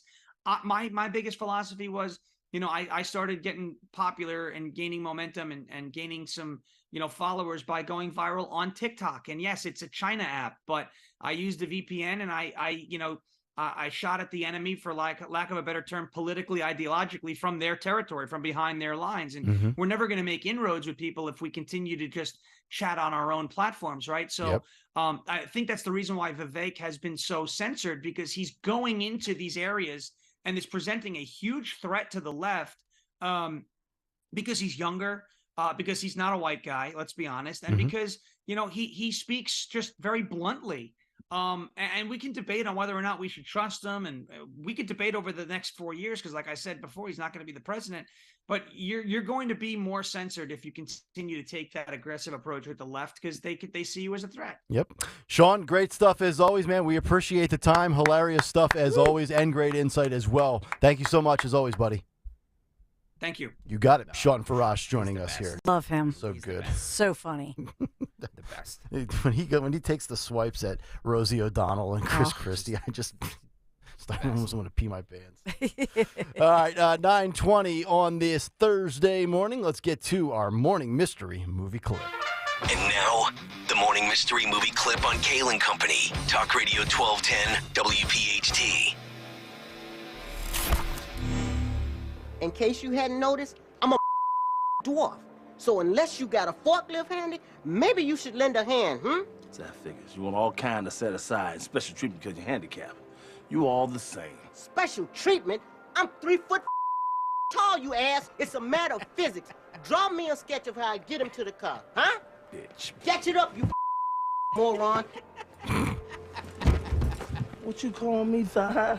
Think you know what it is? Be call at 12 at 855-839-1210, and you could win this great prize. Once again today, a pair of tickets to see Sebastian Maniscalco and the It Ain't Right Tour 2024 at the Wells Fargo Center next September 27th, 2024. If you can identify that movie clip and be caller 12 at 855-839-1210, we'll see if we get our winner when we come back. And also, one man endured one of the most disgusting and I would presume painful experiences of all time, and it happened on his big toe. Oh, no. Ew. Get to YouTube. Oh, come on. We're not going to show it, are we? We're going to wrap it up strong on the other side. It's Kayal and Company. Talk Radio 1210, WPHT. You've heard me talk about my gratitude to my friends from Piazza Honda and Piazza Auto Group. Recently we got my son Michael that gorgeous new Honda Civic from my friends at Piazza Honda. The knowledgeable sales team just showed us all the features. They were great, and took it, of course, for the road test, for the test drive. We were just so impressed, start to finish. We left the dealership with the specific model, the color, everything Michael could have wanted and more.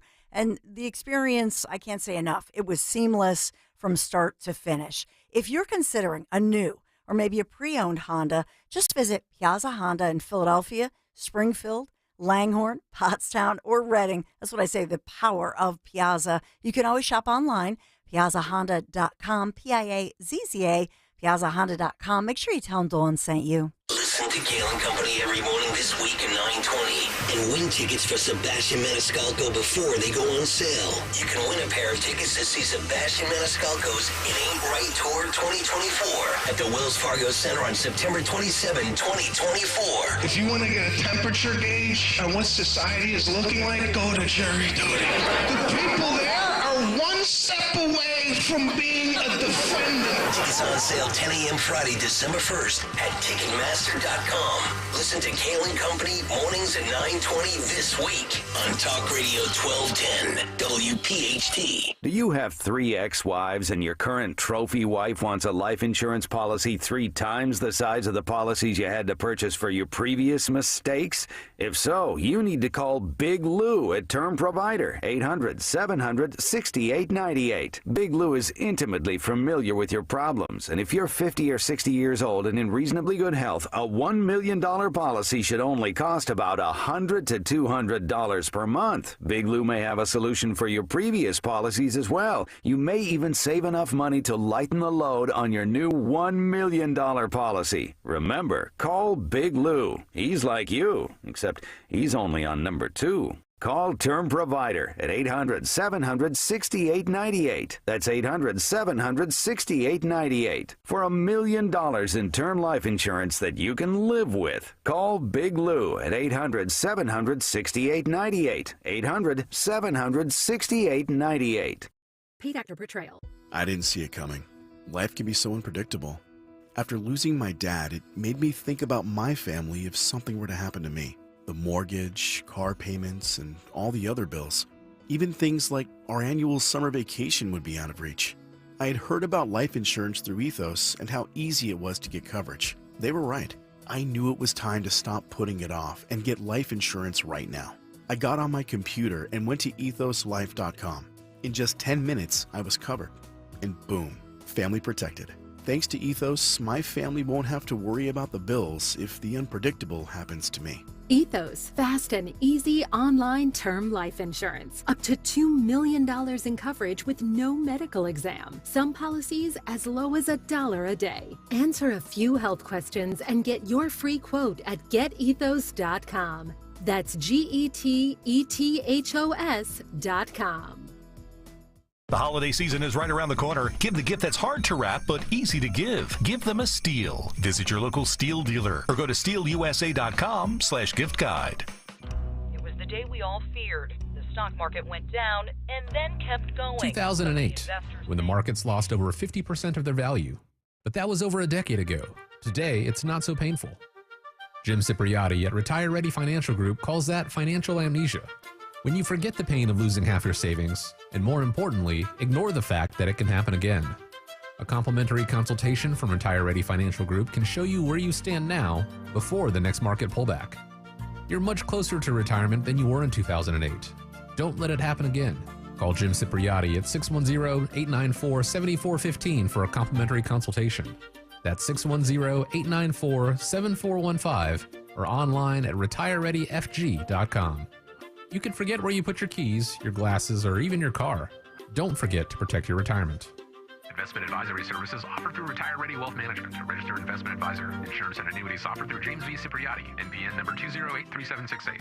Hi, I'm Jade, and the little thing I love about the Chick-fil-A sausage, egg, and cheese biscuit is the savoriness of the sausage, the fluffiness of the egg, and the butteriness of the biscuit. It's amazing. The perfect start to my day.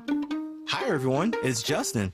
A little thing I love about the Chick-fil-A sausage, egg, and cheese biscuit is the fluffy egg, the melted cheese, and the sizzling sausage.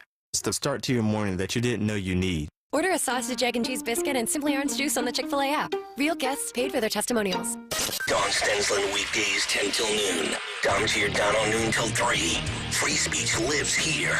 Talk Radio 1210, WPHT, and on the free Odyssey app.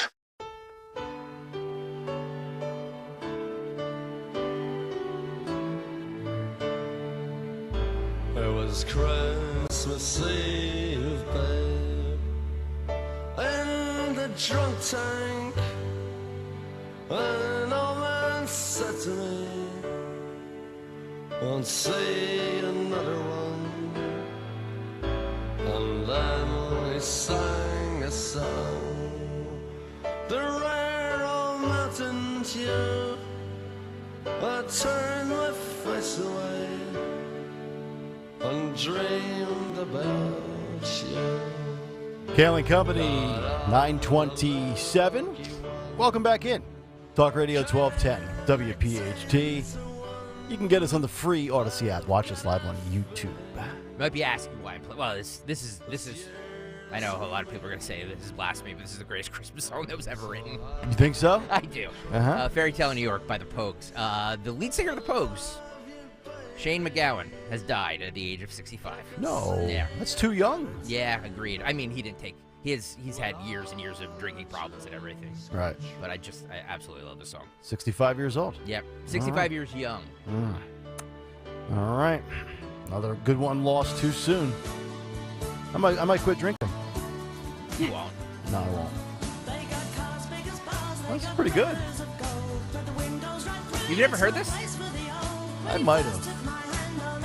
It's not resonating in my wheelhouse, but... Nice. Clean up New York City. Something Eric Adams can't do. There you go. Yeah.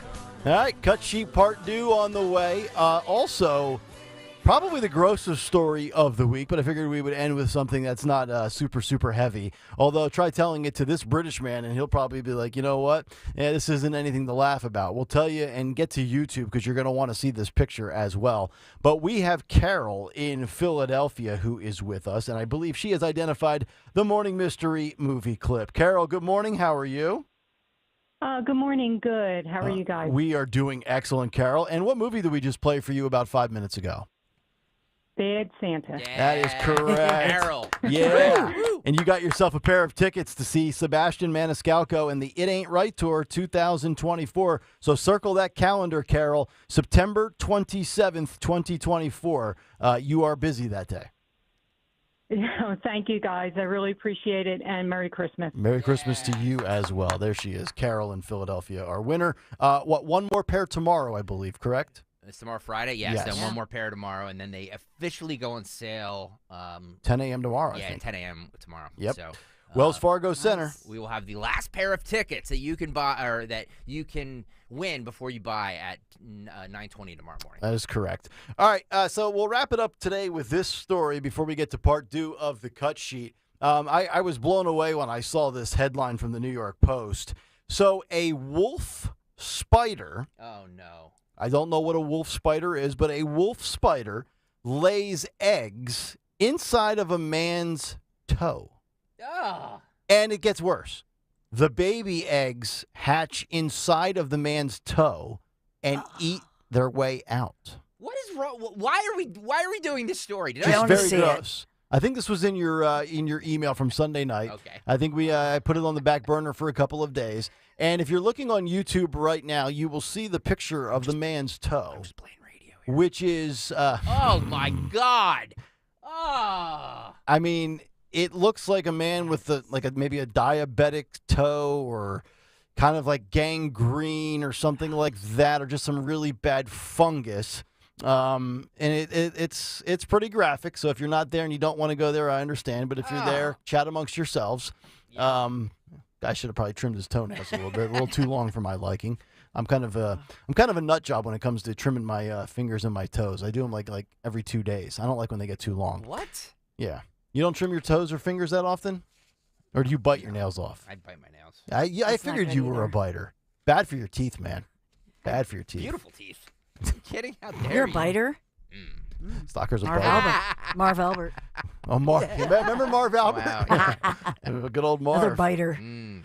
So Colin Blake and his wife were celebrating their 35th wedding anniversary on a cruise to France when he woke up to find one of his big toes had turned purple.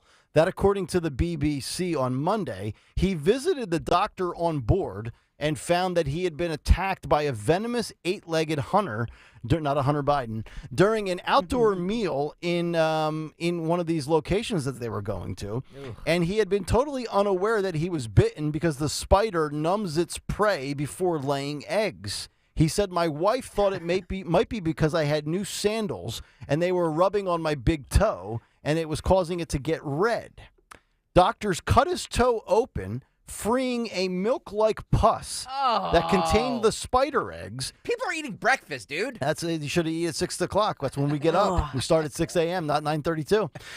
But they cut his toe open, and the spider eggs were in there. But 4 weeks later, Mr. Blake discovered that he still had a foreign body in his foot because one of the spider eggs hadn't been flushed and must have hatched. They believe the spider was making its way out, eating its way out of my toe. This is like a horror movie. This is awful. Oh. Like, I don't even laugh at this guy. Like, this is something where, as somebody that likes to wear sandals 7.5, 8 months a year, I might have to start rethinking that. And I'm also never going on a cruise because I hate cruises. I find no benefit to them. And I'm not going to France. And if my toe gets purple, I'm telling you, I've got no tolerance for this. If I ever feel slightly off, I go to the doctor. I'm one of those people. This guy, how he lasted that long, I have no idea. But there's his toe just totally disheveled. 91 LS Extra says, I'd rather take a bath with meatball than take another look at that. That should be the poll question. Would you rather have eggs hatched inside your toe or swim in the tub with meatball? Oh, man. You make the call. Poll question. That is nasty. And what kind of spiders are these? Wolf spider. They numb their prey before they lay their eggs in them.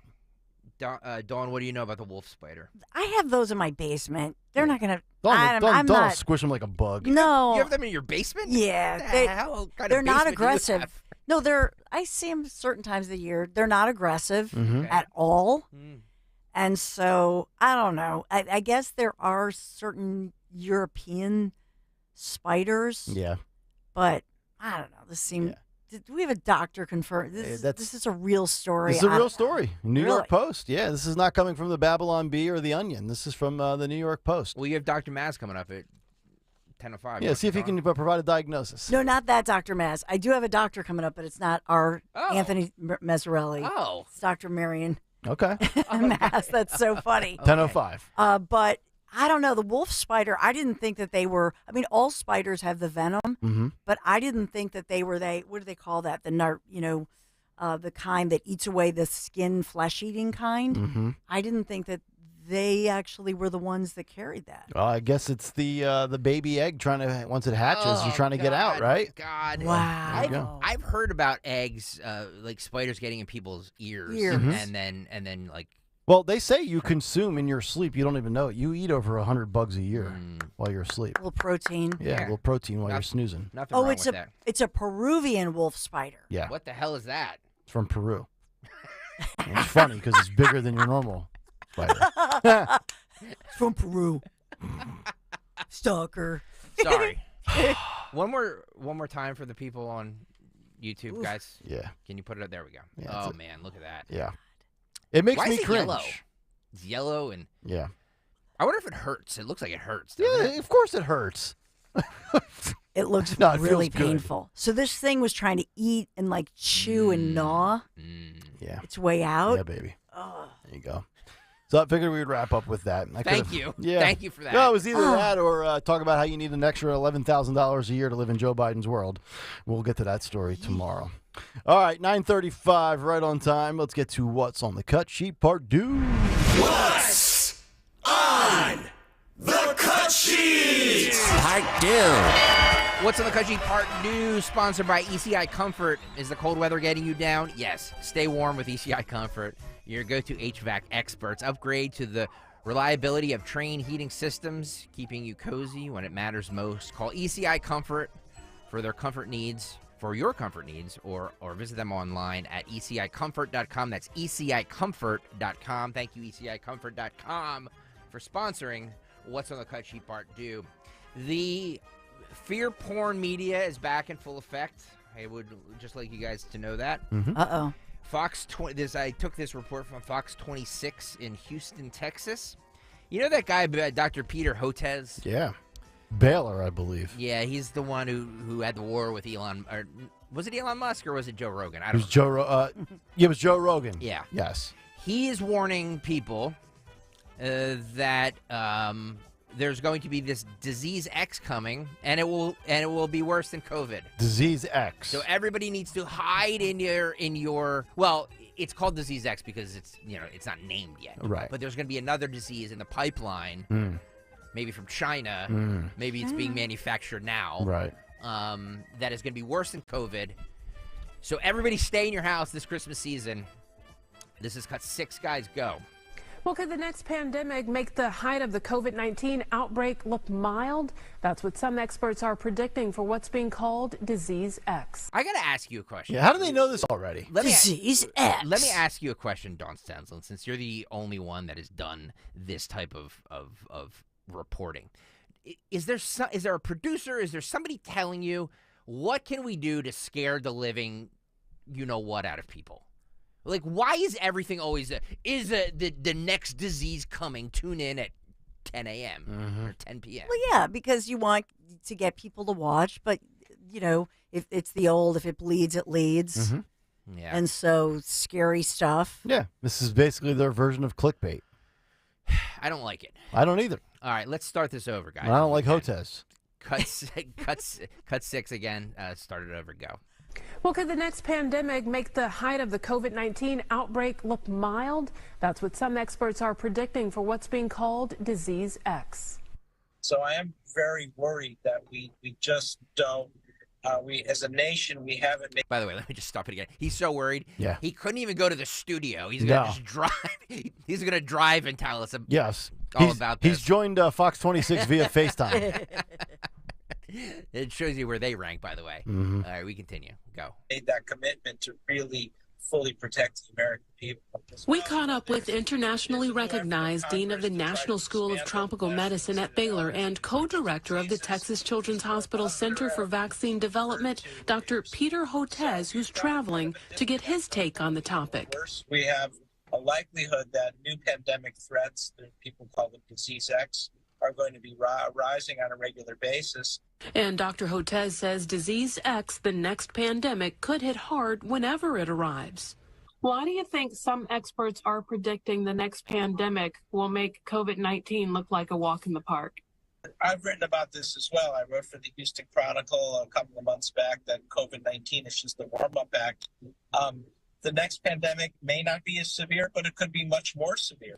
After years of pandemics So which one is it, up, Doc? including It could SARS kill and us. H1N1 early in the 2000s, Ebola in 2014, we had Zika in 2016, and now we've got COVID-19. Dr. Hotez says that's why the U.S. Office of Pandemic Preparedness was created, but he believes more should be done. Having the funds available to make countermeasures for new diagnostics, new vaccines, and at the same time, being able to support the virologists, the scientists who actually study these pathogens. Why are we seeing so many pandemics? It's one of the most common questions I'm asked. It's a confluence of 21st century forces. A big one is climate change, which is altering the migration of animals that can transmit these viral pathogens. Also, we're making these in labs. Now, no one knows when Disease X, the next pandemic, will hit, but scientists say it is coming. Oh It my is coming. God. Well, It that's is it, coming. folks. Fear porn. Get ready to go back to virtual and remote. And by the way, they named it X. Who named it X? Like Twitter, Yeah, right? after Elon Musk. Yeah. Can Elon sue for copyright infringement here? Oh my God. Yeah, Dr. Peter Hotez. Yeah, I'm not so scared about Disease X. I'm more scared about Peter Hotez. Yeah, look at that guy. He's one of the most creepy-looking guys. When you think about mad scientists just spending way too much time in a lab with beakers and Bunsen burners, like that's the guy I think of right there. By the new Fauci. By the way, what is his job? His job is to develop new vaccines. Mhm. So of course he's like, yeah, of course it's going to come. It means more for me. All right, we didn't make enough money off the latest Moderna booster that only 4% of Americans have gotten. Yeah. There you Time go. to unleash another deadly pandemic. Yeah, and this follows all the stories that we've been talking about this week about the mysterious respiratory issue in China going on right now. Michael Salami on the YouTube chat says that this segment brought to you by Pfizer. Yes, that's correct. We're going to give you a Travis Kelce spot as soon as we break. Excuse me, is our banner in chief going to ban this one? Yeah. We need like a sounder. Banner We in should. chief. We should ban this guy too. The deputy executive director of the UN Women? What is the UN Women? Okay. Sarah Hendricks. She was on Cristiano Amapora's show on CNN, and she refuses to condemn Hamas. What is it with these people? They just will not condemn I know. Hamas. It's unbelievable. I've never seen anything like this in my there's always this nuance. Yep. There's always this explanation. Well, it's this, it's Mhm. that, it's these conditions. Yep, they're taking it to the grave with them. It's really remarkable. Biana Golgra is the host here. Cut 9, guys, go. Most priority. Is there a reason, though, Sarah, that you can't specifically call out Hamas and the mounting evidence now over 7 weeks that Israeli investigators have collected that we've shown our viewers about the atrocities they committed specifically on October 7th? Because I think that's the crux of the issue here. It's not just condemning sexual violence against women and in any war in general. It's specifically what occurred on October 7th, perpetrated by Hamas. Indeed. UN Women always supports impartial, independent investigations into any serious allegations of gender-based or sexual violence. And within the UN family, these investigations are led by the Office of the High Commissioner of Human Rights. And just to provide a little bit of context in terms of UN Women's role, UN Women specifically provides and has extensive knowledge on gender-based violence and provides and supports investigations as we do with all UN investigations.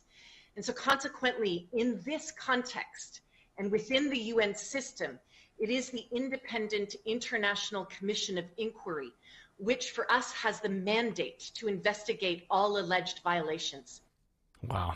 So you What still, did she say? She said a whole bunch of nothing without actually. I mean, the host basically laid out all the facts there about the mounting levels of evidence, and she gave you a word salad where she essentially just refused to answer the question and condemn what they are doing, which is remarkable. But speaking of too, with some of the female progressives out there, I think we talked about this a little bit yesterday. How they've been silent on that front and not speaking out. Yep. The girl that played Amy Farrah Fowler on Big Bang Theory apparently has like a talk show now, and she went off on progressive females for their silence with this. Really? Yeah, it's in the New York Post. It's pretty interesting. Very interesting. In my favorite clip of the day, and of course I'm leaving it till the end. This is why I both despise the UK and love the UK, because their back and forths are way more entertaining than ours are. Mm-hmm. This UK member of Parliament, Jim Shannon, they were arguing about squirrels. Squirrels. Okay. And how they're nuisances. They are. He calls the gray squirrel the Hamas of the squirrel. Oh, my goodness. Stop. Cut 10 guys, go. Diversity. They've proven perilous for our native red squirrel population. Of course I'll give way. Of course I'll give way. And the honourability for giving way the Ards Red Squirrel Group, full of fantastic volunteers who work tirelessly to protect the future of the red squirrel species in my constituency of Strangford, and particularly in Mount Stewart. This organisation is led by the National Trust Mount Stewart Ranger team. They are in constant contact with local animal owners to monitor red squirrels and eradicate any greys that venture. Indeed, the very presence of grey squirrels are the Hamas of the squirrel world. Does the honourable member agree that there should be greater integration between DEFRA and local red squirrel groups and devolved institutions to ensure that they have the means necessary to preserve and expand the red squirrel species throughout Northern Ireland? Thank you, Chairman. May I thank the honourable member from Strangford for his intervention. He is a keen advocate not only of his constituents but also the red squirrel population, and particularly drawing attention and thanking for those that work so hard. Okay, so the red squirrel is like Israel, and the gray squirrel is like Hamas here. So we've got radicalized jihadist squirrels leading the charge. Who knew? Who knew that the Parliament spent times debating on squirrels? I don't know anything about the squirrel community, but apparently there's red squirrels, there's gray squirrels. Yes. I've seen white squirrels that are weird looking. Yeah. Hamas squirrels. Hamas squirrel, Right. Meaning that they just go in and just kill everything. Now, in the sake of being inclusive and diverse, do we have black squirrels as well? I need to know this. I have no idea. We got black, we have red, we have gray, we have white. I've only ever seen the gray ones. Yes. Like, are red squirrels actually red? I've never seen a red squirrel. And why is Parliament debating this? Have you ever seen a flying squirrel? Yes. Yeah, have you really? Rocky and Bullwinkle. Well, the flying squirrel has like basically extra skin. Mm-hmm. Like picture Chris Christie now that he's lost weight. Oh, come on. So they like lean out their arms when they jump. They're not really flying, but they have all that extra skin. Come on, I couldn't resist. Jeez. Flying squirrels. I just want to know why they're debating squirrels. I mean, I know. Maybe they're, Maybe they waste the taxpayer dollars over there worse than we do here. I think Dawn has an answer. They are they're saying that this is an invasive species. Oh. Which bird is like this? The bluebird, right? Is the one that raids others' nests? The blue jay. Blue jay. Yeah. Thank you. So should we do something about that in the U.S.? Yeah. Do we need to eradicate squirrels? I think we should shoot them all. If gray squirrels are the Hamas of the squirrel world, shouldn't we get rid of them? Yeah, squirrels are a pain in the ass. Yeah, let them work it out. I'm not getting involved. Let them duke it out. All right, I'm done. All right, that's it for part 2 of the cut sheet. Coming up next, we'll wrap it up. We'll find out what's on tap for the Dawn Show today, as well as who on Twitter and YouTube. As we continue, Kayal and Company, Thursday morning, Talk Radio 1210 WPHD. The Black Friday sales event is cruising into Delaware County, and Vidian Chrysler Dodge Jeep Ram has what you're looking for. Steve Vidian and his family have been selling and servicing the Jeeps, trucks, and cars of suburban Philadelphia for nearly 70 years. Unbelievable selection? Vidian's got it. Fabulous pricing? Vidian's got it. Elite customer service? You know it. Welcome the holidays with style and drive home in a new 2024 Wrangler Sport 4XE. There's one on the lot just for you. Shop Vidian.com 24/7 today. 36 month lease, 10,000 miles per year, $55.49 down, $329 plus tax and acquisition fees. Jim Gaffigan here with some more Straight Talk. Let's take a moment to appreciate our sweet children, loving grandparents, and eternal soulmates. Now let's use them to save money on wireless. Because with the Straight Talk Silver Plan, you get 4 lines for just $25 a month with unlimited data and no contracts. So add those human pawns, loved ones, and save money. Thanks, kids. They're finally worth it. Straight Talk Wireless, available at Walmart. Get 4 lines on Silver Unlimited for $25 per line per month, plus taxes and fees. For data management practices and additional terms, visit straighttalk.com. Get into the holiday spirit and listen to Philly's official Christmas station, B101, for all the sounds of the season, from Mariah to the holiday classics. It's the most wonderful. Plus, keep rocking around the Christmas tree no matter where you are with B101 on the free Odyssey app. Turning your home into a winter wonderland? Ask your smart speaker to play B101 Philly. Enjoy the holiday season your way on the radio, on your smart speaker, and on the free Odyssey app.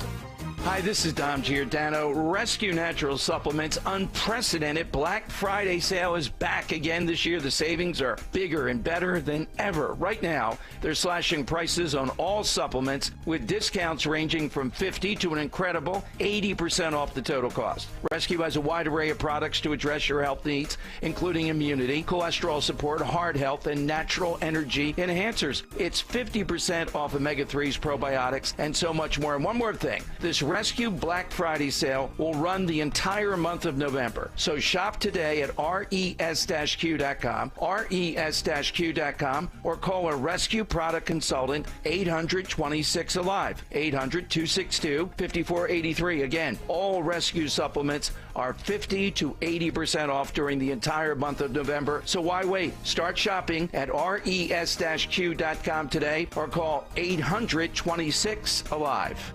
I want to talk to you about Mike Garvey at Pro Health Plans. If you pay for your own health insurance or you're looking for coverage, do not go online looking for quotes. You'll get endless calls from call centers and they will not stop. Instead, call Mike, an expert with over 30 years experience, and he can provide sound advice for your health insurance needs. Their plans let you pick your doctors, and it's 30 to 60% lower cost than Obamacare. The monthly premiums are independent of your income, so there will be no surprise tax bills. If you pay for your own health insurance, own a small business, you're underinsured, you're on COBRA, or your employer coverage is just too expensive, call Mike at 610-529-1106. That's 610-529-1106. 610-529-1106. Or go to prohealthplans.com. That's prohealthplans.com. They will custom design a plan managed by you, not the government. Hey, Paoli. We know your favorite station is Talk Radio 1210 WPHT. Always live on the free Odyssey app.